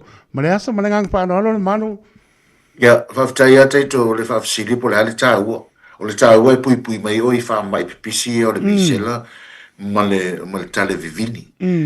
O le tui pui le au o whamaonia e a fui fo maima tāua la tau le health professionals fui le au. O mona whamautuina e mawhai o na pui a mai ai le soifua maloloina o so se tangata soifua. Ia mata mai lawa i pepe ia se ia pa ia le tangata ma o patua. Mo we o pe o le taua i o lo mo le mai tangata. Va ne fa fonga le. Ia o le o fautuina fu ile e fo mai ava pe le o mo le mai tanga. Ele sa ona faile tui e le i le tai mo ele ele fa ese ainga fufuina e pe tu langa na ona e ono a faina le pepe maltina ya faile tu o lawa ne mo ele mai tanga tina ya tsaula va ona mautino le va o le tsaula te to tele ya le mo i fa mo fo le ya tu i fa fo e lo pipisi ele misela ya manisio fa ma ia o e foi la le manatu o tato soifo malo ni tanga lo ngene ke le lava no e se outbreak foi le mi se le tono New Zealand ono tangata ya firmai masumai tono New Zealand o lo noi o le tato ngaluenga o le fai o le tui pui e le ngatu ila o le tato fai tete ai ie o a firmai tono New Zealand pe malanga mai tono New Zealand a tato foi la le o atu e fafo o tato o tonu tato o tonu i Samoa ia le wa fa fo le tonu il balota le wa lo mane ni na so lo sui o le foi la o ta pena ia e le so fo malanga so fo malanga ia e fa tino ina ni tato tui pui ia failo tui pui ia el tele ia fio ia fio i Samoa ia mo pui ngala ia o nei loa e te latu nei e whailo tui e te ropo lai mo se si sa mo ni misela e saula ia male mai sa mo i nei e pe o tu langa na te tole tau wale na o le pui mai e o i wha mai pe o le misela ma tale mantanga o fie ta no e tu langa uma leo manino fo i le tu langa a o ani a fianga pe pa pe le pa tonu ina tui fa mo le malu o ani a pianga a se tanga i fo ero to fo pitola au la to nanga a inga fo eni si tangata o le fa tonu ina o la to tui pe pa tonu pe tu langa le te to e ono o se pa fo le te mo le mai tu nga ole ya ona wo va ai ele ia fianga le mai nga ka deuska fengo fia i ka deuska e pe fai ngo fia tato fa pe tau te tala ulai fo ile le a me ia kui pe o popole a o me monia o va ai i le tangata o mo e se fa bise la vele fo ile va anele fa fo e ma tele o nisio va ngai ono a fielu ia lo tino e pe o tu langa na e ono ai o tu langa ma ele le fo ile le tunga ia e ono ta fie o fa ma i Ia pe ele pa tambala. Ia abo al misel. Ole mai le pa pe el pipis. Ma ia lama. Ma na ia le wa pa ma lama tonga o pe ai le si tai. Ia a o ala ni fautuanga matango fie abi nai matu fo ie ele o lava le lama le faingo tui pa mo le manu. E talia ia so se fisidi a teito. Ia. Wa me ale e tu wa fetaria le matua. Aole, afa pe tele o mautino, ia. E singilo tala noa e sisi e te tala tunuina. Ia pe o lau whaiwhi au. Te tala noa e lau whaiwhi au. Ia Nega toi la o tausi soifu, ia o midwife. Ia po lau a fo mai. Tata noa iai, tata noa e mamatu foi. O ila tau ia, o malama lama le ia ungo le mai. E ono suia ero mafufa. E pe o tangata ia e wai. O le ua, o le vaccine ai, o mautino, ua matua i sama le mua, ua uma o na pasia, ma sile fo ia e su ngai fo mai. Ai le whaira tui. Ai le whaira tui. No lesi le vaenga, o information sta ua ia te le o mau el temine, e whaina e mau mai lau fo mai. Mana ia. Le ua kamare tūlanga lea i le mea ngai iai, ia te angai sao lava i le family doctor, ia mai se po onise o unanga pe umapoi ia ona atoe whaai o mai poi lea i nise o unanga e a ngai e tātou. Ia en pai ona whamano lama i o tātou tangata le manu pātunga ina e pai ai. E o tui pui, a mesa whana witi, le ngata lea le utoe o lava i nai tina po i e le ua o i maitanga. Ia mana ia le mai o sau tuanga muli. Ia ma seisi me te pa o popo mai tu sai mana tā maputanga. Nei tai au mana ngang pāro alo man. Ai kere i sola. O tūlanga umalama i informations for ye po whamutanga i tele i mautinoa. E mo uma i lau foma. E te whesiri lau foma. Ia ona silifia wai e whaianga tulunga laptop, computer, ia msa i mele informations. Mai tau sanga uma mai. Pesa whai sau tui pele, whai sau tui. Lese i so swani tau, o le video le numero le free number o le 0800. O le ovaru se lau, ono tasi ono. Ovaru se lau, ono tasi ono. Ia e mauai ia whesota inga mua wha uma mo lo sila fia. O vaenga o le amataina o foi o le fasolongo o le whaingo tui. A mata mai lava i le ono vai aso. Ono vai aso, se mai le tolu masina, se adri 5 masina, sfurulua masina, sfurulima masina. Le pepe le eri a tolo na lua tausanga. Ia e eila pustas foi le mawhai na toe whai. Ine a toa i le whao tausanga. Ia malunga atu le sutasi ma sulua tausanga. O vaenga ia a taito. Le leile whaasolonga o whaingo tuine. Nei a se mea pai. E nei se me toe pole. A sau wale mai. A laua. Kama ako. A laua umona. Mona pui ane. Sanga le mua na i o tātou. Na i o tātou. Tangata. Ia. Tono ono tātou. E taito e whaafitai. Ia moro ua wanoa, maa lo fo i whaafitai fo i lau manuenga lo whitai tunga i le aso ma le aso. Ia te lea ina vini mai lo li ina o se manu ari loara e sen me le tawhau. Ai maa lo whaafitai lau tautua tunu. Ia ua whaafawai la tunu ua inu malia la tunu. I lau tautua i le aso ma le aso. Ai whaafitai lava moro ua wanoa teito. Ia manu e fo i fufanga o le nei aso. Mele tadi i vane pa ia mamamatu. Sao ngi po lai po wa pa o mai lupe a le tele tanoa fa ai umai ia wa pe ana fa ponga mai ia mata no fo man mato peno ia mara coach mato ngo fa i kamiki umai le ka alo le run rope le la pa ka alo le mako ole ko sai la pe uma le la me pa ka alo marko ma le ngang ia sa no ia e o ko ke fa ruga va pegar ia fa ruga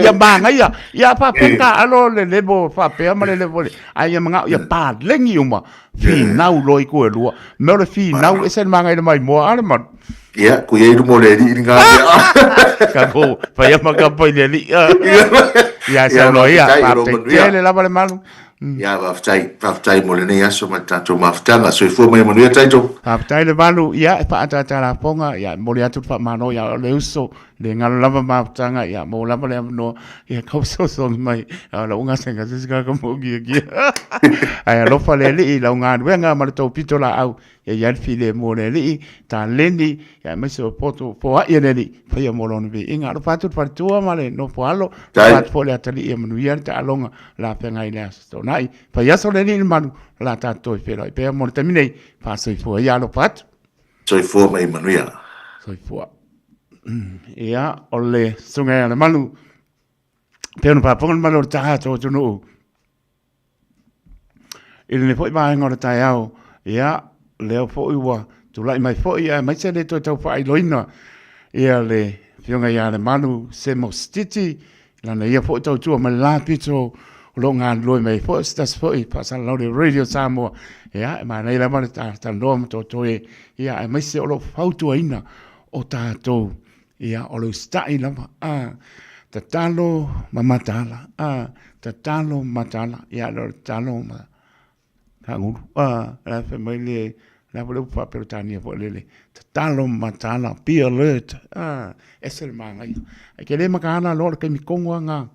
Ia, esa wer kamalea. Esa we. Ia, ai. Tato voia. Nai mi lute. So tai po lea pe a tu sai male. Pasalongo tato por clame. Tonga ngar mal mai whangaloa nā seri I le tautua le Pasifika Family Health Group. E an whangasoro leo tātou porklame pe atu Simon Whamoe moe.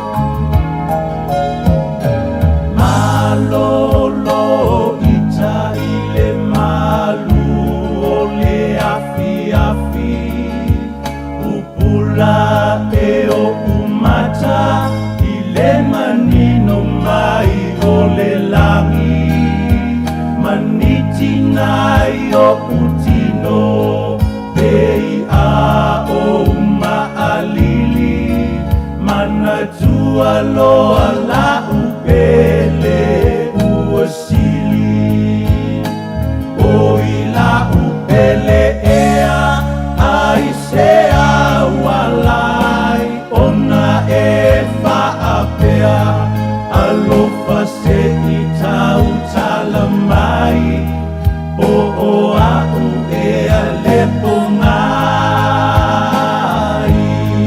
tafia faalongo isau upu ba umai ilo fofonga mo au atonu e failea mawai malu ilo ufatu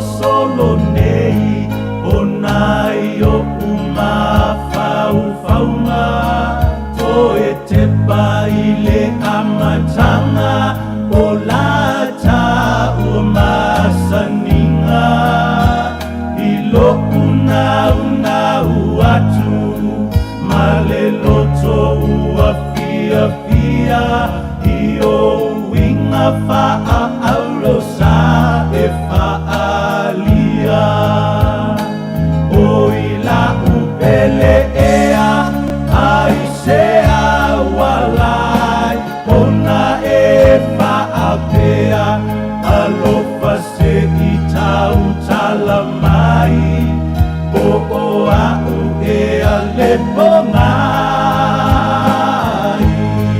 tapia faalongo isau upu pa umai ilo upoponga mo au atonu e failea mamai malu ilo ufatu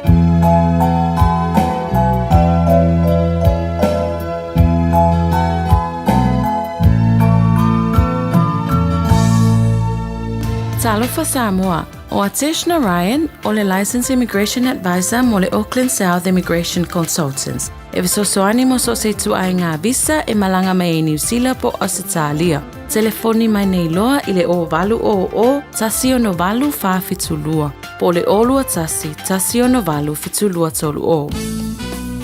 A o tātou wholau I teimi whaingatā o le soifuanga. O le Ka4U o le awhisosoani mo oe malou ainga e se sā tau maualalo. I le temi nei o loo maua le SUV a mata mai le vanu se fulu tala I le vaiaso. Piki apu a mata mai le na o le se lau 5 se fulu tala I le vaiaso. Ma tau te whesosoani atu I a te oe malau paketi. Susu mai loa, talia so se laisene, New Zealand po o Samoa, ia iai se ngaluenga tu mau. Vili mai loa I le Ka4U o vau se lau lua fitu wha iwa o no malu. O vau se lau lua fitu wha iwa o no malu. Po le tuatusi o le tau se lau Great South Road, Manurewa. Hei, au ona ia vea oe pei o isi tangata e manatu maa I le wha iti ngā. Ele na o le inu le vaiti polo na seki ai lea.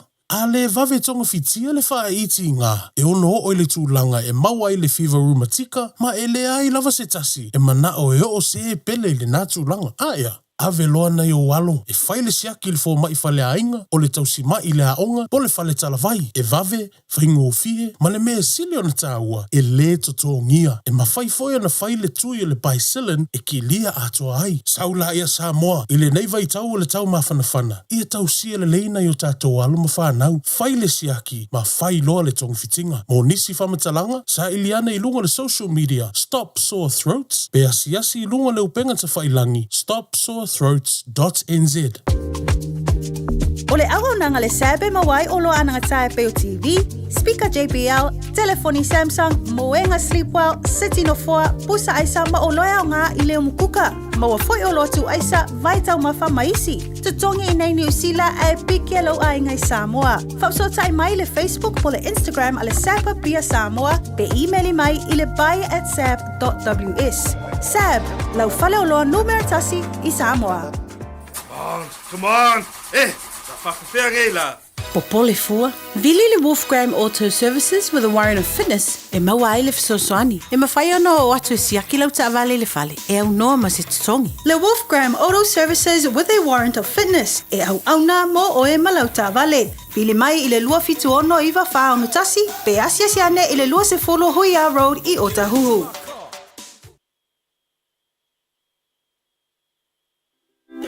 Talofa Samoa, waule nei o kasputi alu, awal suia le ngila ura le kio. A eva mai I le se furu 5 iwa kolu, Amo, Radio Samoa, vevela a.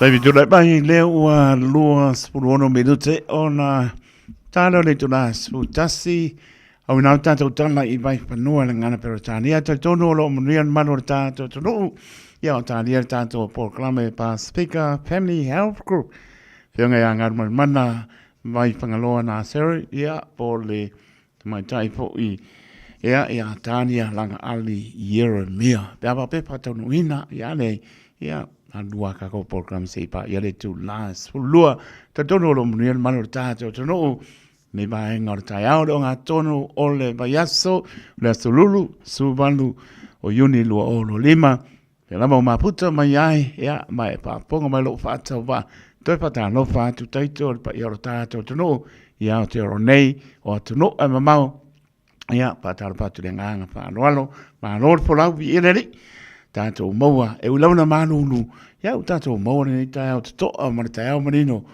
whao popo aso o tō soifua, lowola, e au tātou maputa, i ala le tautua, ale Radio Samoa, paputai lo tō manatu mai, ona o tō tatalo whaiva e tāpo ia e manamunia, ia mese o lo tō te lia ina, o le tautua le Radio Samoa su lima i watoru a mo, tautua ma oe, fitu aso le vai aso lua su pai tu la, i ere ri, manuia la masinga le nei aso la tō lunga leala, ea tautua la, o wale whaonga ina telefoni, ta ore le mole pasia mo ni, ta ore o tanga I malamlama I whailo I lunga lea wala, leise si lunga le tūla pono, ia na mātanga o fia leo porklame, saonga le mūpa, o tia I maota malau, ea aberevi inga I lea tua, ea ore ka alu lunga lea wala, ea ke po iwa, kau ima pa auke, ea ole na, ea manuia la masinga le nei aso, tāpua inga I tō asensina, lofa te le atu, ua malulu ua malulu talo i le lei lana fa mano longa e longa ya te o tona e o tamana e o tina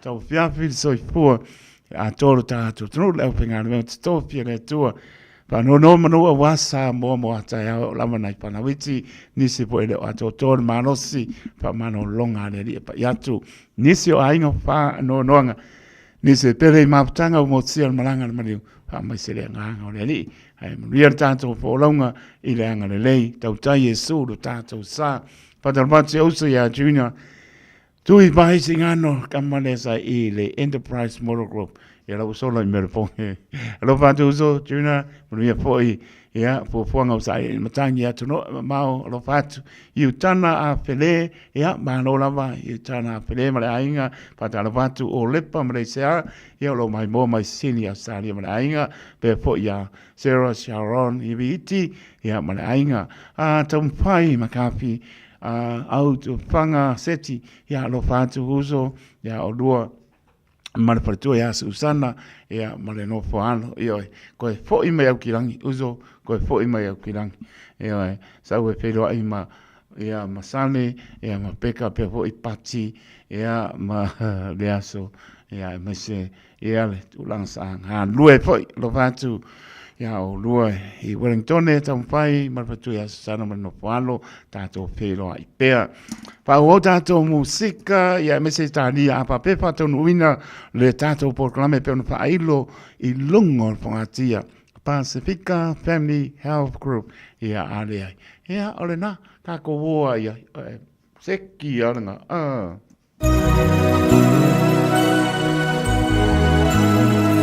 Eva ten io ele umane rofa come ya no sua me umai ya rofa ora kangi mai no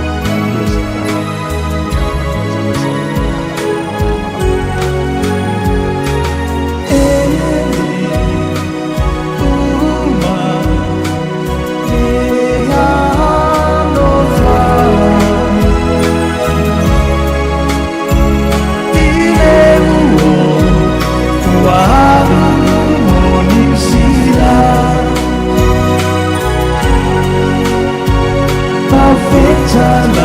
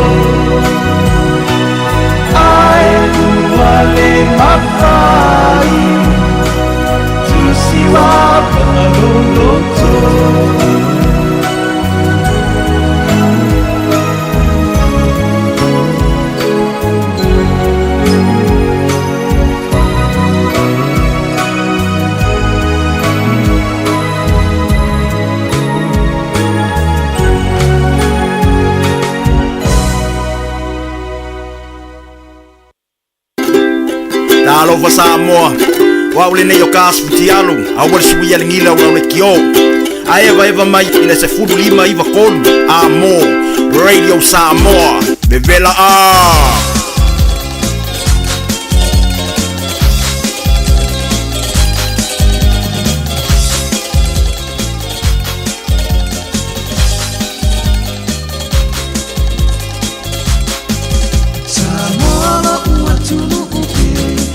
Ora upeshere ile fe ilana mi o mana iona ave etele ona iana me atama fa uana oi ala mama fa ta fai mama itusi atanga ta ilona taelama le mea ola aule anga wata ta ua olona uni ua tusamale tituna fa Turanga se tae ao mau Samoa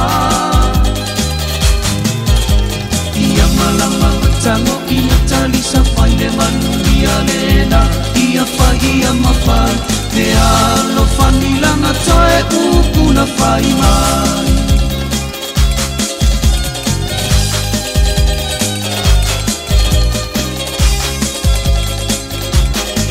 E ua ona ni fo malu ona ave Fa atatau mau fa ala velave Apu e sona kilina ona ta ai fa alave Olo na uru ua fa api O ave wata ai ile tino E ai lona te masola ile pefe ile sunale E mea ola aulea nga wata uta ua Ona umi ua tusamale fitu nga fa Tupulanga se tae ao mau Samoa Ia malama matango ina talisa faile manu ia lena Ia fa ia mawhai Te ano whanilanga toe upuna fai mai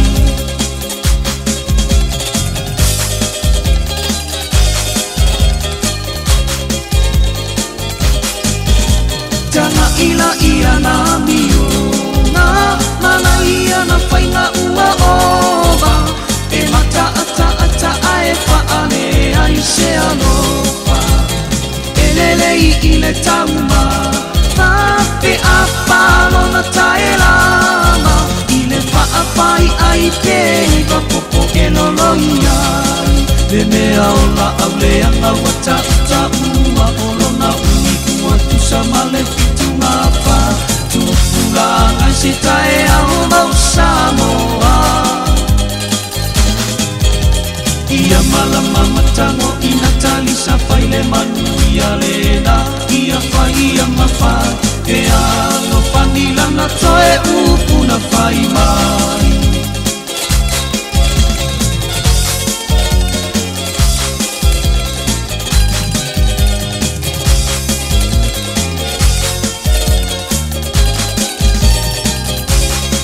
E mea ola au leanga wata ua olona uni ua tusamale fitu ngā wha Tupulanga se tae ao mau Samoa Ia malama matango ina talisa faile manu ia lena Ia fai ia mawhai Te alo whanilanga toe upuna fai mai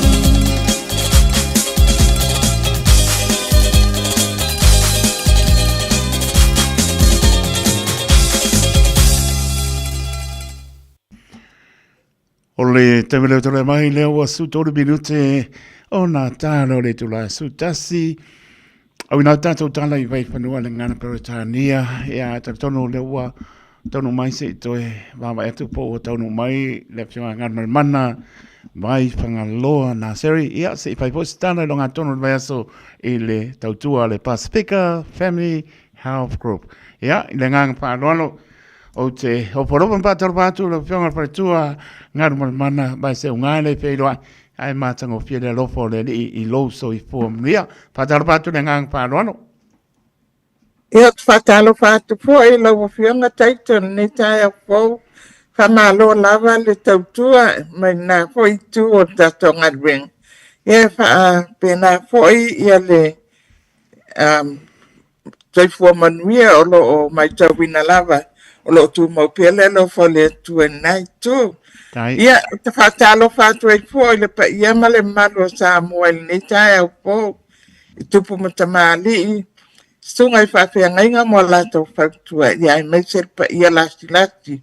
O si o tato watunu o lo maua mai tapulo kalame. Ile nei fo i tu la ia talo lava.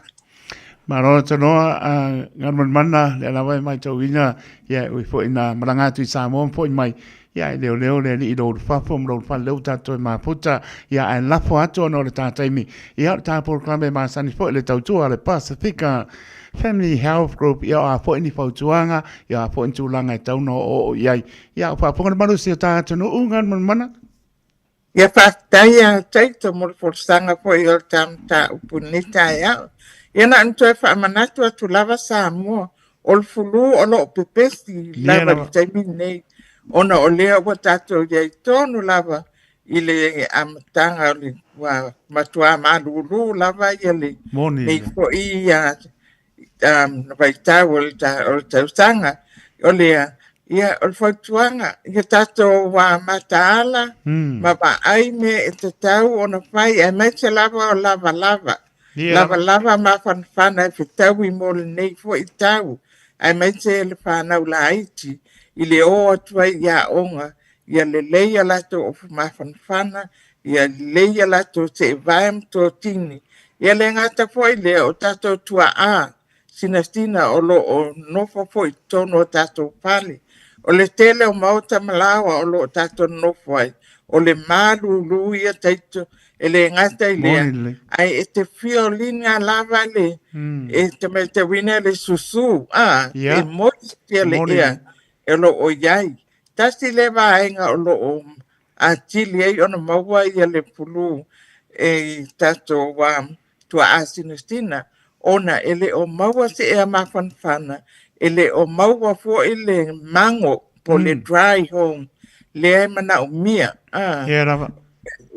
E mua an tato titilo yo ili pili o le eltiste ai ngalo ai ya tato ya yo ol mafan fana o le meta wana te tau lava ona yai ya le ea mafan fana pe a papia o lo o yai o tato matua o lo tato ma aia yo ai man tua po yo taimi nei o lo o fa popo ai le winter allowance a tangata matua i o lato pensiona.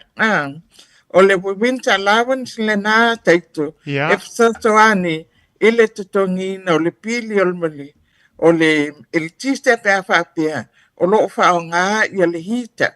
Io e iai lava hitas, e a hale whitau i le lava, e le whapea le amatua ti lava i lunga.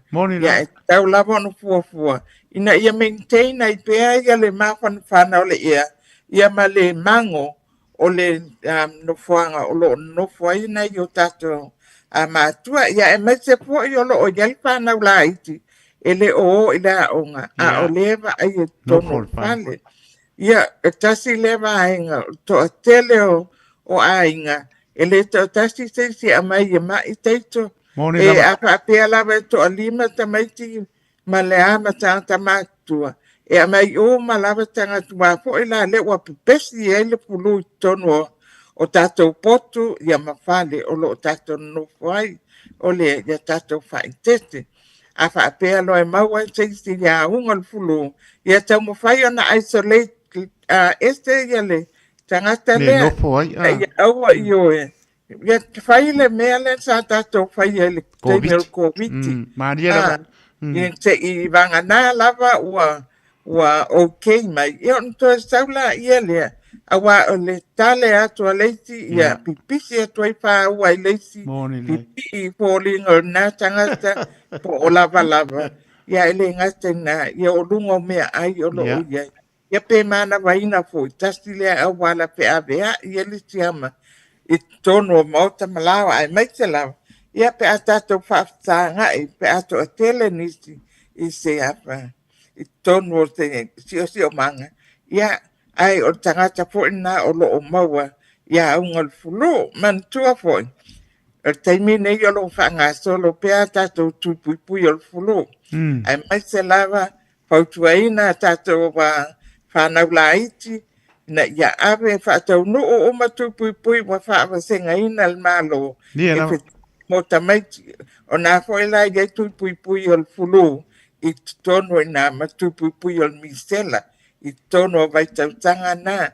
Tamaiti o mai lalo ane o lua tautanga o to tele o to wele i whaatau no wina i tupui o le misela pautuaina mātua ave tamaiti siaki.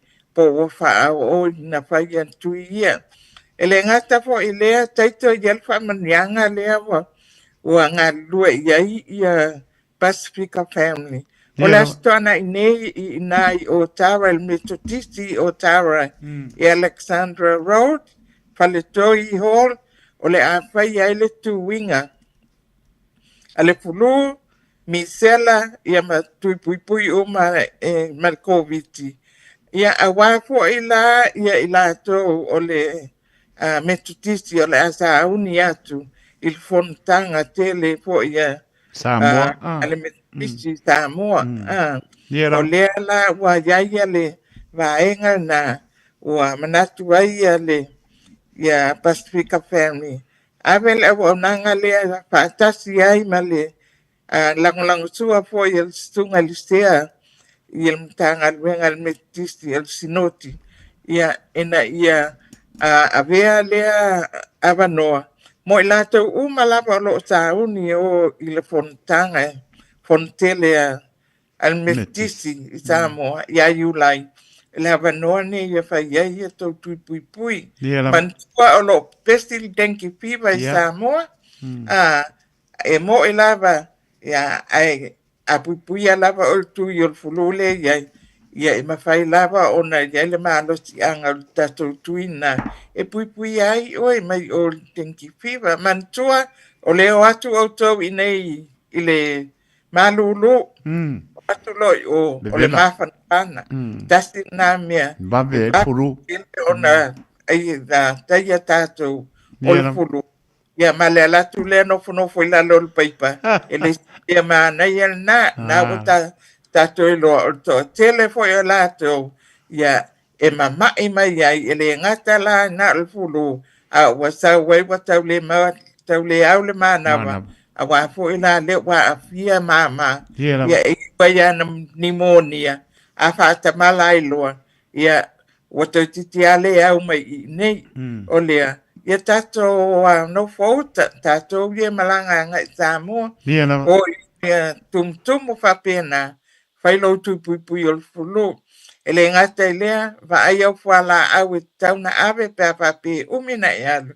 e tau ona whai leilau at ave au whala au ina ia awane i e run out ia pe sioki fwoi lau supply a late i o Samoa ia mantua fwoi tau na whai e tau first aid kit va ese container plastic container alua tu o malava iai fa town band aid va ai me fa solang namu po tau insect repellent fala au wa me tinga panadols ia fala au manavtata na win nyau Imodium po namia fai lau fo mai te mana umia mea na o plasta o kulimi fa antiseptic o mana velo o mai tono lau fai ala oe first aid kit e te alu ma oe awa e te pi wasu e Samoa wale ini me pale o loa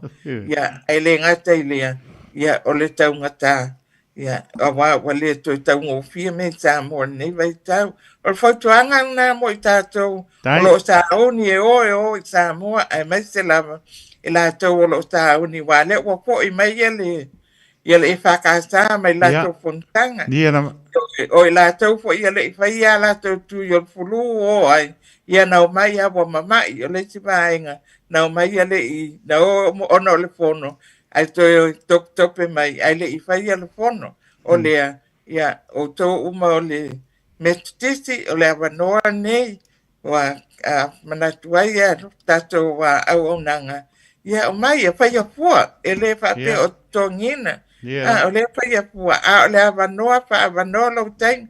A stona i nei i nai Faletoi Hall. A le metitisi i Otara. Ia, e mai le iwa i le tolu i le lua i le au uli. O le aiai le au whainga luenga Pacifica Family na. E whai ai tui pui pui. Ia le ngata i lea. Ia e siaki ai fo e lau toto po lei o mai ia oe. Ai te le tu o wa atu i Samoa. A wha pe misi nā wanoa. Ia olo o iai a tato whalmai ia tolu le wai ai nei au kilani. Tasi i Weymouth. Tato clinic in numero 5 Waimahia Avenue. Ia o i Papatoi 32 King Street. Papatoi ia ma Panmure. 136 Queens Road i Panmure.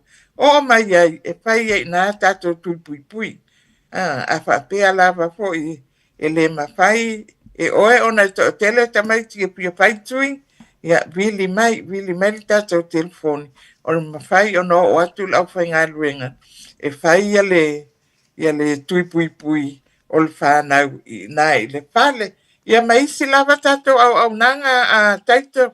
O lo o iai le whai mato au nanga. E o atu ai lau whai ngā luenga. E siaki ia mauta malawa o lo nofo ai. Pe iai se ftotoani ina ia mawhai o na whai titia malulu i tono mauta malawa ai mai te lava. Ia nofuanga o lo o iai ia le whanau la iti. Ia matangata matua. Wili mai tato telefoni o le oval te lau. Tolu, lua, o tolu. Ia ona paso tai mai la ia le pastili mo lo ni tangata. On tua sao tuala ia le tali yati. Oi. Ia po wai foi lava se tali yatu. E fai ia mana e fai tu pui pui. Ia ona fai la ia le se appointment. Ai nan fa tonu atu le taimi. E o ane ai. Pe ai ia la fai ngā ruenga. Ia man tuala tuana ine. Ile hola faltoi. Ia e fai a fua i nā tato tui. Mo i la tau lo tauni atu le conference tele. Al metisi ia iulai. Ia pe iai lava teisi. Vaenga taito. Mantua o lo pepesi lava el COVID o lewa mingkor fatasi. Ma le fulu. Ia ilo wala wa e papea na te fulu. Ia le ai a fa umi lo fulu. O lo na wing. Ia le lopo wa maua o le COVID. Sili ne yo mai. E va ai ele le po ma. Ia fa tau wala. Ia inu. Ia fo ia ele fa fita. Ia malo fa lo lava taito. Mori pamalo, pa te tele lava lo whenga praituanga mana leo wā tōti no tama, lesa opsili, o tūlanga umai awa e o iai ma e tono iai, pa mano si au foi, ia e mai se fo o le toi pa manatu le maro tato tono, ia e mai se o whemalanga ina le la pa tonu ina I pontanga, pe o me tisi, fo I maine e paka sa, ia e le lava pui pui alo tongtia, au leo stai o le me tāua lea, pa tātala ponga nis taimi, ai o ngaonga ni me tupu mai ai, mori atu pa maloma pa tainga mana, tai le woto e mor tātou pero inga, pa tai poi tamai tai a tani a lang ani o mia, na iwa yaso po isa kaba mai ai, o e malanga atu po inisi o popang pala ai, ia leo tātou e maputa I lumo nu e leon poponga o le vi inga e po I le atua, anga lele li inga anuanga o toe, ia me se o anga waa o po ele li whaia moro na vi inga, alopa tene atu anga mana, mnuia po inga anuanga o toe ne yaso, mnuia le anga etu po I le aso mano ro matariki, toi peilo ai pea, ia ai paso I po ia anga mana. Ia whaftai tele a teito, ia whaftai atu po I tato atu no lango, ia e whasoi fua ina lava, manu ia. Tai, soifua ia. Fua.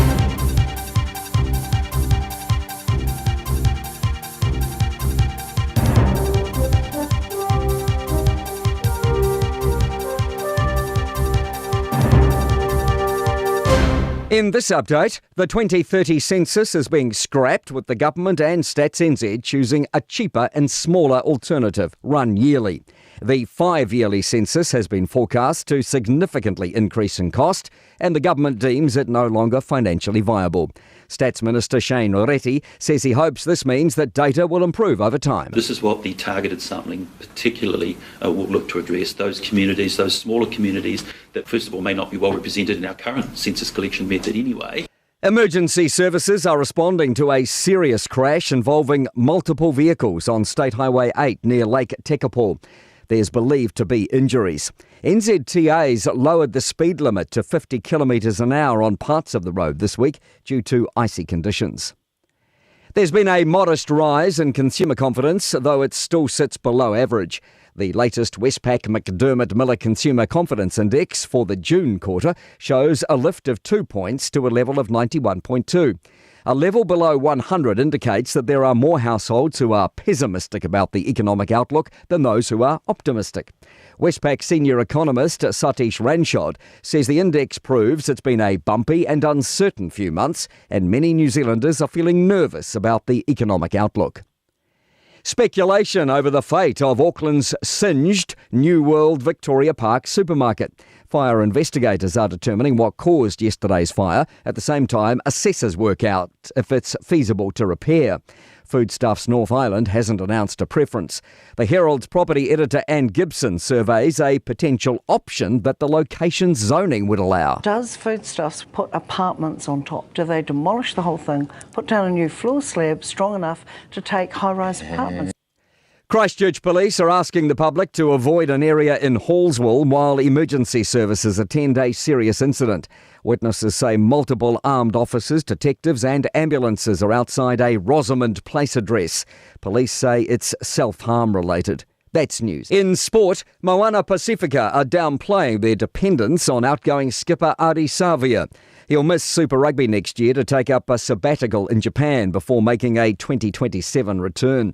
Franchise boss Debbie Sorensen's been asked about the void left after Savia almost led them to a maiden playoff spot. Ari has worked quite hard to make sure that he's not, the single outlier. Former AFL footballer Warwick Kappa won't be seen at any of the sports venues for 5 years, following what's been described as his vile behaviour during September's grand final at Melbourne's MCG. He reportedly last yelled, "Wazzers in the house," before getting kicked out of a corporate box and evicted from the ground. Kappa is 62 years old.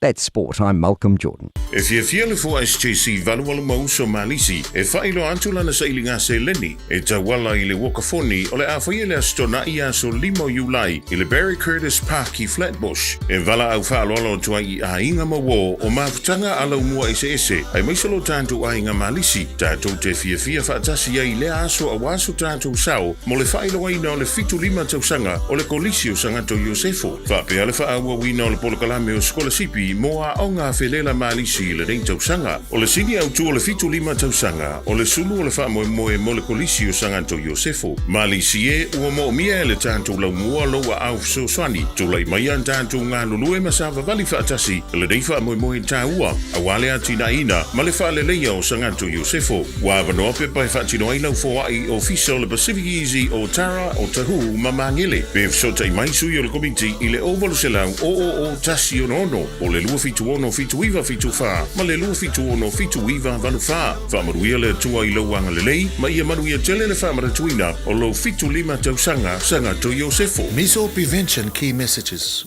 Immunization focus. Measles spreads very easily from person to person and can make people very sick. Getting vaccinated gives you excellent protection from measles. It means you don't get sick and you can't pass measles to anyone else. Getting vaccinated will also make sure you don't take measles with you when you travel and spread it to people in another country or bring it home to your family when you return. The measles vaccines is free for everyone 18 years old or younger, regardless of their visa or immigration status. Your doctor should know if you and your family have been vaccinated in New Zealand. Immunization gives you the best protection against measles. If you are not in quarantine, you are feeling well and you haven't been immunized, now is a good time to do it.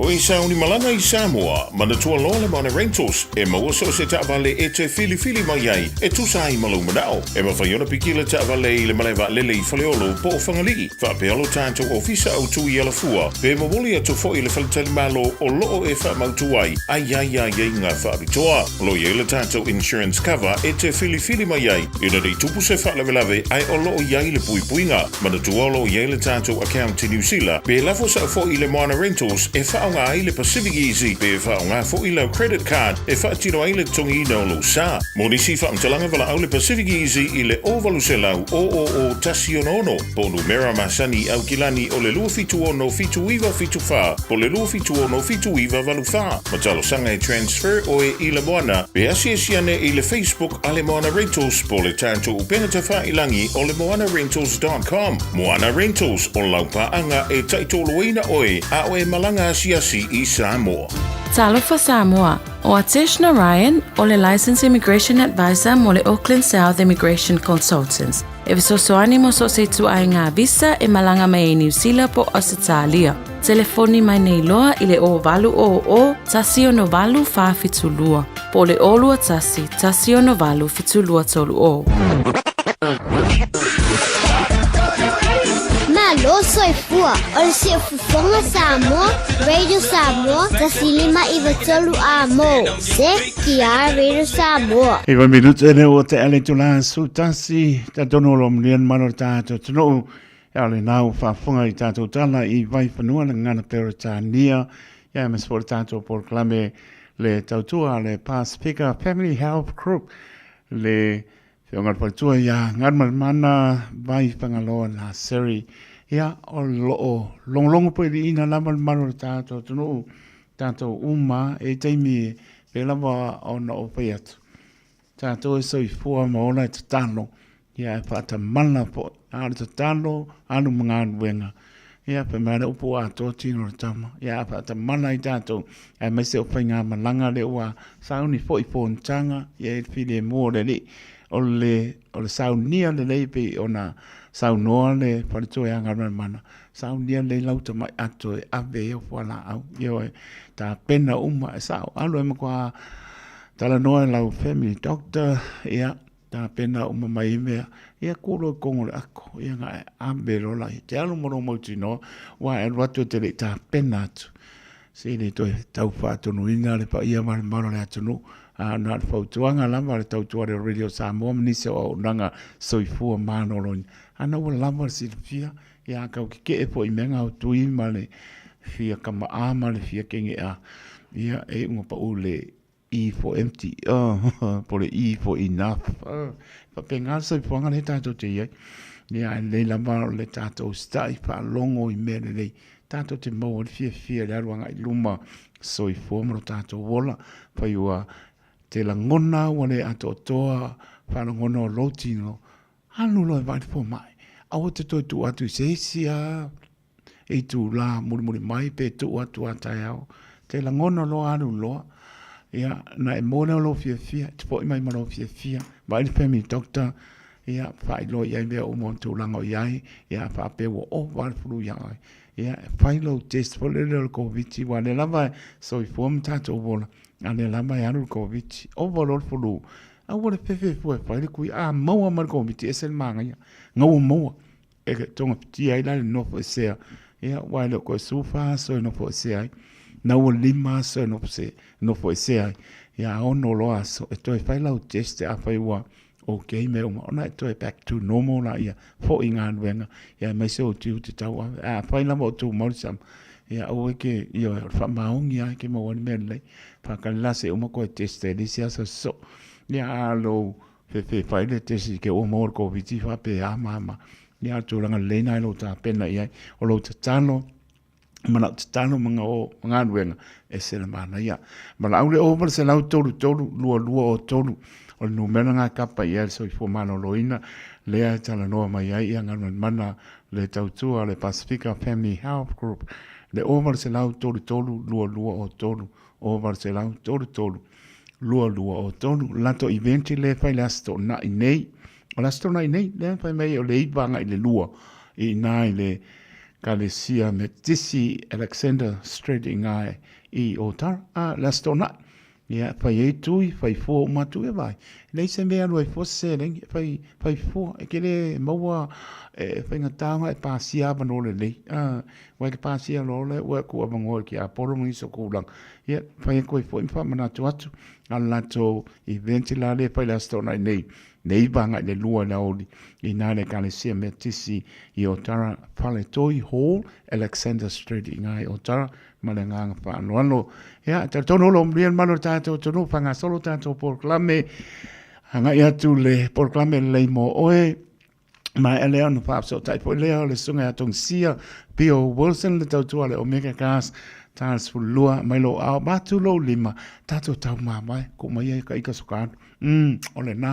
Io nā ai mai pole se uso bane le swapa, talenga ia whangamua, talenga ia se One Francis Ioane, e tau te mapota, au ne ngano le update mai a, lilo mai iapa, mai na vai tātou tāna, whanga solo i fo ore wha, masinonga ro ngā solo i reo toi pōr sitifia, io tātou, ai tau malele atu i tunu mau, ia, tātou fia mpati le lofo le ri e wha maoni, ia tātou tatalo iai, ia ule bebesi ai fua kako, e oso ai folo koko maurunga, ia, ngā oare mau e ngāse ngāse, ia nai tu apa noa mai le li, peta lai mai le li, ku mai e kia, malau wha masinonga mi o tonu, ku mai e kia, o lau piko la au ngā awangi i whai e sisi, vai vale maa ngai o wha kongunga e aga, ia mele kau abe o kou pito la aware atu, ia, tātou tano, ina iani, le wha maoni e pe ona, tau alanga i pēr o tero le atunu, sa ili le ami o tonu. Tatu sa ili lai le toa, ai leo sa ili e whamsino atu, whamsino ane, a saure kari o le whakau mara mianga ki pingaro iai, e o waoso runga, sa i runga. Ea, alai pai maritu se pai, o lau lavanga ngana, e whamasino ai o e le atua. Ai mara manga i o whakua, ka ko wōi li, e sere mana ia. Whaptai po seta, Tesha mua mara ainga, ma nona mara eva mai, isa ma loa fua, ea whaptai, sunga ia tana iona mara ainga, alo whātu, ea leo se ata umwhai, McCarthy, ea mara ainga, ma puto mai Wellingtone, Sarah, Sharon, Hebieti, ea ma nona mara puto mai Manulu, Manurua mako o lepa Malaysia ea mano lava whautai o le koko laisa kuri al kai mingei i utana a pele ea mano lava whautai mapta mai pe foi ea au kuso so a mani ea mano lava whautai ea mana ia i ole a minga tana iona pe mai tana iona whato a wha ma vai atu le mato a inga tulo e le to dua o lo cousin na sau I nei last year and to e foi before Christmas but I don't know part Peter ona ole bebela sa ta ele fa lua to lo le ngana le lau ko ma nga ia le pa malo si le mai sa ta ele fa lua fa tolu le aso ia ona no fo le lu mo le o sabilia ana pa ko man ka le fa malu lu esse le manga yo le venga o le fa mano silia ea ile ili le vai aso a ko fa mai later on ma ia na natia kwa fa mai ai fa mai up too late na un fa manatu atu fa tai tana yona ma ainga fa manatu mai mota to uma mo ka ko uma o le fia ka ma fa pe wa ka ile ele vai maruru ya nai mo kwa maruru ya ya alo fatu so alo paya ya ma no la fa tai pena po ya Rose Jean ya ya ma no la fa tai map mai man we for love sing ole ne ya so malo si ta tu no pe la ma puta mai ai mai fa fonga me lo fa ta va lo fa tai to mo to fam nia le tua po fuanga la sing ole ne ya so petit manele yeti ya ma no la fa tai ya pi ere le ua spuvetu minute ua te aile tu la sutasi le tautua ale Radio Samoa sulima eva tolu amo a pe mai ana como Richard Parker o malingio do maka le manuru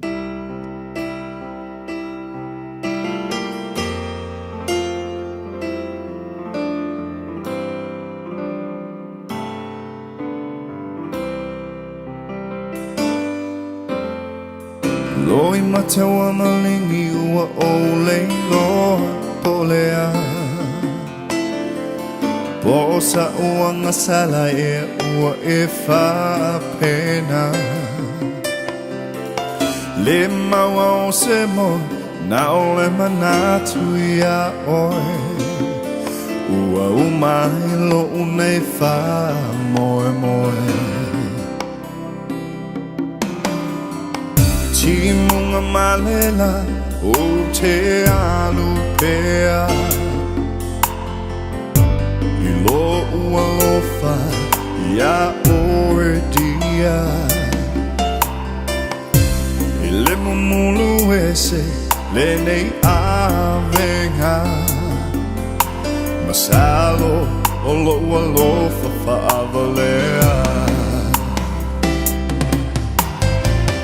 Maunga mafuli maya se I tanu miai Po ole sami e tumui a fe ai Ngona I tino ua o mai le vai vai Ua o leilo se mea a fai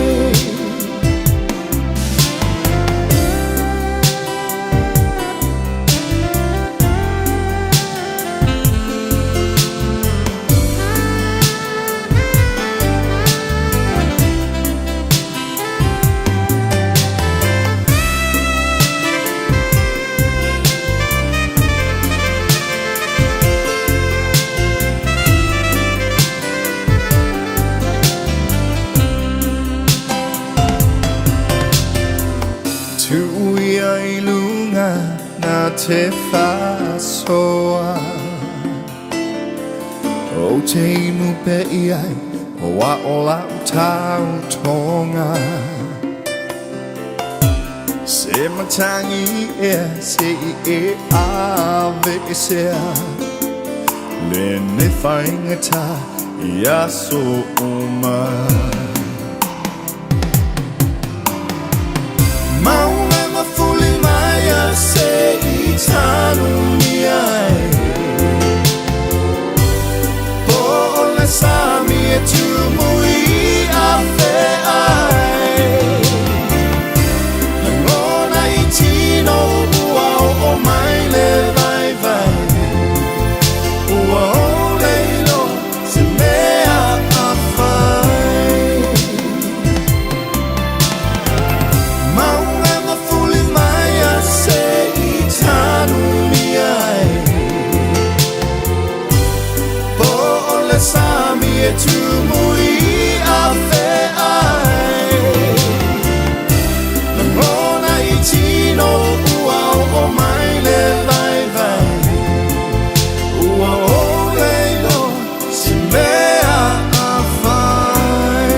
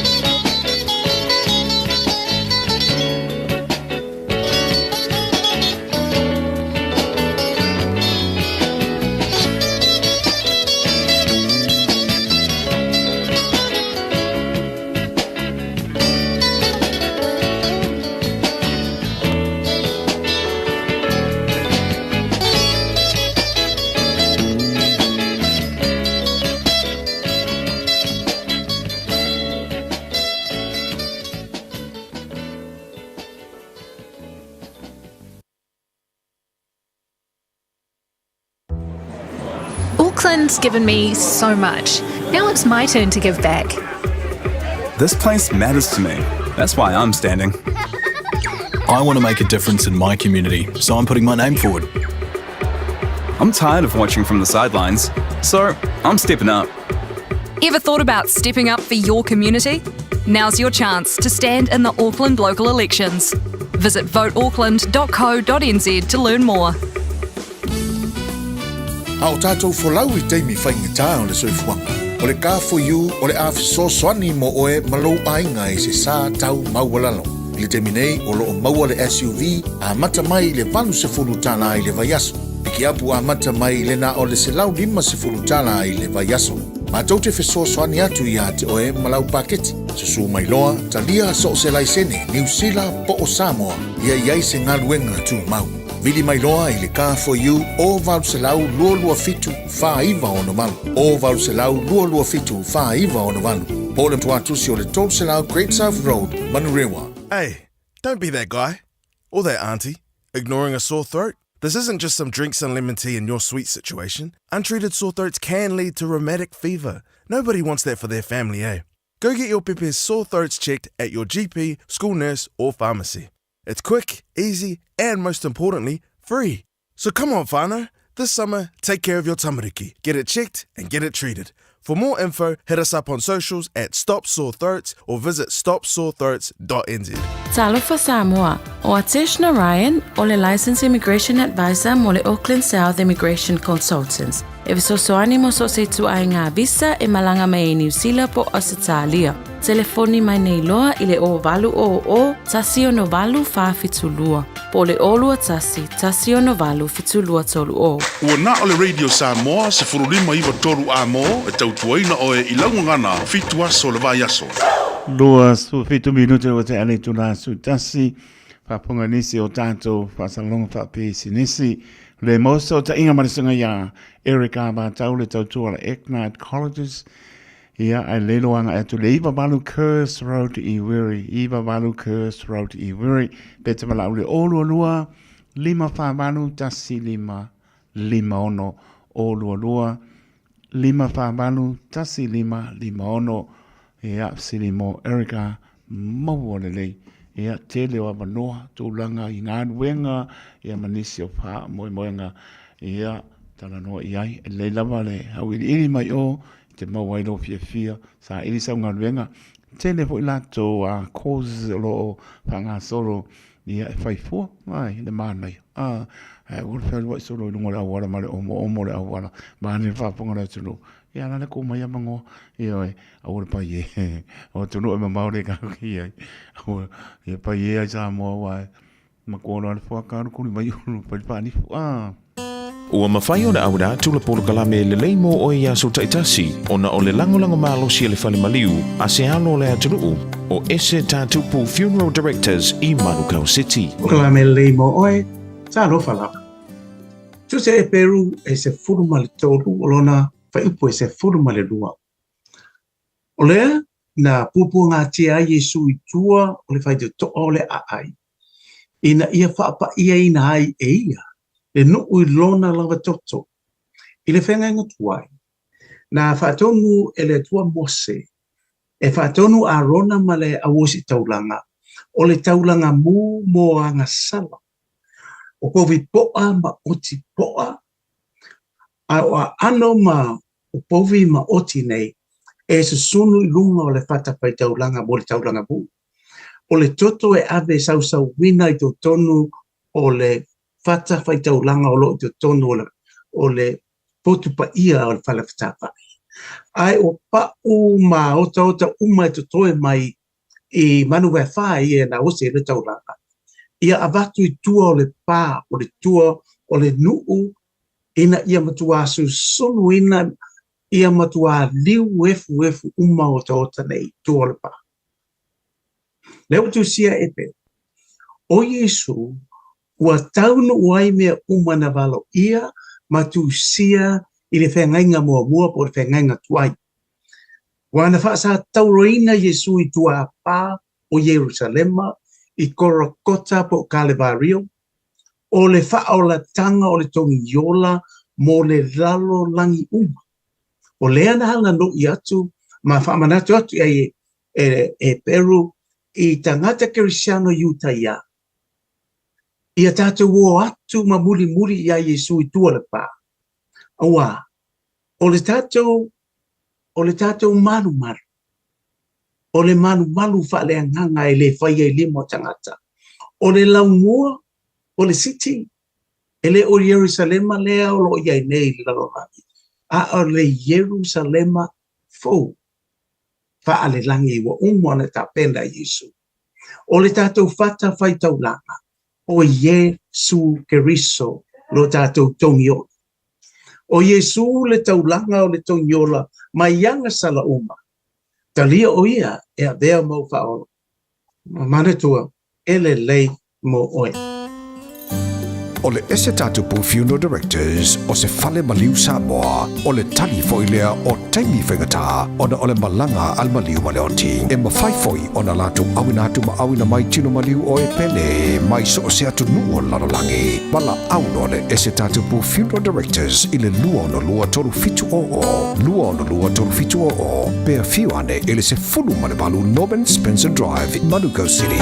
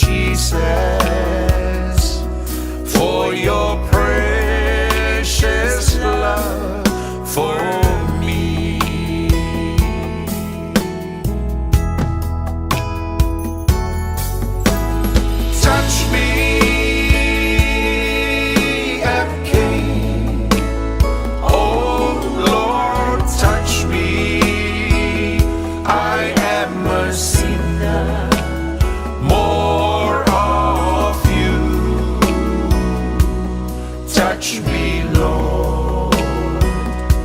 I may be blessed, anointed and clean.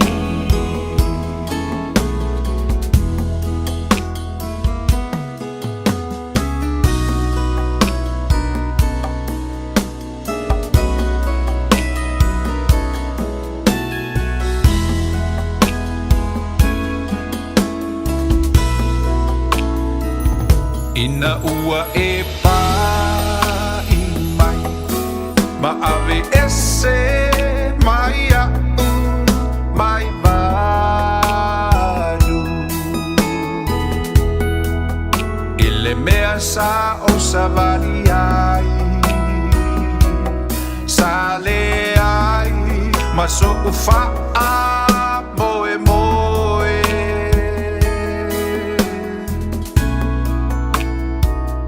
Ina ua e pai mai, na malolo ai, lo ua nganga. Yesu fa'afetai, ilo alofa ua o wolai.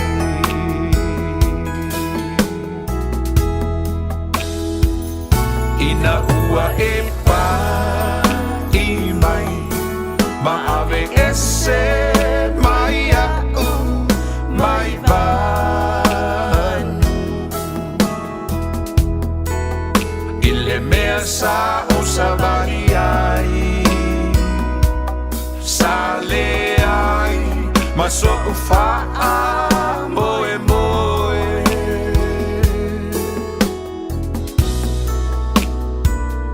Ina ua e pai mai, na malolo ai, lo ua nganga.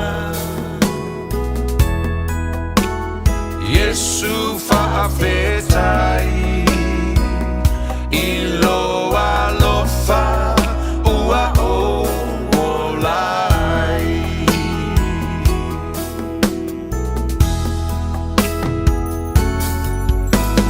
Pa'i mai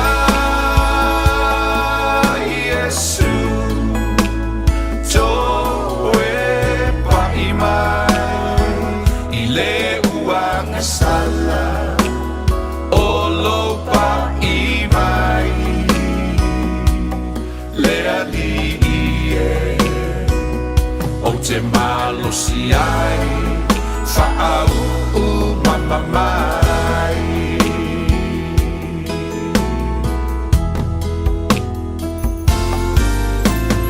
Touch me again, oh Lord, touch me. I am your senior, more of you. Touch me, Lord. I may be blessed, anointed and clean.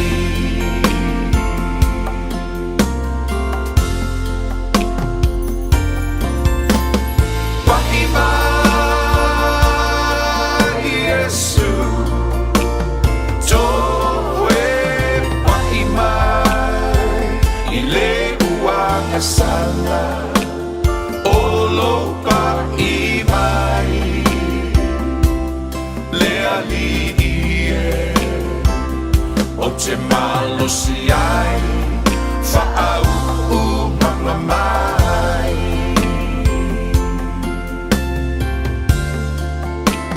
Olo pa'i mai, le ali'ie, o te malosi ai, fa'au'u mamamai.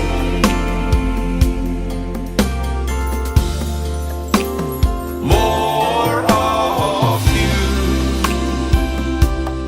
touch me, Lord. I may be blessed, anointed and clean.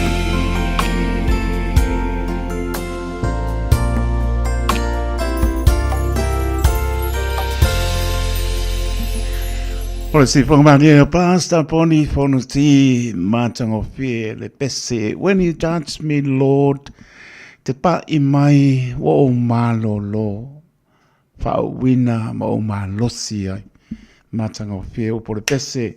Tailo sunga le pepe au poni whonuti. Alofa te le atu. Mo lua ma whatua ma na whalo. Ia mai sere kane si o ngā nui ai. Tu marupa o ngā neri ia o lua. Ia wala lua bala au wina. Pamai atu ele tātou proklame le leimo oe pasta soli lo longa yo sua mori pa maloma pa putai lo longa yo sua mori te peneni o le tātou proklame le leimo oe upo le ola sulu yo tātou vai malamba yo tātou wala faisi au ngā talia ia ma tātou bibi I le atua I lona manatu mai spa ponga po le proklame le leimo oe I le aso ata mori elo to se fua mono mato wola Auckland's given me so much. Now it's my turn to give back. This place matters to me. That's why I'm standing. I want to make a difference in my community, so I'm putting my name forward. I'm tired of watching from the sidelines, so I'm stepping up. Ever thought about stepping up for your community? Now's your chance to stand in the Auckland local elections. Visit voteauckland.co.nz to learn more. Talofa Samoa, o Atish Narayan, o le Licensed Immigration Advisor mo le Auckland South Immigration Consultants. E visosoani mo so se tu ai ngā visa e malanga mai e New Zealand po Australia. Telefoni mai nei loa I le o valu o tasi o no valu wha fitulua. Po le olua tasi o no valu fitulua tolu o. Right now, whooping cough is on the rise in Aotearoa. It is highly contagious and can put newborn babies at serious risk, especially during the first 6 weeks of life when they're still too young to be vaccinated. So, if you're a new parent or caregiver, getting your baby immunised against whooping cough on time is the best way to protect against infection and reduce the impact of the disease. The vaccines are free and given when they're 6 weeks old, and then again at 3 months and 5 months. You'll need to book these in with your local vaccine provider. And if you're worried your baby has missed some or all of their immunisations, it's not too late to catch up. Let's protect our most valuable taonga. Immunise.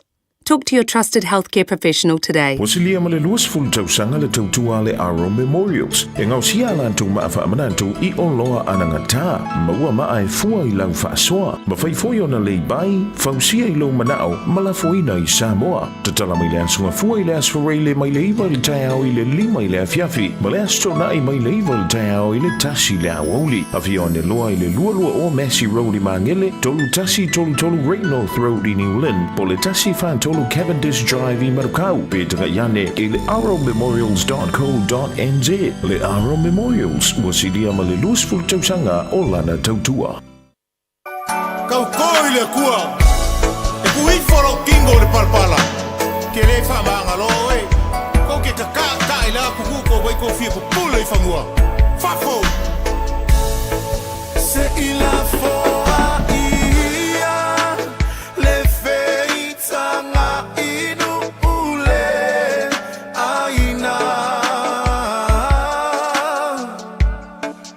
Ualoa tausanga, olo o e, upealei uafa. Fa'ama muluia, ma fa'ama ngotoi foile moa na.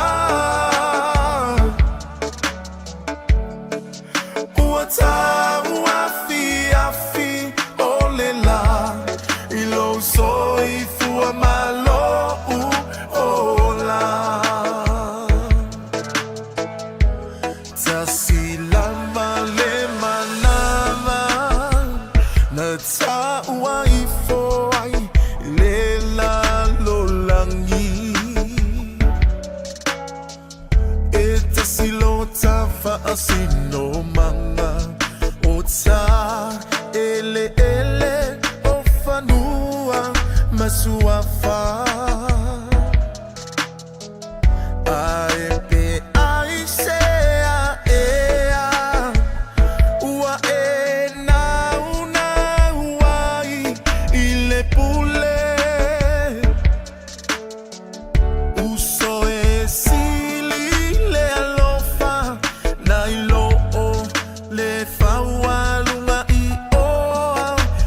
tupe se ila foa ia le feita nga inu ule aina ualo ata usanga olo oe upele uafa fa amamuia ma fa amangoto ifoile moa na uata uafi afi olela ilo soi fua malo ola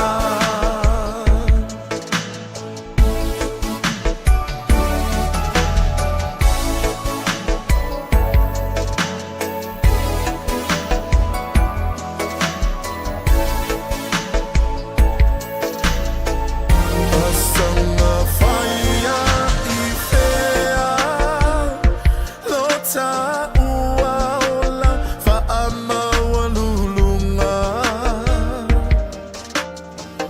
olo opula pula mata otamaiti olenu umota ainga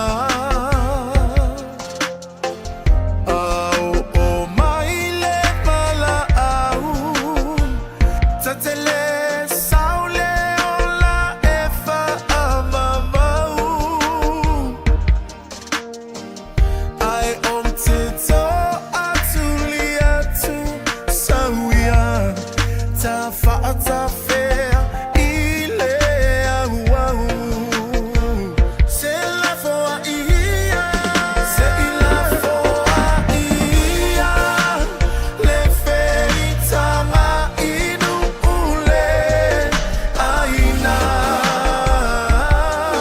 tausanga ualo tausanga olo oe upele uafa fa amamuluia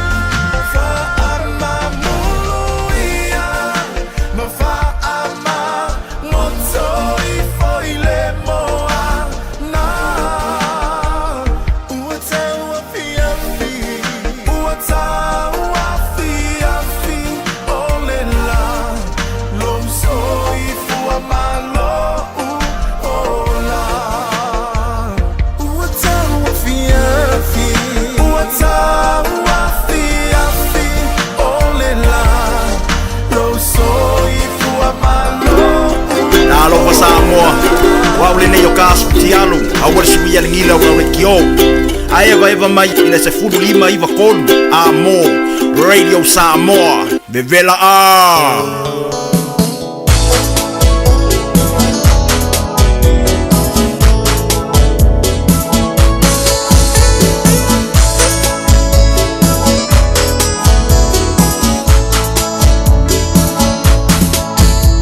Tulo Samoa o sau se o tatala tala le leona motu o le pawa e mala malama o ngai olo uingo a fa apea lona mafua anga atonu e fai malu i o se tasi i le nei o langa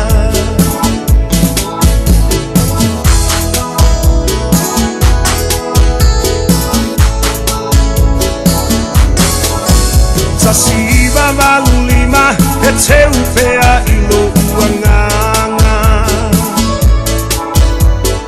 Amatanga o le pisingisimo se la asanga Oloa male fale aeta ofie matai Manatu ile malosi langona ile vai vai Mapu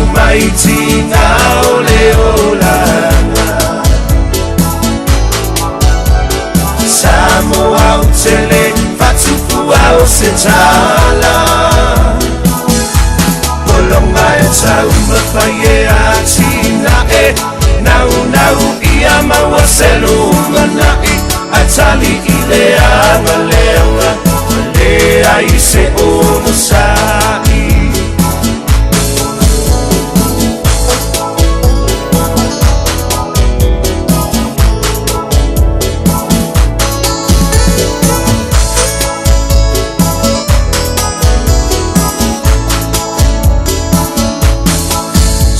O mai tau sanga whea ngai pea mawhainga tā Nono po I malono uta Wa pei I tau se pango tā Talape avea I solo molia I le tula pono Whai mai e tafi e se ita o whanue umi o sa o loto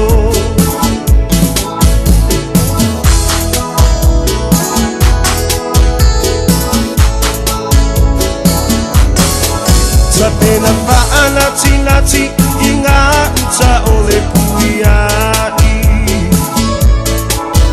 E langona o le fefe a o Yesu na ia tai Tasi iwa malu iwa mapu I maota o tau pau Ai amata le tanu finau ina ia mautu Maitina ole olanga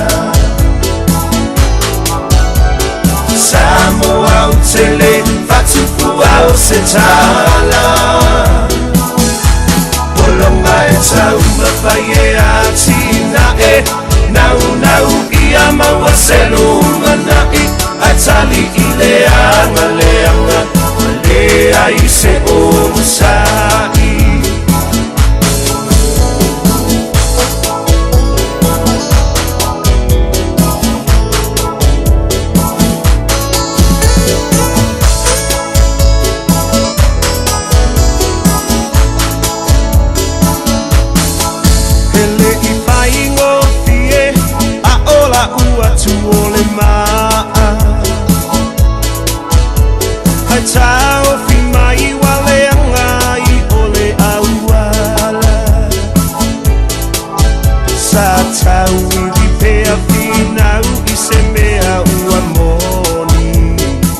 Wayne Maraenga le maputinga ben famarulu atu la wan le pa.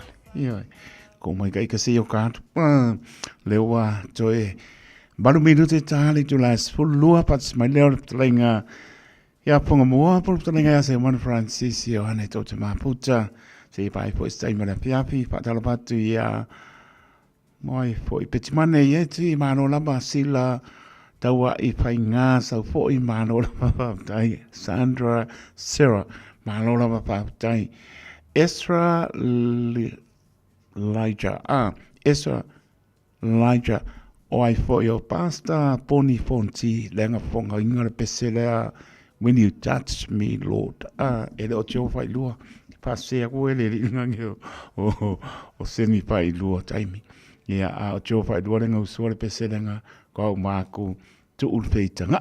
Ea marka mo Wayne, ia e lua Wayne se au. Ropatu so, inga mani. Wia ngā ruenga I lato, malama penga ngā ruenga nei aso.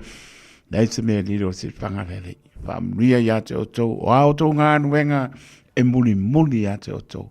Whai mara whamaoni, hei umanunia. Pea lawa e maputa mai ai, mai ngā lua e mai ai. A whai wole, whare o ina ro suapa.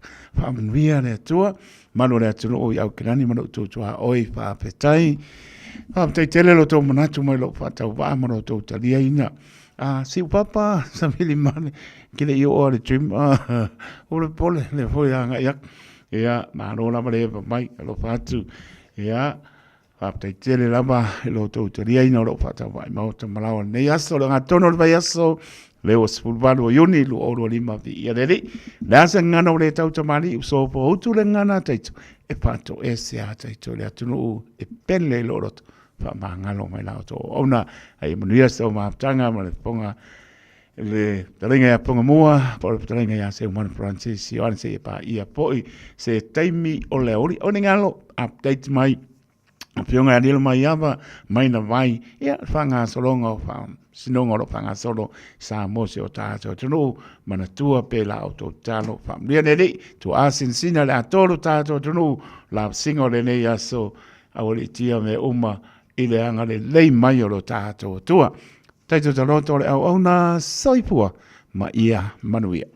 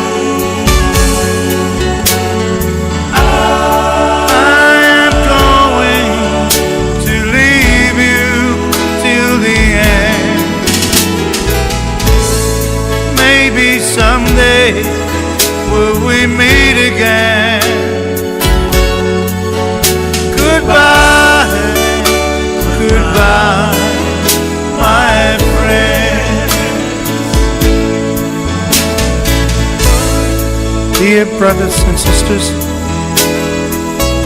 in the book of John, chapter 14, verse 1 till 3, Jesus said,